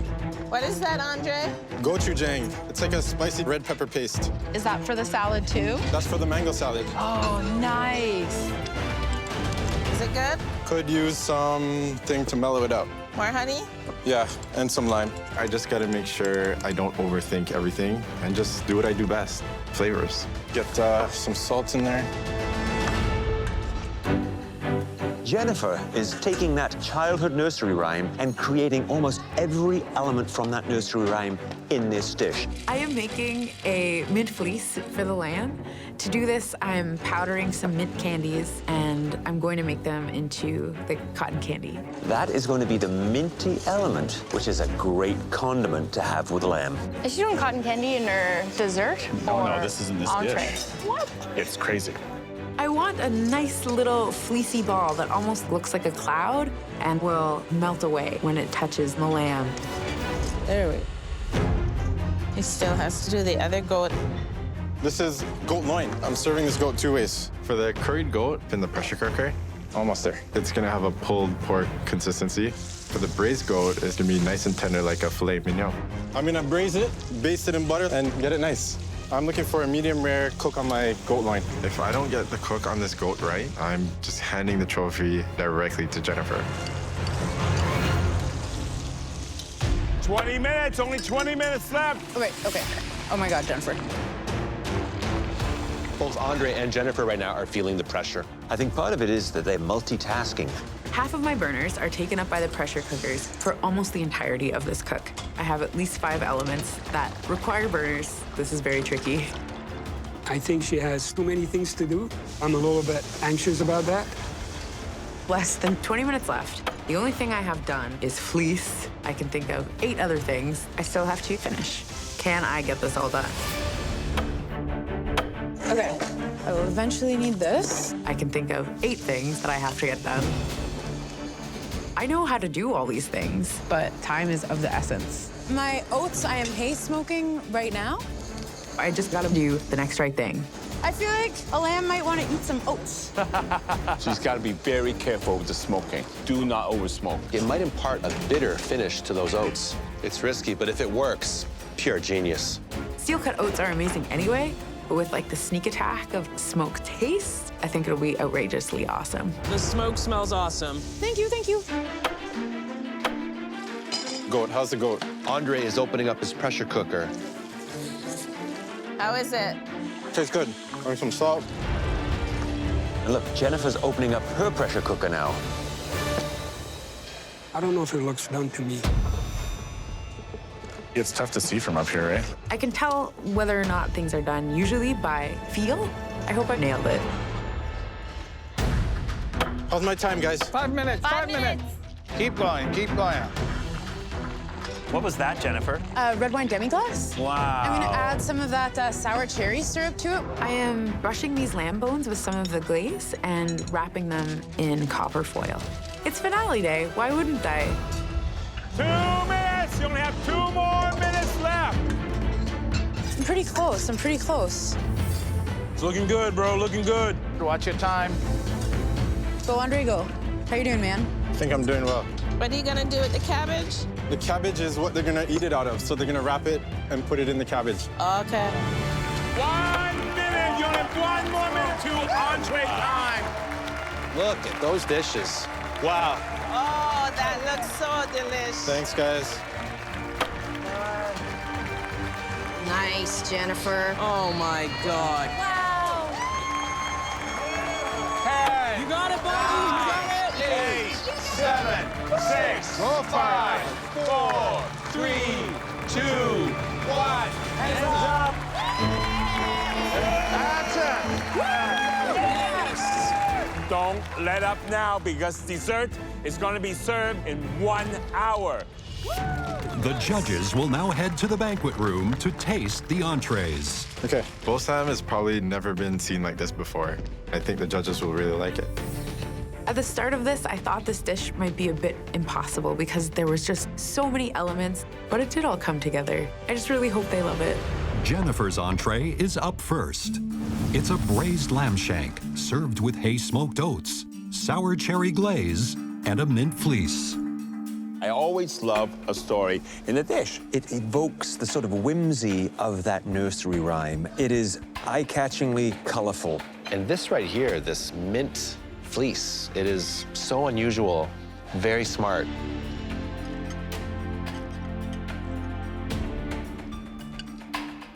Oh boy. This lamb is undercooked, is slightly rare.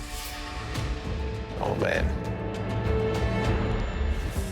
In the middle, my lamb is slightly undercooked. It's a braising piece of meat. This is not the type of meat that you ever serve medium rare or rare. Claudia, that's too bad because my piece of lamb is beautifully cooked, tender and juicy. Mine was also cooked perfectly. I think we have to consider that both of you had smaller shanks than mine. But the vegetables, for me, are really the star of the show. They're so complex. The carrots perfectly cooked. The oats with that smoke going through them, sensational. I love that combination of meat, fruits, vegetables, starch, all coming together. And the thing is, everything fits. And then you got that plump cherry giving acidity, bit of that juice balancing with sweetness. And finally, I love that mint fleece. There is such a lot of detail in this dish. It's a really good one. Next up is Andre's entree, a curried goat bosam with pulled curried goat, sliced goat loin, caramelized kimchi, and a mango salad in gochujang sauce. First thing in my mind is I really got to dig into this dish. Once you smell that aroma of the curry, of all the spices coming from Korea and the Caribbean, and making it a balsam, okay, something wrapped in lettuce, which is going to take the edge away from the heat, is perfect. Look at the color on the goat loin. It's perfectly cooked, perfectly rested. I am really excited to try this.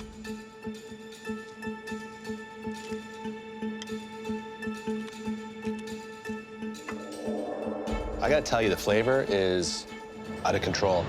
It's so multi-layered. There's so many flavor components to it. It's sweet, there's acidity, wonderful development of spices and heat. The flavors are absolutely magnificent, and that is Andre's gift. That perfect cooked roast loin, the wonderful savory flavors of the curry, that kick of heat from the kimchi and the mango. A bit of Caribbean, a bit of Korean mixed together. This dish is fusion at the highest level, and not bad from a guy from Scarborough.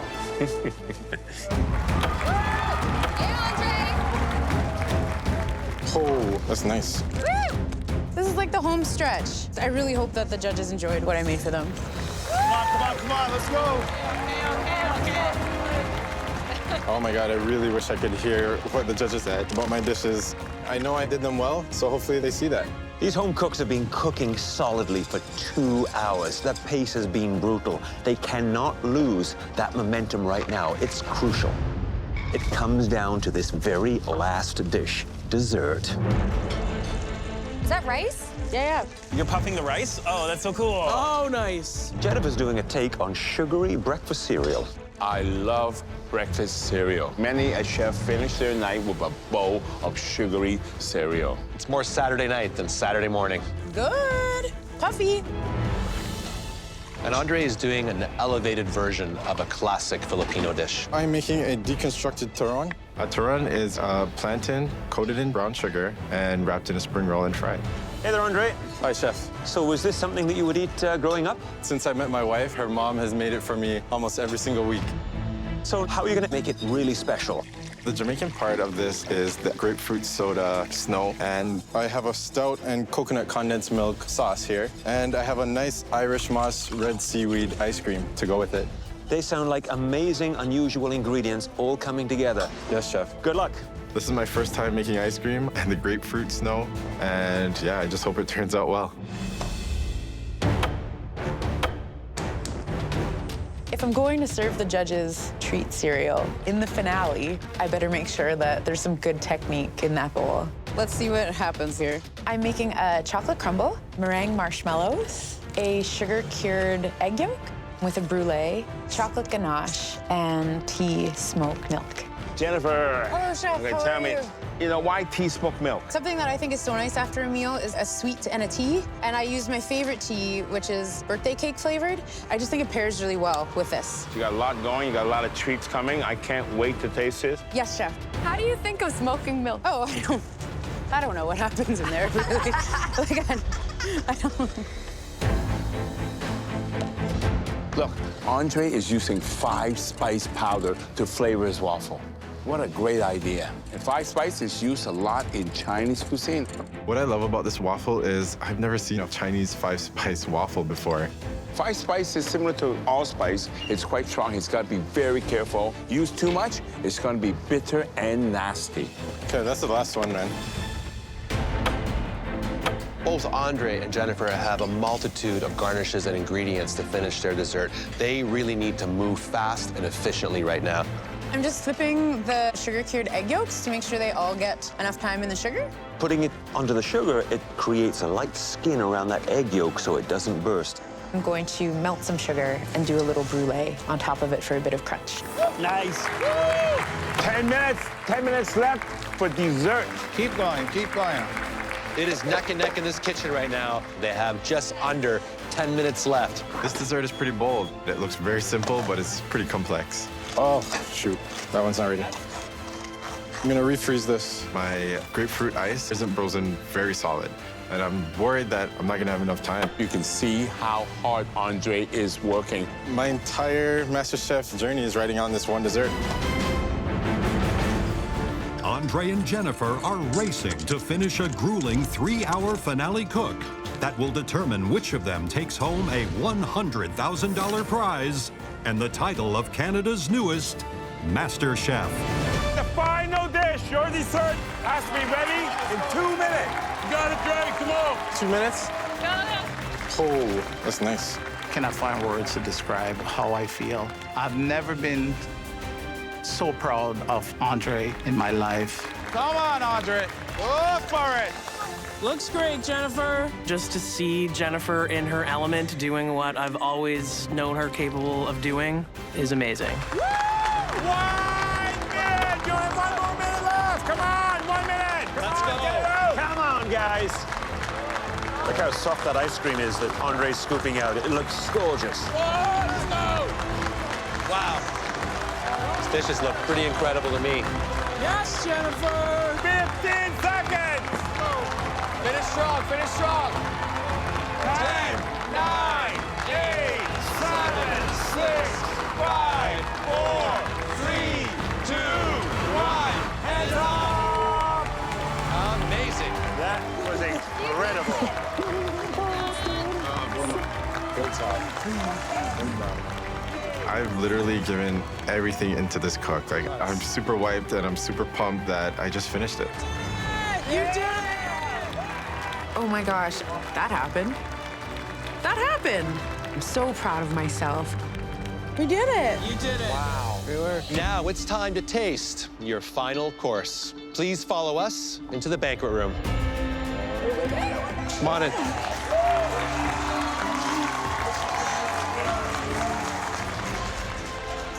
I feel so grateful and excited. Like, emotional roller coaster doesn't quite capture it. It feels like when I used to do track and field in high school, just feel nerves all over. Well, Jennifer and Andre, I bet you're dying to find out what we think of your first 2 courses. Let's start with the appetizers. Andre, your lobster and callaloo rundown was bright, colorful, and packed full of flavor. Wow. You know, I really enjoyed the rundown sauce. I just wish there was more of it. And there was one little misstep on your plate. It was those dumplings. They were a bit tough. Jennifer, after tasting Andre's succulent lobster, we weren't sure how celery was going to compare. But your ants on the log won over even the demon chef. The blend of flavors and textures elevated this dish into something truly unique. And now for the entrees. Fusion done poorly can be more like confusion. But this was not done poorly. You took the best from Caribbean and Korean cuisine and put it onto one plate. I just couldn't stop eating it. I finished the entire plate. Oh my gosh. And there's no better compliment than an empty plate. Oh, thank you. Jennifer, we've come to expect every dish that you create to tell a beautiful story. And this one was no exception. And your flavors, perfect. But there was one problem. Oh, My lamb needed more time in the pressure cooker. I'm sorry, Chef. Right now, I just feel like it's anyone's win, honestly. We both got good reviews.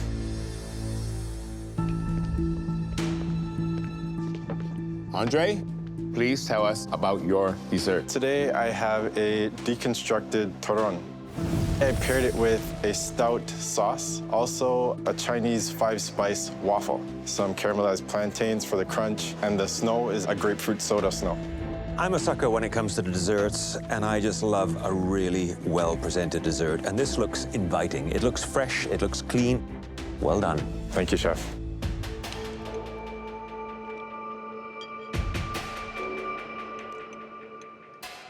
Andre, I love the different elements in here. You have the Caribbeans, you have the Philippines, you have the Chinese all put together. But what I like is the balance of spice as it goes from the ice cream with the Irish moss with the nutmeg. And then it goes to 5-spice into the waffles. And then you end it with the grapefruit. A great blend of spices, of different textures. Just a small tip. It's missing a little bit of salt. Because sometimes on a very rich dish like that, salt can cut it down and bring out more from the spices. Okay. The ice cream It's just perfect. Perfect consistency, flavor, texture. That is a great ice cream. With the backdrop of the wonderful crumbs, which does represent sand in a kind of way. It's part of the Caribbean. It's certainly what I look for when I go to the Caribbean. This dish to me is modern Jamaican. It is really sophisticated, but yet it's very playful. And I see that you really pushed yourself to hit a new height. It's amazing to see just how far you've come. It's amazing. Thank you, Chef. Congratulations. Watching the judges taste my dessert was a real treat. It feels great that they understand exactly what I tried to do.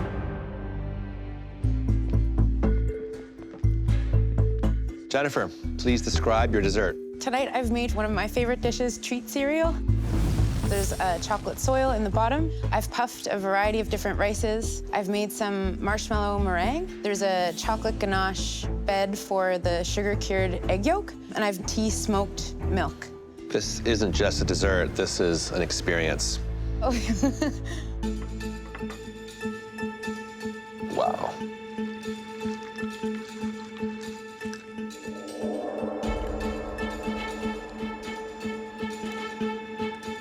Jennifer, that first mouthful is a bit of a mystery as to what's in there. The second mouthful, it starts to define each flavor and texture. That subtlety of the smoke of the milk, that rich, complex flavor of the ganache, the texture of the puffed rice. There's something grown up about it. If there was one adjustment, one caveat, I would like just a little more sweetness. But it really is a tremendous dessert. Thank you, Chef. All these treat cereals that I missed as a kid, the ones I crave, I recognize it all here. So my dream has come true, but in a sophisticated adult way. Thank you, Chef. This dessert is absolute creativity. It's somebody who's really mastered technique, flavor. You can't teach this. This is one of the most original desserts I've ever had. Thank you, Chef. I kind of just wanted to give them some of the sense of wonder I have felt the entire time I was here. I'm just so happy. Andre and Jennifer, I think it's safe to say that the three of us are floored with the quality of both these meals. We're going to need a few minutes to discuss. Thank you both. Chefs. Thank you, chefs.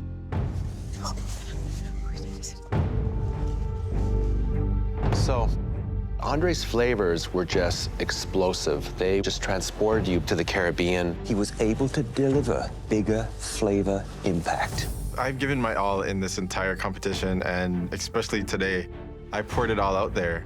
This is the best cook I've had. I want this title because it will change my entire life, and not only mine, my wife's and my entire family. Jennifer had a great story, but also she covered every single taste and everything came together. Jennifer is the most creative home cook we've seen in 6 seasons. Being at MasterChef Canada has changed me. I didn't know that I could do all these things, and I didn't know that I was defined by my creativity.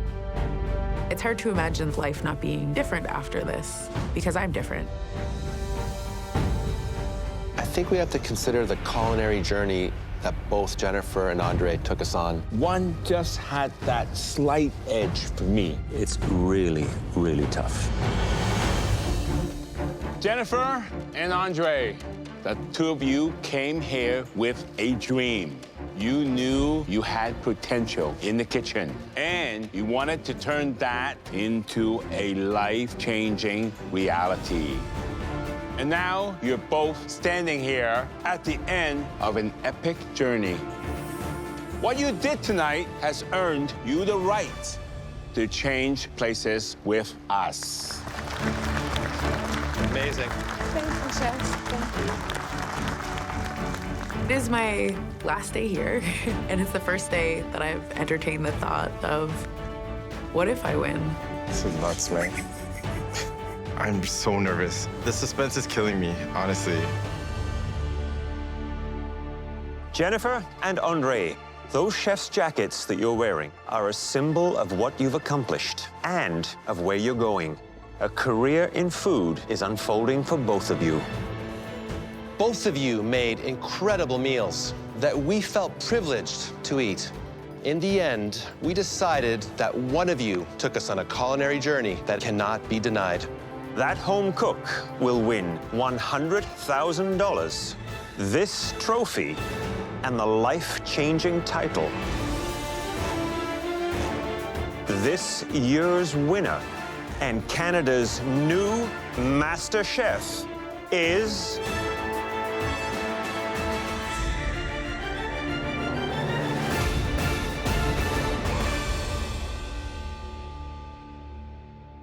Jennifer.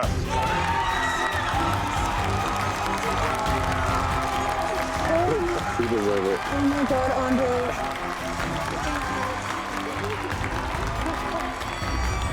Oh my God, I am MasterChef Canada. Congratulations. Thank you so much. Thank you so. I finally figured out what I want to be when I grow up. Or like not totally grow up, but you know, I figured out what I want to do anyway.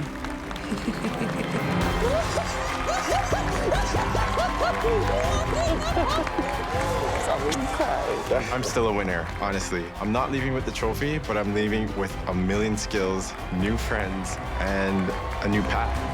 You did amazing. Thanks, Alyssa. You should be so proud. I'm definitely not scared to step into the culinary world anymore. Just can't wait to go on it with my dad. It's gonna be great. This whole thing has felt like such a fairy tale for me. I have so much gratitude for like every single part of this.